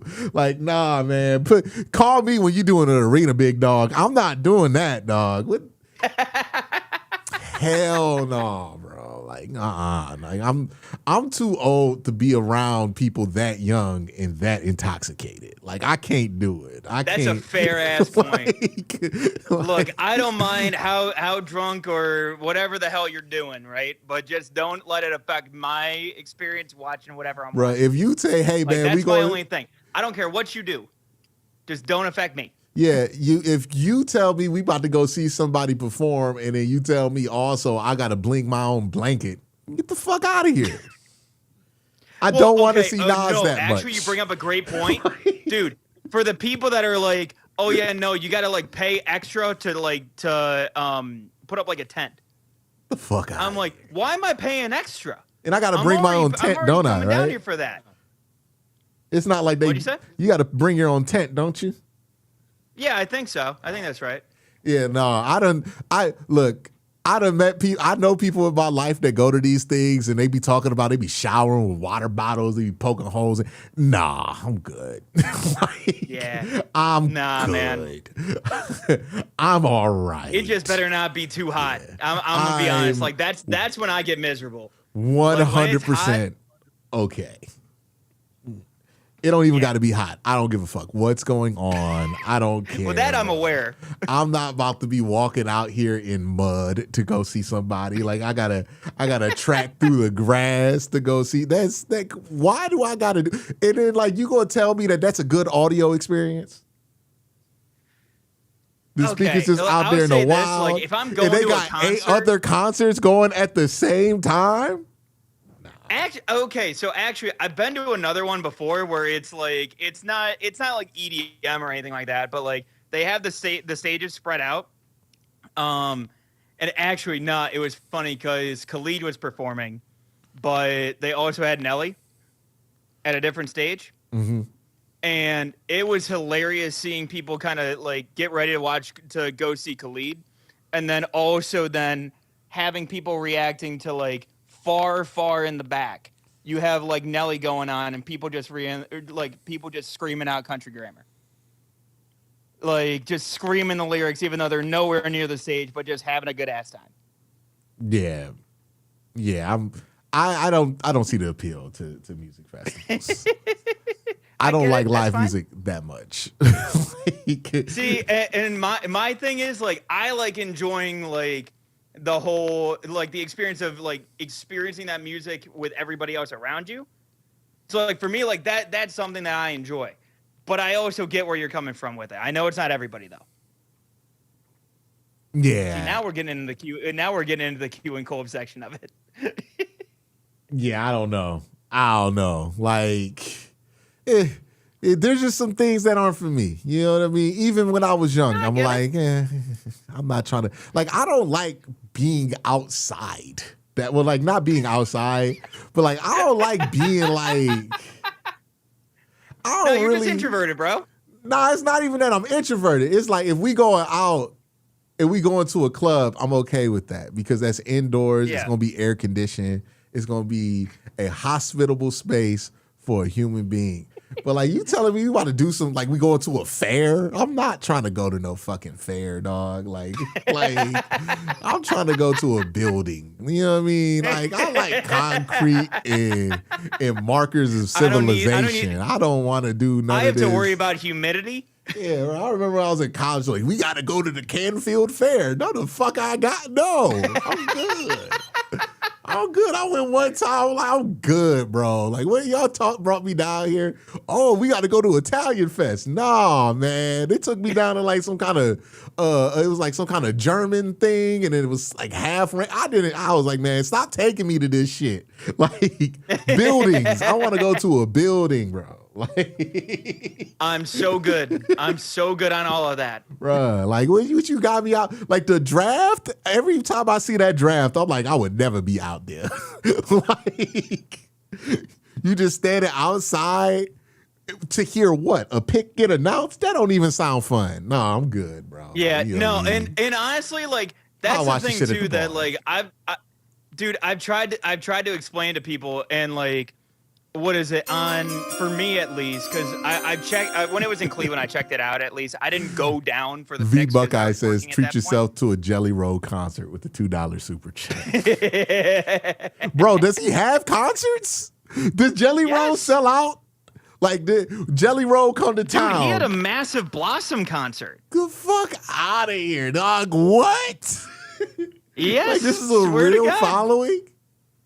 Well, no, he did Blossom though. Like he not doing like an arena though, right? Hold on. Actually, funny you mentioned June 25th. He's playing at Huntington Bank Field. Nah, he's nah. I need to see pictures, bro. He's selling out football stadiums. There's no way. He's doing football stadium, dude. He's doing Tiger Stadium in Baton Rouge next month. No way, bro. He's playing at the Sun Bowl on May 13th. There's no way that there is 70,000 people in a region that's like, yo, we gotta see Jelly Roll. Hold on. Let me just throw this out here. June 9th, he's performing at Bank of America Stadium. He's performing at the Panthers Stadium. Dog, a week what? later, he's performing at the Rogers Center in Toronto. All right, man. I don't understand him. I don't understand what's going on there.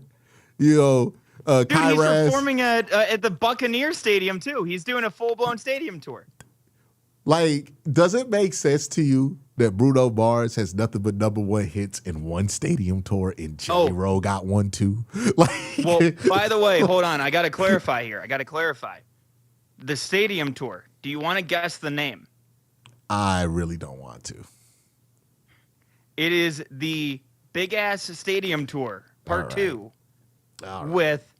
with Post Malone. Oh, Post Malone. So it's a Post Malone stadium tour that Jelly Roll is also on. See, he's But turf, hold bro. on, it's Jelly There's Roll no with Post Malone. Nah, turf. It's turf, bro. It's name Post building. Malone. We know who. I got 5 Post Malone songs in my pocket right now. That's who's selling them fucking tickets. But he don't.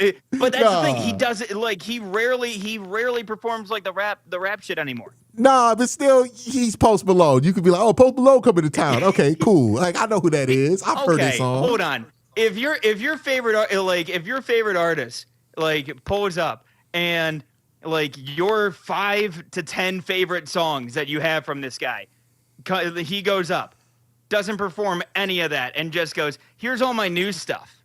That's completely different. Yeah, than what I but did earlier. Mac, you're overestimating how online the people are that are going to be at that show. They don't know shit about that. They gonna go up there and think he about to That's a fair he gonna do point. White Iverson. Like they just like, oh, Post Malone? I'll go see it. That's what's about to happen. It's only like 30% of y'all that know that he not about to do that. Like everybody else, they about to buy that ticket because they know Post Malone. That's who's selling the tickets. It's definitely a Post Malone concert. It's like when Kendrick had that concert. I think that you just don't want to. You don't want to accept the fact that Post Malone has some kind of fans. Because I'm not gonna lie to Well, you. Post Malone? It's probably the same people that listen to that garbage ass Morgan Wallen. No, Post Malone has fans. I know that for a fact. I'm saying like that's who's selling the tickets is Post Malone. And then Jelly Roll, like, because there's no way Jelly Roll is a stadium selling artist. There's no shot, dog. No shot. You know how big you have to be in America to sell stadiums? It's kind of iffy that Post Malone's able to do it. Like, it feels turf. It feels turf. Like, Beyonce just now started selling stadiums. Taylor Swift just now started selling stadiums. Bruno Mars just got to that point. These are people who have had more number one hits than we got years on Earth. Post Malone or Jelly Roll ain't got one number one hit. Ain't got one. Like, no way. No shot. I am laughing though. Someone 'cause said I it's didn't the realize kids. that Do kids like Jelly Roll? Is that like is this the Gen Z guy? I think there are people that like Jelly Roll. Because most of the people I hear talking about him older than me. Like his story. Like yeah. Like if kids You're not like wrong. him, if kids like him, Mac, why is he on 911? Like ain't a damn kid watching that show. Ain't no way. But they're indoctrinated by those older people. Nah, I've never heard. No, that's not what the kids are into, man. Like, no. Not a ton. No. No, at least not the people on my feed. They're not going in and out of Aiden Ross streams and listening to that. Like, No. Okay. Yeah. No kidding on that one. no, like I don't listen to country and that stuff. So bro, like, kids are listening to Skibbity Toilet and shit like that. They're not listening to bro, kids. I will tell you this, man. Like, so when I was in high school, right, I had a bunch of friends that like loved country concerts and everything like that. I'm Somebody like, I said never listened. Jelly Roll is for 43-year-old substitute teachers. Like that is not. There's no way he's like popping with Gen Z, dude. Like no shot, no fucking shot. Oh my god. Like what? Like most of the time, you ever read the Look, comments man, in the Jelly Roll videos? Like I like the young man's story. Do that sound like kids to you? Like what are we on? What are we on? God. No shot. No, look, we'll dig down to this mystery one day. We might figure it out. I'm gonna finish off by. You know what? Honestly, this will probably be our fodder when we're going through tomorrow, waiting for the Browns to trade up. Yeah, well, I'm gonna click through and see what super chats I missed. Make sure I caught everybody, and then we're gonna head out here. But Youngblood Blake says Quincy's biggest rivals: Jelly Roll and anime. Hey man, Fano's a big anime guy. Hey man, he could do a backflip and look like Will Ospreay doing it. I'm fine. I'm fine with it. Also like that people hate on AB so much for the 22-23 drafts. This from Ray Rax. I like that I get it. They're not great, but they didn't pick 74 in 22 and 54 in 23. What do you do when you pull first round talent out of your ad? Like, what do you want him to do? Pull first round talent out his ass? Like, I think he gets criticized too much for the period of time where he didn't have first round picks. And now that he does have first round picks and it looks like he's cooking, I think we got to shut the fuck up about those years, man. Like, legitimately. And also, like, again, counterpoint too, like, I know we've talked about this off air, but I think the John Dorsey drafts get overhyped to hell. Because I always make this point. In the chat will understand what I say when I say this. He's a John Kenzie Noel of GMs, where he will get 3 home runs, but he strikes out every other time. Well, the thing I always say with like John Dorsey is like, what does that draft look like if he doesn't have the extra picks from Sachi Brown? Because then we're talking about Baker Mayfield and Austin Corbett. Oh, exactly. Right. Or actually, no, the better one is what does it look like if the A.J. McCarron? Well, he wasn't a part of the A.J. McCarron thing, but yeah, that ends up taking Nick Chubb into it, right? And that's how he got to Nick Chubb. I think your mic's out. We'll catch up on some super chats real quick. Mark Starch says, Drew Aller pick had me falling to my knees in sheets. Is that a Cobe meme that Cobe started on Twitter? Was that a Cobe It might have been. Yeah, because he fell to his knees at Marks. At first, I thought it was a James Harden meme, but that was a Speedway, not a Sheets. Well, I think it's a reference to a song. It's like, I fell down to my knees when the log came. And then Cobe said, I fell down to my knees at Marks. And I think that turned into his own thing. Fitzy says, does this mean the end of Grant? No, we already talked about that one. Andrew Berry press conference. We got that one. Not going to complain about expertise. Seems like. All right, cool. I think I caught up with everything. Appreciate you for jumping on, Mac. Make sure say thank you to everybody. One thing, Q, real quick. I wanted to get. Did you see what Denzel Boston said on the radio broadcast earlier? No, what did he say? So on the radio network, he was talking about his play style and everything like that. And he said, my whole goal when I go against a defender is I don't want him to be able to go home and be happy to be around his family. Jeez. I want him to feel that from that game. That's the mentality I'm bringing to the Cleveland Browns. Hey, man, is he okay? That's the kind of hate I want from a wide receiver. He is furious he fell to the second round. I'm just saying, I'm telling you right now, if that was in the interview in the pre-draft process, Stefanski ain't drafting him. Stefanski's like, this guy's a little mean. Hey, guys, it might be a little bit off his rocker. But all most right, wide receivers are. Yeah. All right, y'all. Appreciate you guys for being on here. We have had a good one, over 1,000 likes. We'll be back at it tomorrow afternoon. But in order to be there, got to get some sleep. Peace.